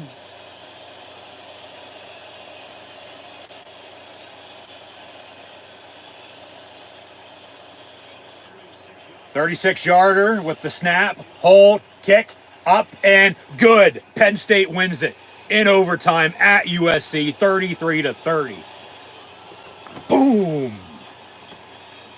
They were down 20-6 at halftime. And like I said, good teams find ways to come back and win it. They're 6-0. USC falls to 3-3 with now back-to-back losses. By the way, welcome to the Big Ten. Holy hell. Hey, payback's a bitch. USC won the Rose Bowl against Penn State on a game-winning field goal. Penn State beats USC today, also on a game-winning field goal. And I think they got the kicking problem figured out. Whew.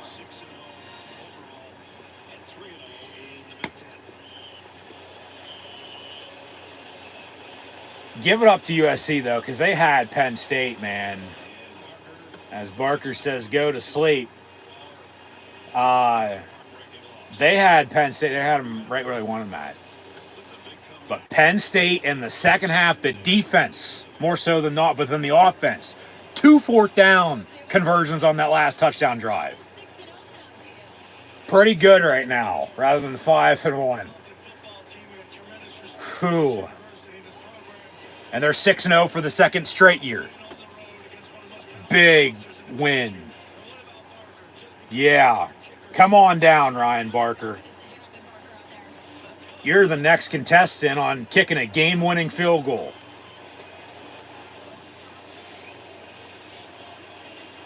Are you kidding me? Fucking awesome, says James Franklin to Ryan Barker. Yeah. Former walk-on kicker busting his ass. Yeah, talk to him.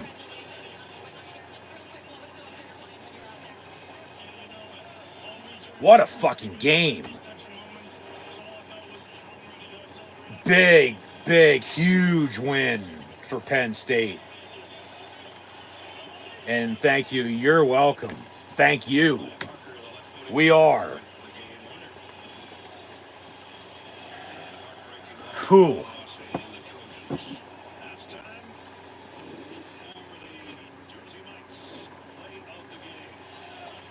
Play of the game. Going to be Tyler Warren snapping it to Perbula, who threw it to Aller, and then Aller hit Warren for a touchdown in the end zone. They backyard footballed it up. Steve Jones, Jack Ham on radio for Penn State. Caught it, touchdown. That was the opening drive of the second half when they were down 20-6. They cut the lead at 20-13. They tied it at 20. They tied it at 23. They tied it at 30. And they win it overtime 33-30.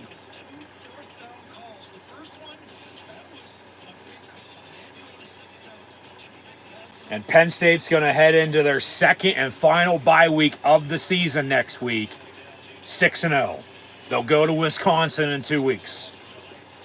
USC, they already lost to Michigan and Minnesota in the Big Ten. Just lost to Penn State today. But they got to go to Maryland now next week, I might add.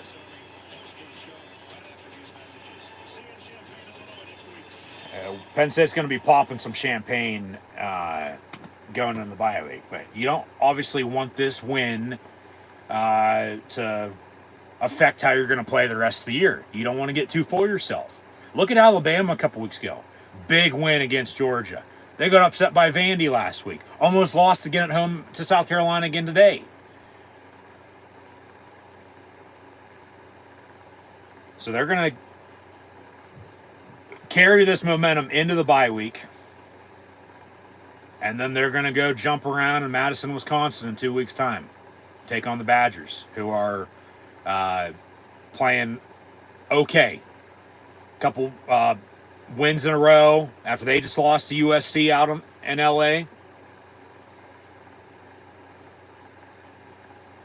Obviously had lost Alabama at home earlier this year. But like I said, good teams find ways to win. Tyler Warren post-game interview as well here. He had 17 catches.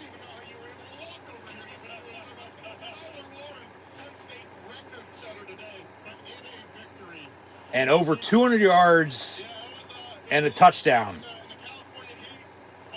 California Heat, hot. Hot. Hot, cold, fall football weather. Care less how hot or cold it is right now. Win's a win.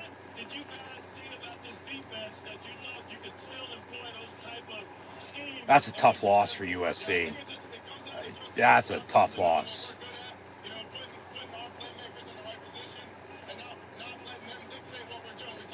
Yeah.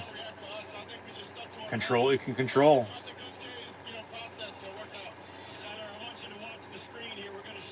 He blocked, he caught, He threw a pass. He snapped the ball. He caught a touchdown. He had 17 catches.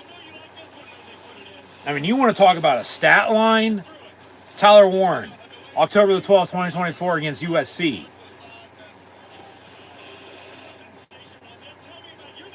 Yeah, he snapped the ball, ran right down the middle of the field, and caught the touchdown on said play.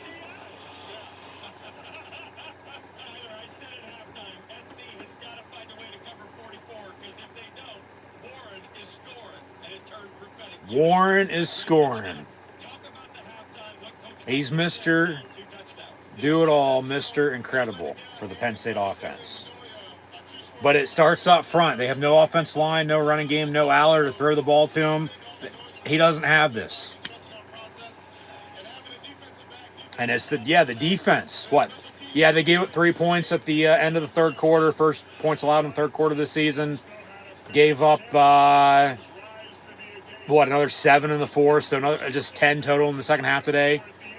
Yeah, because USC was up 20-6 at halftime. Penn State comes back to win it in overtime, 33-30. Yeah, play to win. 2 fourth down conversions on that last touchdown drive. Momentum. Get an interception to end the game, end the regulation before a Hail Mary. That was also picked off, but they still have momentum. And then USC misses a field goal.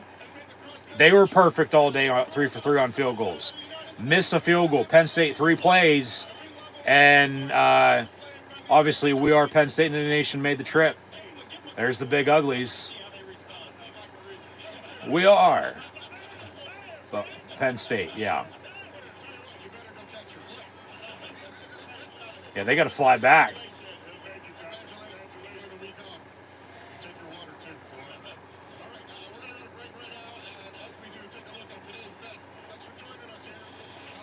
So USC missed the field goal, and there's the Lions celebrating.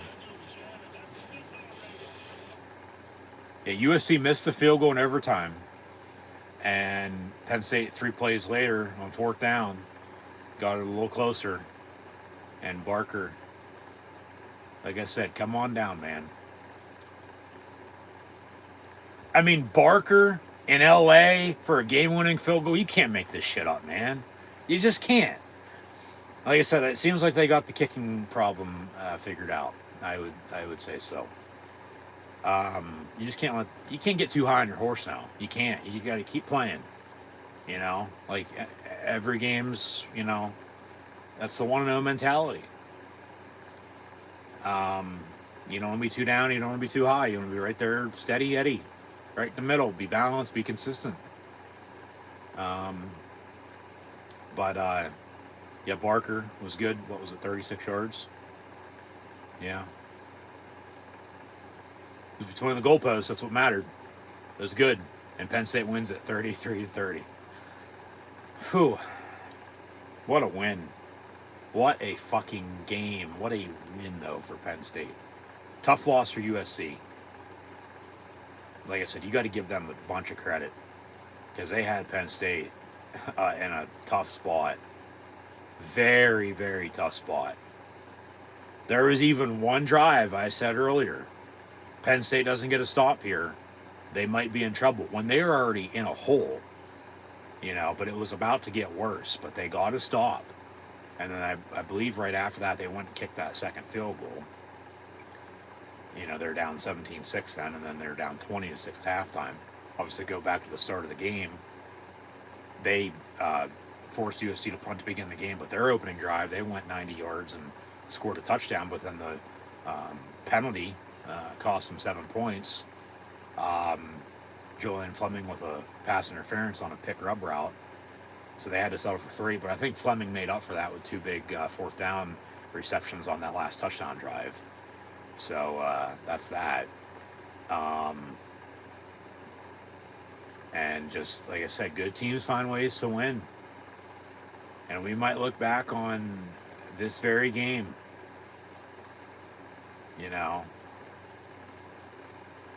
later on this year, depending on what happens.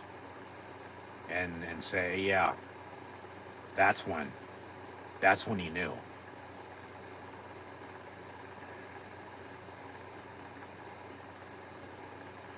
Like I said, you can't get too high on your horse there right now. You can't. I mean, yeah, you celebrate the win.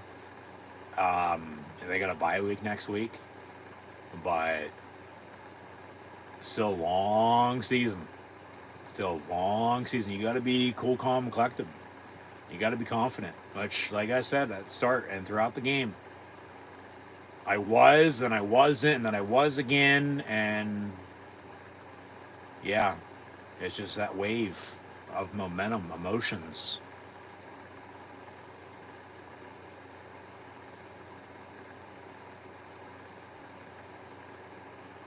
The big win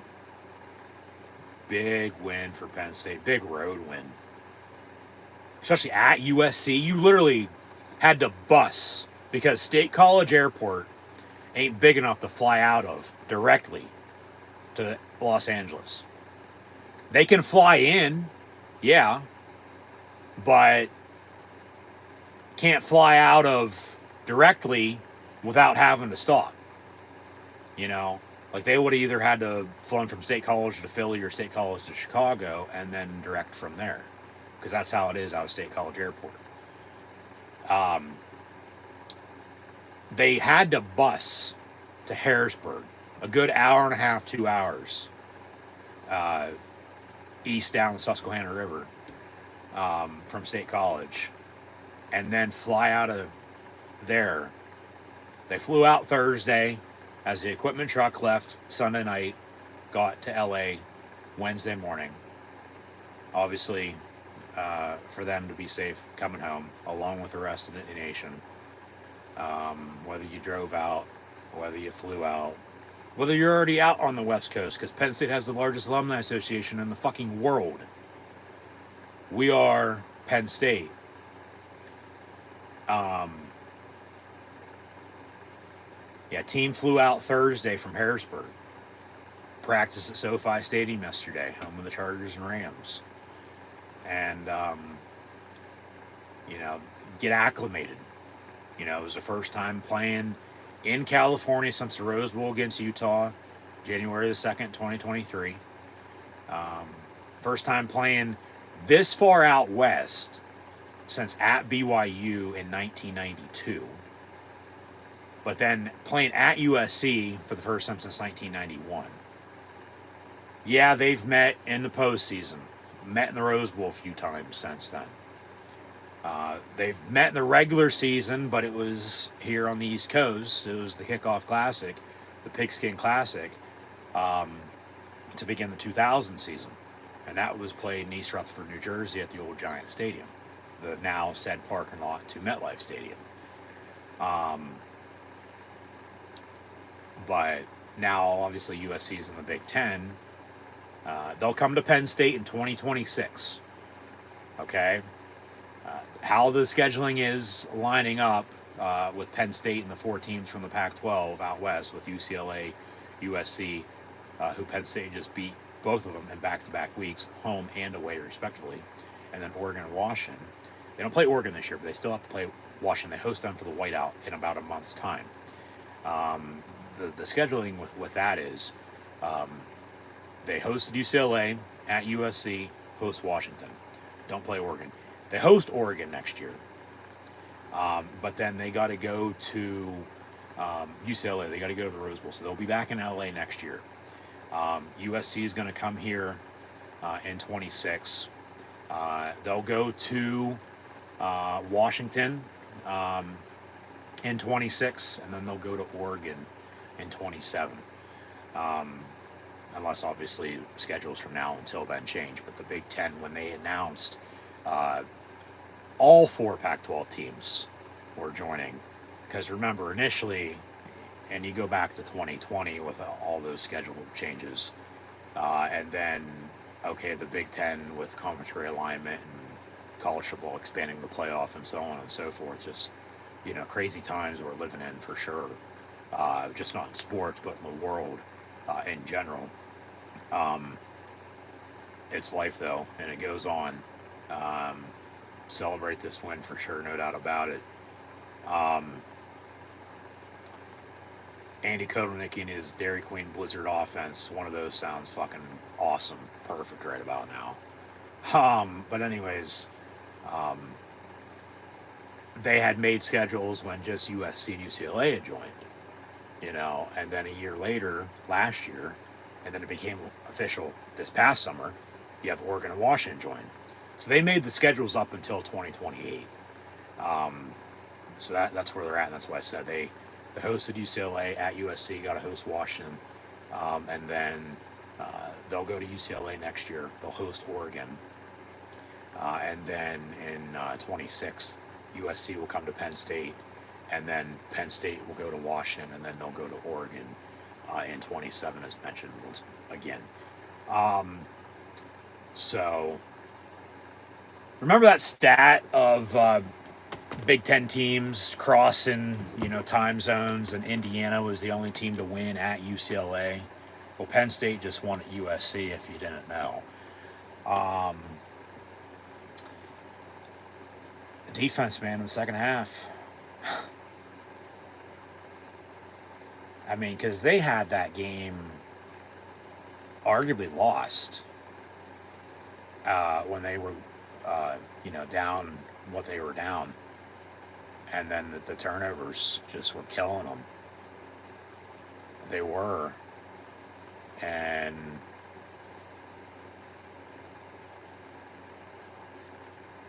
they made a stop when they had to. They got the interception. Jalen Reed got a 20-yard return with some time left for them to heave it, but it didn't matter. And then they still have momentum, though, off of that. Because it just felt like this game was a game of momentum, just back and forth. Whoever had it, you had it. Whoever didn't, well, you best fucking do something to get it back, because you're not doing shit. Like, USC's probably thinking to themselves right now, how in the hell did we lose to this game? Because they had Penn State, right, where they wanted them at. They had them beat in the first half. But, folks, once again, remember, it's a 60-minute game and it ain't over until it's over. It was 20-6 at halftime, and Penn State comes back to win it in overtime. It took extra time, to get the victory. But a W is still a W. A win's a win at the end of the day. And 33-30 is your final score. And we are Penn State. Man, what like I said, fucking game. What a win. I'm trying to think of a big, or as big of a win, especially on the road for Penn State. Like we saw today on how long it's been for something like this.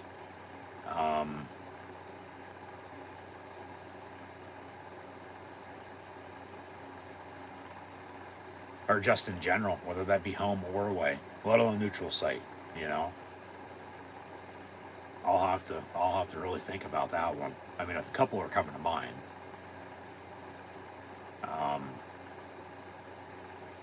But I guess we'll add that in at the start in 2 weeks' time when Penn State goes to Wisconsin to take on the Badgers. So be sure to tune back in live here on YouTube. Then, for those live play-by-play, watch long reactions as well. And be sure to subscribe if you haven't done so already. I'm just thinking. Just what a game. What a win.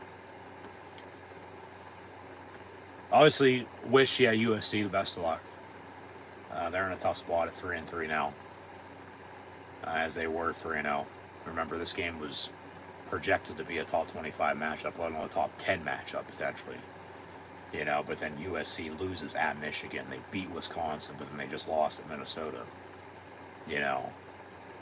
And Penn State rose from 7-4 last week in the top 25 because of some upsets. And then,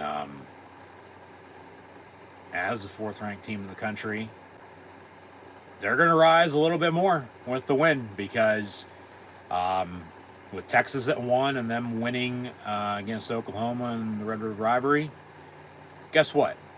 2 and 3, Ohio State and Oregon, they play here tonight at 7:30. So one of those teams is going to lose, obviously. So Penn State's at least going to rise to 3, because whoever wins Ohio State, Oregon, that actually just kicked off, I might add. 7:30 Eastern night kick, but 4:30 local out west. This is a big game. Top 5, top 3 matchup, for God's sakes. Mid-season, not like early or late, like mid-season. Right smack dab in the middle of the calendar. And Penn State doesn't play Oregon this year, unless they would meet in the Big Ten title game once again. But Ohio State does come to Happy Valley in 3 weeks. Penn State on a bye next week. Then they go to Wisconsin, and then November the 2nd, the Buckeyes will come to Beaver Stadium, take on the blue and white. And so you got the Bucks and you got the Ducks. Well, yeah, I said for fuck's sake a couple times earlier, like, what the hell are you doing? But at the end of the day, a win's a win. 33-30 your final score. So we're into the nightcap now, this Saturday night of college football, from noon to 3:30 to 7:38 to some after dark action. So still, yeah, no doubt about it, weird having in the Big Ten UCLA, USC, Oregon, and Washington.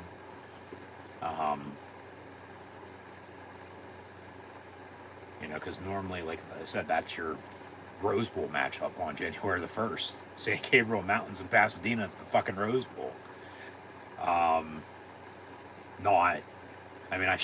I get shit. The Rose Bowl is UCLA's home stadium, but it's just, now this is regular season Big Ten football, but it's just the way it is. So we'll watch this, see what happens. Let me know in the comments below who you have winning. Let me know in the comments below as well, with everything that happened in the Penn State USC game, what was your favorite play? Where do you think the tide turned, etc., etc.? Because Penn State just didn't give up, and it's that 1-0, never give up mentality, because the game ain't over until it's over. Everybody thinks, this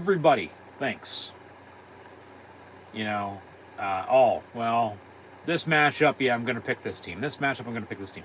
Well, last I checked, buddy, the game ain't decided on paper. It's decided on the field. Okay? It took a little more than 60 minutes today to get the win, but win's a win at the end of the day, and they win in overtime. Once again, 33-30, Penn State does over USC. But that also, the game's over, when a team gets up by 2 or more scores. No. And yeah, Penn State beats USC and welcomes them to the Big Ten. So USC is 3-0, they're 1-3 in conference. They beat Wisconsin, but they lost to Michigan, they lost to Minnesota, and now lost to Penn State. And this game, for all we know, depending on what else has already happened and what else is still to come, might go down as the game of the day, for what it's worth. A lot of eyeballs, for sure. And it's that big game. Well, I'll be fucking damned. They actually, were able to get the job done. Yeah, people will say, well, they still can't beat Ohio State or Michigan. Well, shut the fuck up. They don't even play Michigan this year. All right? They do play Ohio State, so their time will come in November the 2nd to match up against the Buckeyes then. But what a win, man. What a win. Just like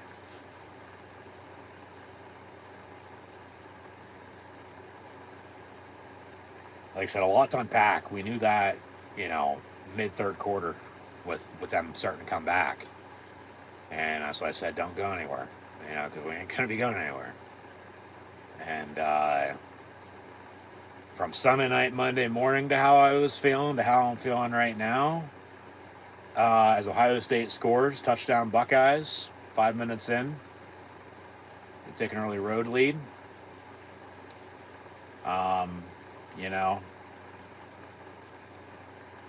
Because the Steelers lost to the Cowboys Sunday night on a game-winning touchdown, and then Penn State wins on a game-winning field goal here today against USC. Yeah.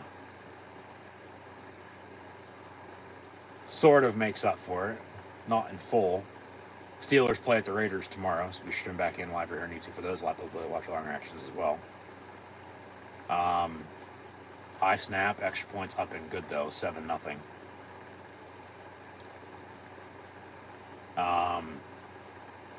So, man, I don't even know where the fuck to start. I don't. I'm just rambling now. But what's new? Don't I already do that? Just be sure to like, follow, and subscribe if you haven't done so already. Links in the description below. Be sure to check out Rogue Energy, HopeKThrifts, and Dead and Hungry. Scan the QR code, and we'll get into the post-game recap here and tie up some loose ends.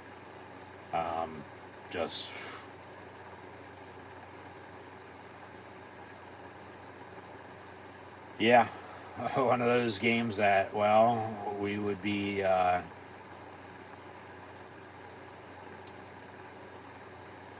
because I'm at a rate of, well, I'm not speechless, but I'm still wondering how the hell they came back and won this game, but they did. That's what matters. A win's a win. Because, like, there was a few occasions in today's game, it's like, all right, probably expect the worst at this point, just because of how the game was going. But once again, it ain't over until it's over, and expect the unexpected, folks. Who had this game one going to overtime after Penn State was down 20-6 at halftime, and then the Nittany Lions winning in overtime on a game-winning field goal. If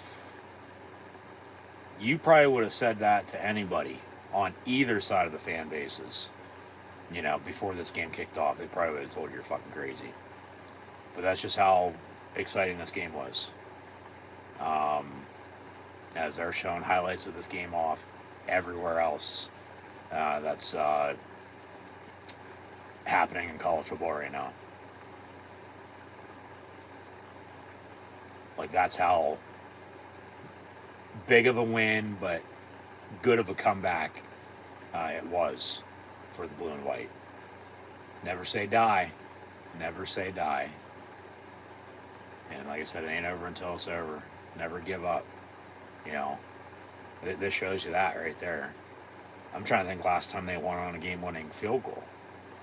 Let alone on a game-winning field goal in overtime, for that matter. I got some fucking homework to do over the next couple weeks before the next time they play.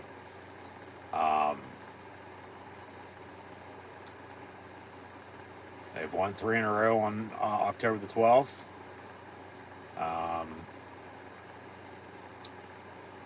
2 of those 3 in overtime in the Big Ten, I might add.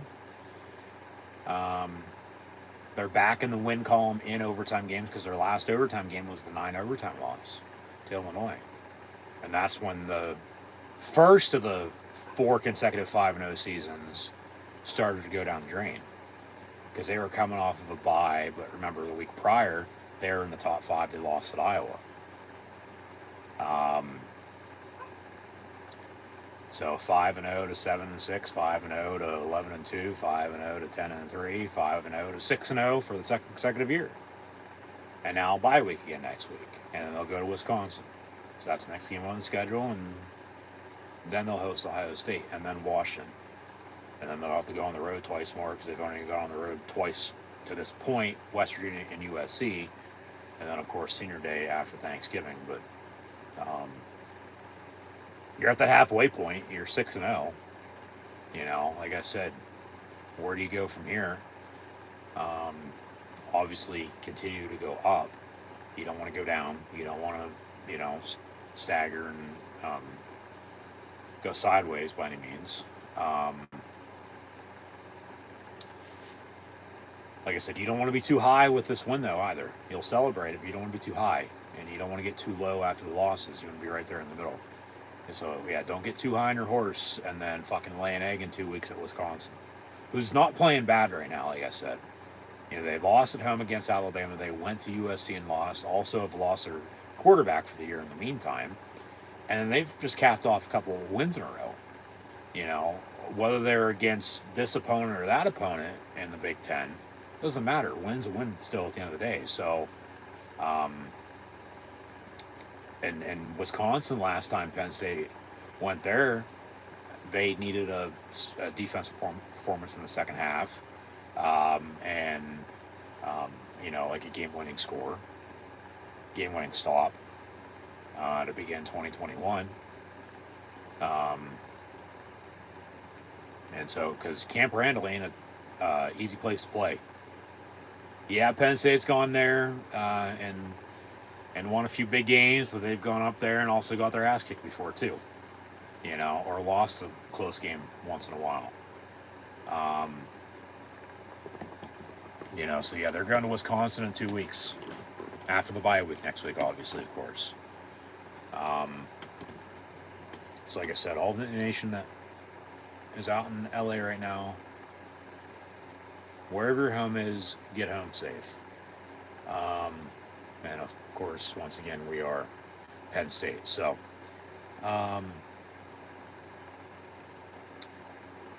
obviously knew it was going to be a tough game. You know, you're not used to playing USC, whether that be in the regular season, whether that be in the bowl season, or just whenever. You know, and USC has up until now it was 6-4, but now it's 6-5 all time in the series. USC still leads Penn State with the win though today to get to 5. So the next time they play in 2 years, USC will be here, and Penn State will look to tie that up at 6 apiece in 12 all-time meetings then at that point. Like I said, they're not used to playing each other, you know, so it's how do you match up? But obviously you feel confident here and there with this situation or that situation just based on how the teams have played. And that's what I said coming in. I said all week, you know, feel pretty confident, but they're going to have to run the ball and stop the run. Well, run game, yeah, it was there, but it wasn't there. It was more Aller, you know, throwing it all around. Tyler Warren with a hell of a game. But it's always up front, the offensive line. They can't block, they can't run, they can't pass then, and then they don't have the offensive performance they had as a team today. So give credit to the offensive line, more so than anything else. But then the defense, they couldn't stop the run. But then that defense in the second half, man, they're fucking for real. They are special. They've only given up 3 points through 6 games now in the third quarter alone, and 27 points through 6 games the whole entire second half. Okay? So what? Do the math, because it was 17 through 5, and it was averaging out to 3. So, you know, 6 into 27's 4, almost 5. You know, it's still less than a touchdown, but it's more than a field goal. But obviously, you're not going to get 4 or 5 points on a play. You'd get 4 points on 2 safeties and 5 points on a safety and a field goal. But this ain't Penn State, Iowa from 20 years ago. Yeah, they had a hard time stopping the run. They did. We'll get to the stats in a minute, but you know, USC was, you talk about Penn State offensively with chunk plays, big plays here and there. USC was, and they have a right probably to be pissed off on a couple missed calls penalty-wise, but the refs were letting them play. You know, they were calling it down the middle, which I appreciate, because normally it's not down the middle. It's, you know, always not one-sided, one way or the other, but it's just like, how the hell can you be calling this and then you're not calling that, whether it be against this team or that team once again, or just flat out, whether you called it or not, like, how did you call that? But how did you miss this? You know, like, I get holding, for example, happens on every play up front. As a matter of fact, we call it or not. But all the rest let them play. You know, like I said, USC probably has a right to be pissed off on some of the calls. You know, they probably thought they got some pass interferences. You know, but then, you know, Penn State, when they have been in the situation winning, they're in at that point. Maybe not. Then you'll have people saying it's rigged at that point. You know, just, I don't want to hear that bullshit. I don't. Because if, obviously you didn't watch the same fucking game, you know, like, you're just looking for excuses. Because everybody thinks they have a fucking voice to say whatever the hell they want nowadays. It's just the world we live in. It's fucking social media for you. Like, I try to keep it as real and, you know, open-minded as I possibly can. Like, I'll say this, I'll say that. You might agree with it, you might not, but everybody has their own opinion though too. But I'm gonna shoot you straight. I ain't gonna bullshit with you. I'll joke around, but, you know, I'd rather be told straight, you know, from somebody else rather than beat around the bush, you know. So it's, you know, or treat others how you want to be treated. As we now go into a therapy session with the win. And on the next page, you can, if you're reading this audio book, you can do whatever the hell you want. No, anyways,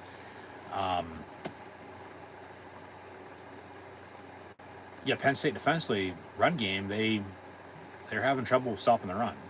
They were, and then, but the defense in the second half, I mean, like I said, they're for real. They cracked down again today. They were down 20-6 at halftime. And then the offense got rolling. 20-13, 20-20. Yeah. Turnovers into 6 points. You know, USC's turnover led to nothing of Penn State's, because Penn State just turned it right back over to them, and then we went to overtime anyway, so it didn't matter. Time ran out. But yeah, from 20-6 to 20-13 to 20-20, it was 23-20, 23 apiece, and then 30-23, 30-30. They didn't quit, you know. And like I said, good teams find ways to win. Like, you think about it, they don't turn the ball over. Penn State wins this game in regulation. We don't even go to overtime, truly, because they had 2 turnovers. We're not talking about the third interception by Aller at the end of the game. We're not, because it doesn't matter.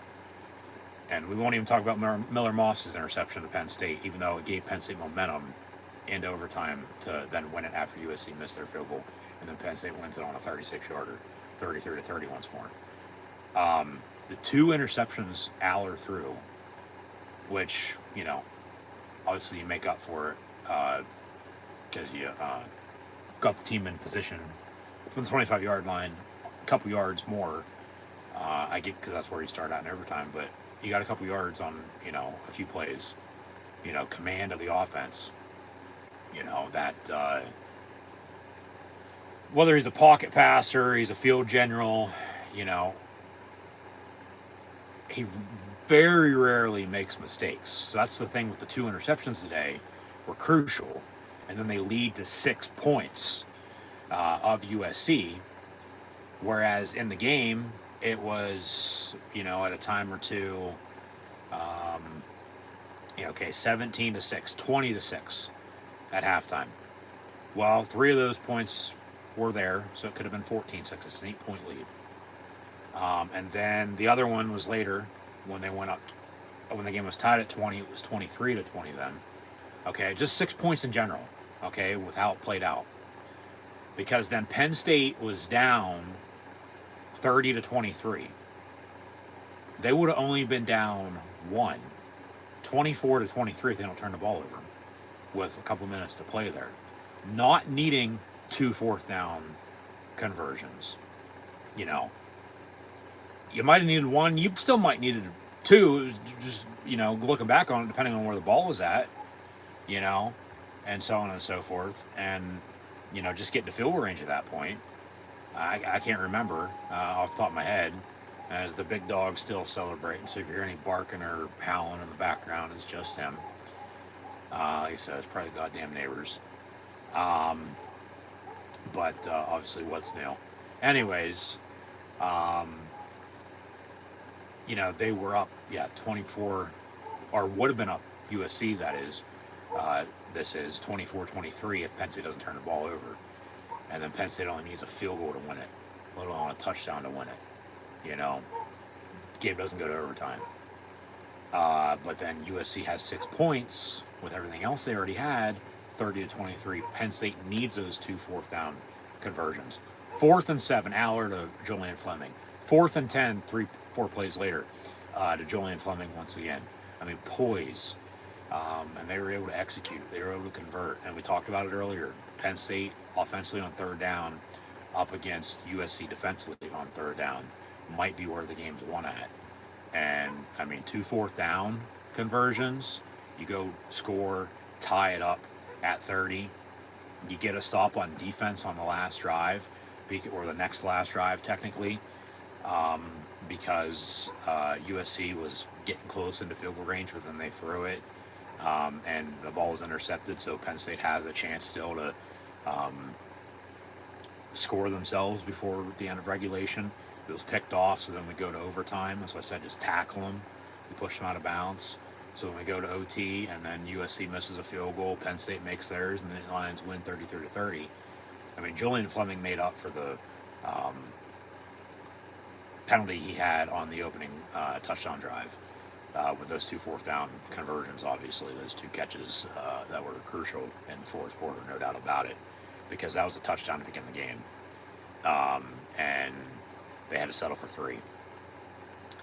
So they're up 3-0. USC goes up 7-3, 14-3, 17-3, and then Penn State gets a field goal with some momentum back on their side, 17-6. And then USC still has time, and they kick a field goal themselves to extend their lead 20-6 at halftime. But Penn State got the ball back to begin the second half, and they drove and scored just like they did to begin the game. You had the field goal drive, but it was really a touchdown. So you add that in to backtrack a little what I was saying. Penn State would have won the game in regulation if they also would have had that, on top of not turning the ball over.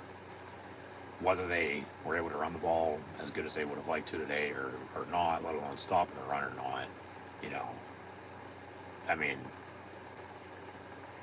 good teams find ways to win. USC probably should have won, but I think the better team did at the end of the game, when it's all said and done, did end up winning. Even though they shot themselves in the foot with this or that. They just, offensively, they found their groove. Defense cracked down, made stops in the second half, and yeah, it's 20-6 at halftime. Down 14. That's 2 scores. Because remember, they were down 14 at 17-3, and then they're down 11 at 17-6. So that's still 2 scores as well. You need a touchdown, a 2-point field goal to tie. But then remember, one of those turnovers to 3 points, another turnover to 3 points. That 6-point gap, that 6-point margin was big, especially with Penn State having a field goal or a touchdown earlier, but penalty, gets called back, and they got to settle for 3 and kick a field goal. So even with all that, 20-6 at halftime, they marched and drove downfield, and Tyler Warren, man, seriously. Penn State's had some damn good tight ends throughout history. Mickey Schuler, Kyle Brady, Corliss, if he could stay out of trouble. But as of late, it's been, Jesse James and Mike Gesicki and Pat Freiermuth, and so on and so forth.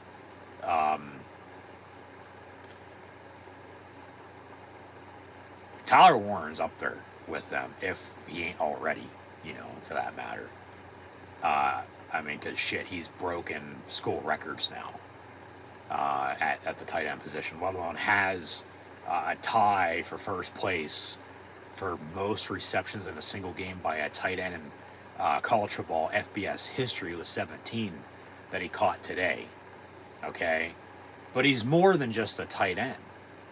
You know, whether that be a pass catching tight end, a blocking tight end, he is an all around tight end. You know, as Ohio State just blocked a field goal, they didn't return it for a touchdown like Penn State did against the Buckeyes in 16, but Oregon, trouble with the snap. Yeah. Snap, bobble the hold, and then I'm just going to fucking throw it up there. And then technically it's going to go down as an interception. Ohio State returned it a good ways.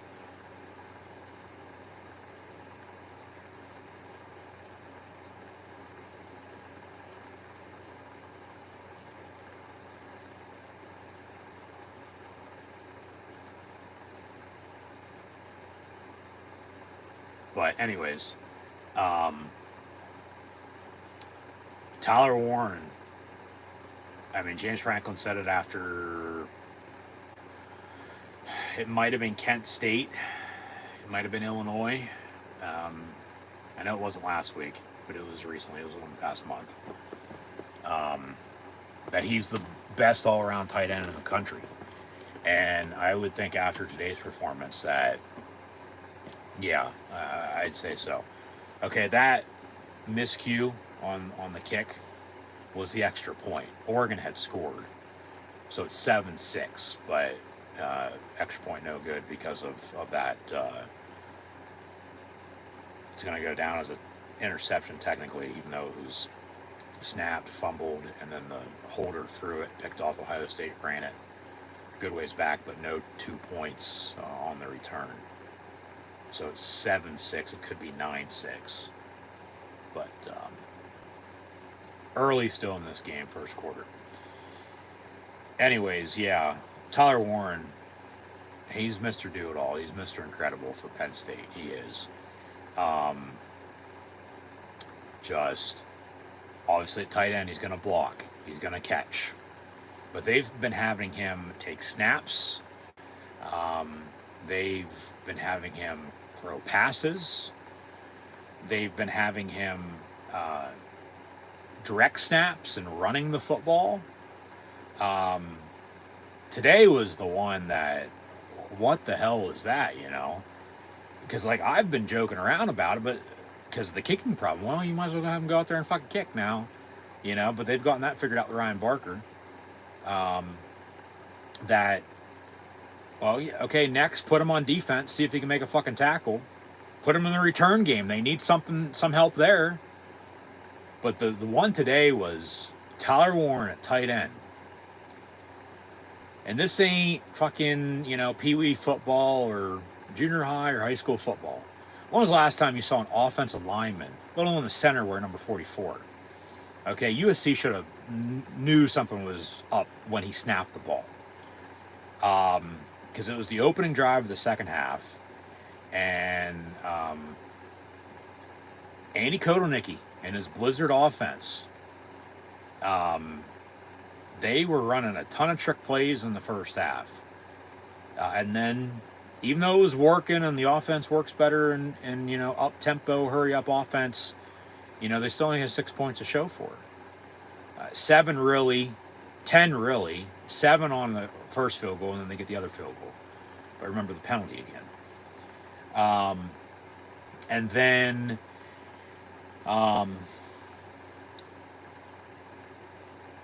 yeah, Warren, they, with the formation, had Dawkins at center, Chocolate Thunder's kid, as they've had all season long. But he didn't snap this ball, because Tyler Warren did. Because they had him technically at center, see if I can remember this right.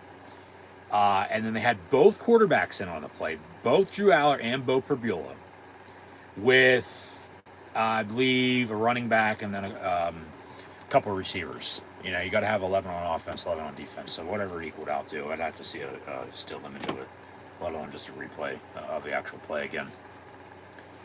But they lined up like normal, and then they motioned out, and like the offense right now is revolving around and humming with Tyler Warren.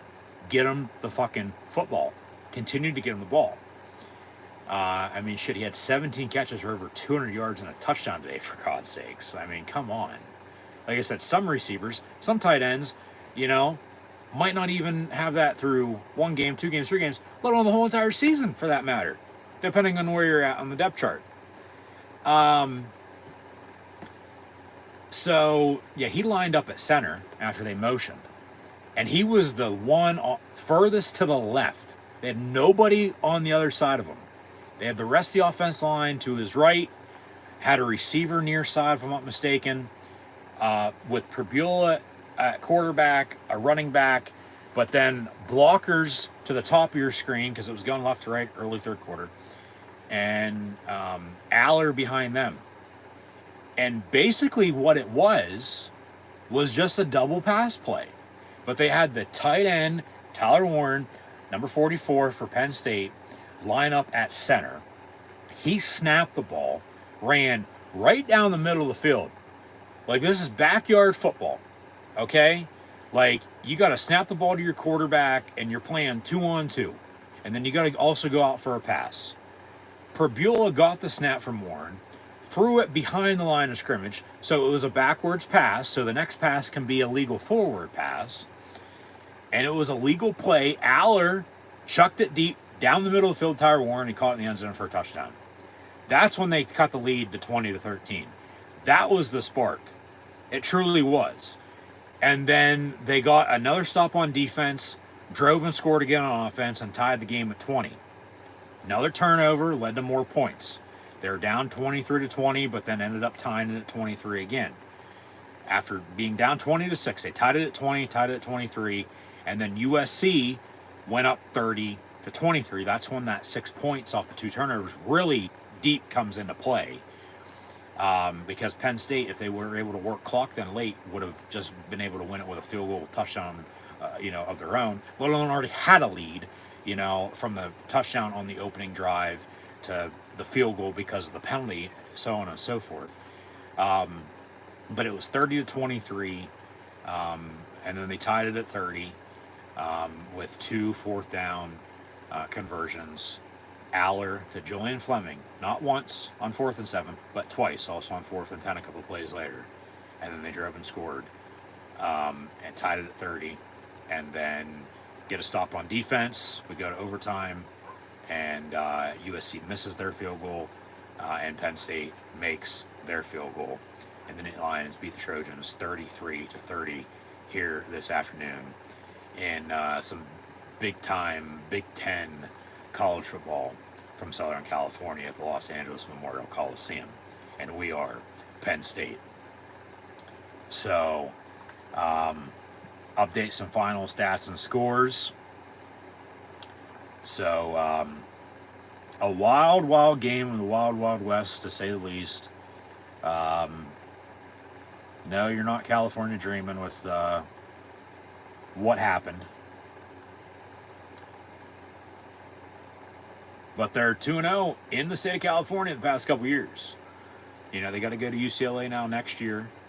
They hadn't been this far west in the regular season, like I said once again, since they played at BYU in 1992. They played at USC in 1991 at the Coliseum. Lost as a top 5 team that day to an unranked USC. Would have been a similar thing if so again today, but luckily a win's a win at the end of the day. And Penn State now officially 14-4 all time on October the 12th, winning 3 straight, 2 in overtime. With the win, USC, yes, still does lead the all-time series 6-5, but once again, they're not used to playing each other. They've met a handful of times in the regular season, they've met a handful of times in the postseason. And then there's today. But once again, just what a win. What a win. So, they're 6-0. USC falls to 3-3. USC will be at Maryland. Yes, at Maryland next week. They're having trouble with the M's. Michigan, Minnesota. Okay, they lost to Penn State. That's not an M. That's a P and an S and a U. We are. But USC goes to Maryland, to College Park, next week. And Penn State will be off on their second bye week. Remember, they had an early bye week a month ago, September the 14th, after West Virginia and Bowling Green before Kent State, in the middle of that 4-game homestand the past month. Just with how long the schedule is, how long the season is, but really how the schedule shakes out with conference play. You know, you have 2 non-conference games, a bye week, another non-conference game, and then you get into conference play. And then you have another bye week now next week before you really get into the thick of it down the stretch. Because after this bye week next week, they'll play for a solid month. And that'll be at Wisconsin, Ohio State, Washington, at Purdue, at Minnesota, and then Maryland. So we're halfway there. Don't stop believing just yet.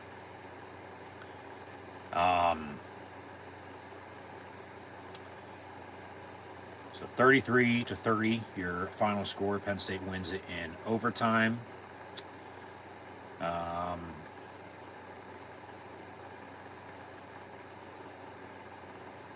Like I said, for Penn State against the West Coast teams now in the Big Ten, they'll go to UCLA next year after they beat the Bruins last week.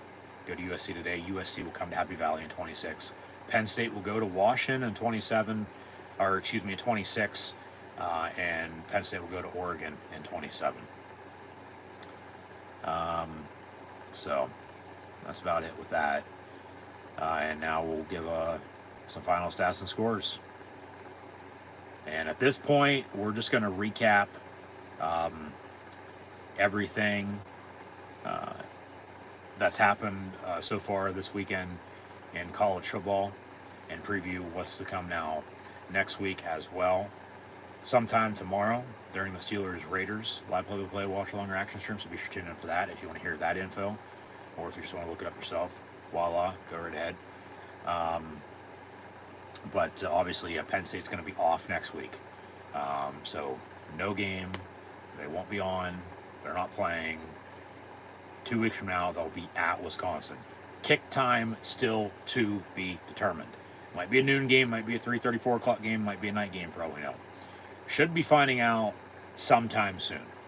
Probably Monday at the earliest. It's that week and a half window. Let alone the following Sunday or Monday after next weekend's games. So we'll see. But obviously, Camp Randall, easy place to play. Penn State knows that from prior experience. Wins or losses for that matter. And now at USC, 33-30. Once again, your final score. In the loss, like I said, USC is probably thinking, how the hell did we lose this game? Because they had Penn State right where they wanted them at. Miller Moss was 20-34 for 220 yards passing, 2 touchdowns, had the interception at the end of the game that set Penn State up at midfield to Hail Mary it, chuck it deep before the end of regulation, which Aller then just threw another interception anyway. So technically Aller's going to have 3 interceptions. That third one really doesn't matter though. They still have momentum going into halftime. They had momentum after halftime into the third quarter, I should say. But they have momentum going into overtime still after that interception by Miller Moss to Jalen Reed. And then even with Aller's third pick, they still have momentum after that. Made stops defensively. USC misses the field goal. Penn State wins it on their field goal. So Miller Moss, 20-34, 220 yards, 2 touchdowns, a pick. Woody Marks had 20 carries, 111 yards rushing, and Joyner, 3 carries, 82 yards, and that 75-yard end around for a touchdown. So USC as a team almost ran for 200 yards on the Penn State defense today. 24 carries, 189 yards, and the score. Lemon had 6 catches, 73 yards. Woody Marks, 2 of 44 out of the backfield, so he had a good 150 all-purpose yards. Did number 4. Hudson, 4 catches, 36 yards. and a touchdown. Deuce Robinson 1 for 25. Jacoby Lane 2 of 18. Joyner also had a receiving touchdown on 2 catches of 12 yards. Arnold had 13 tackles. Ramsey had 10 tackles. Aller was not sacked once today. They had technically 1 tackle for loss. Half to Ramsey, half to Clifton. And then they had 3 interceptions. 2 of them went to 6 points. And like I said then too, Penn State was in a good spot, lucky to only be down what they were down, because USC, scores more than 6 points off those 2, turnovers. Yeah, like I said, Penn State probably should have won the game in overtime, but they also could have been down a ton, and then, they're coming back even more. And then at that point, 33 points might not even been enough to win it, for God's sakes. Whether that was in regulation or overtime, for that matter. So the defense held it down, made stops after the turnovers, and only gave up 6 points off of those 2 picks. The third one is at the end of the game, so it doesn't matter. So we're not looking into it. Lance was 3 of 4 on his field goals, 3 of 3 on his extra points. Had a long of 47, but obviously missed the one in overtime that everybody's talking about. And then Ryan Barker from Penn State makes a 36-yarder to win it, as he was 4 of 4 today.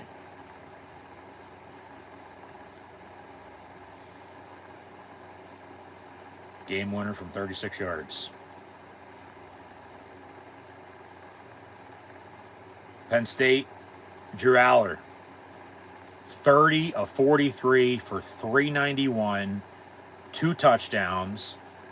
One to Tyler Warren early third quarter, the other to Nick Singleton to tie it at 30. Yes, he had 3 interceptions.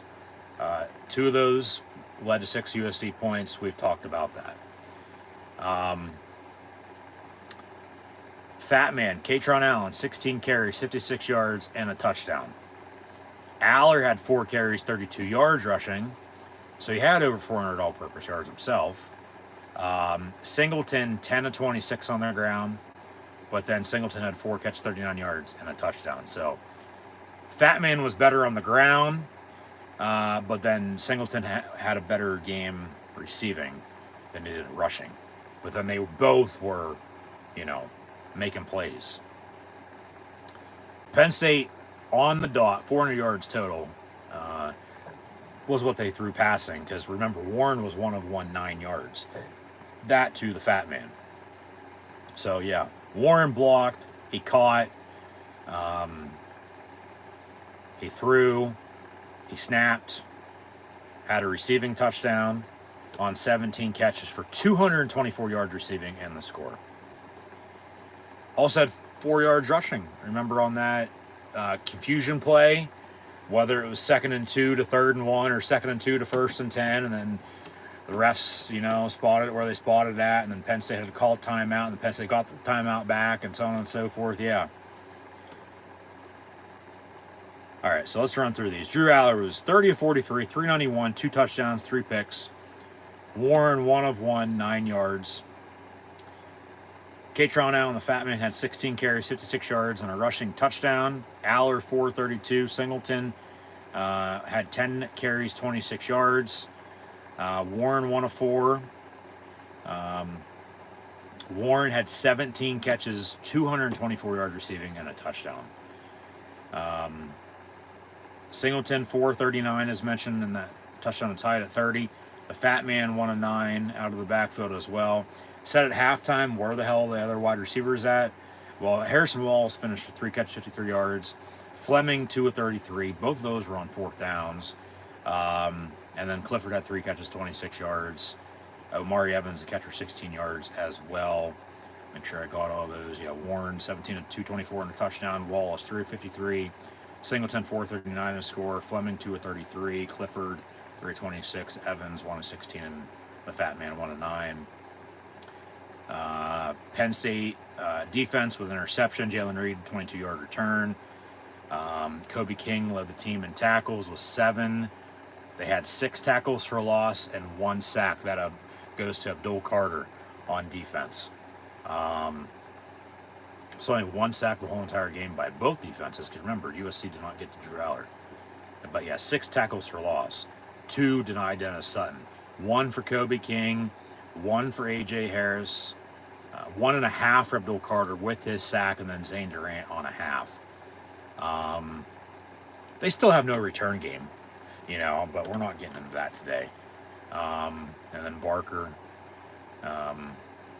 was good on all his field goals, including the game winner from 36 yards out. Penn State beats USC 33-30.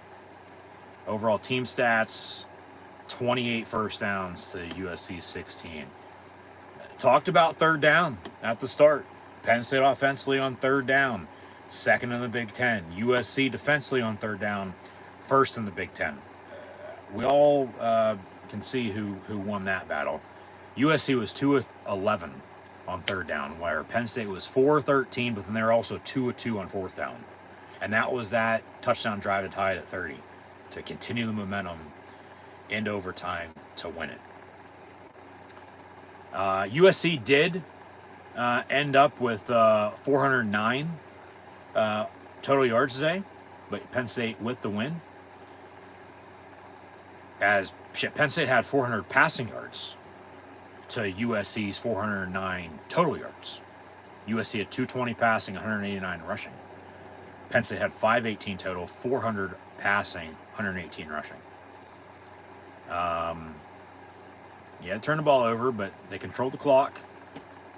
Had a couple less penalties. Like I said, USC's probably going to be pissed off defensively, about the refs, but they let them play. They did. Penn State had 3 penalties for 25 yards. USC 5 of 60. 4 total turnovers, 3 against Penn State, but they win. That's what matters. And they control the clock, 32-24 to 27-36. And just overall, man, like I said again, truly, what a game and what a win. And Penn State at 3.5, depending on what you had it as. It would have either been a push or a cover for USC, and plus the points then. The over would have hit at 50, clearly at 63 there, for anybody interested. But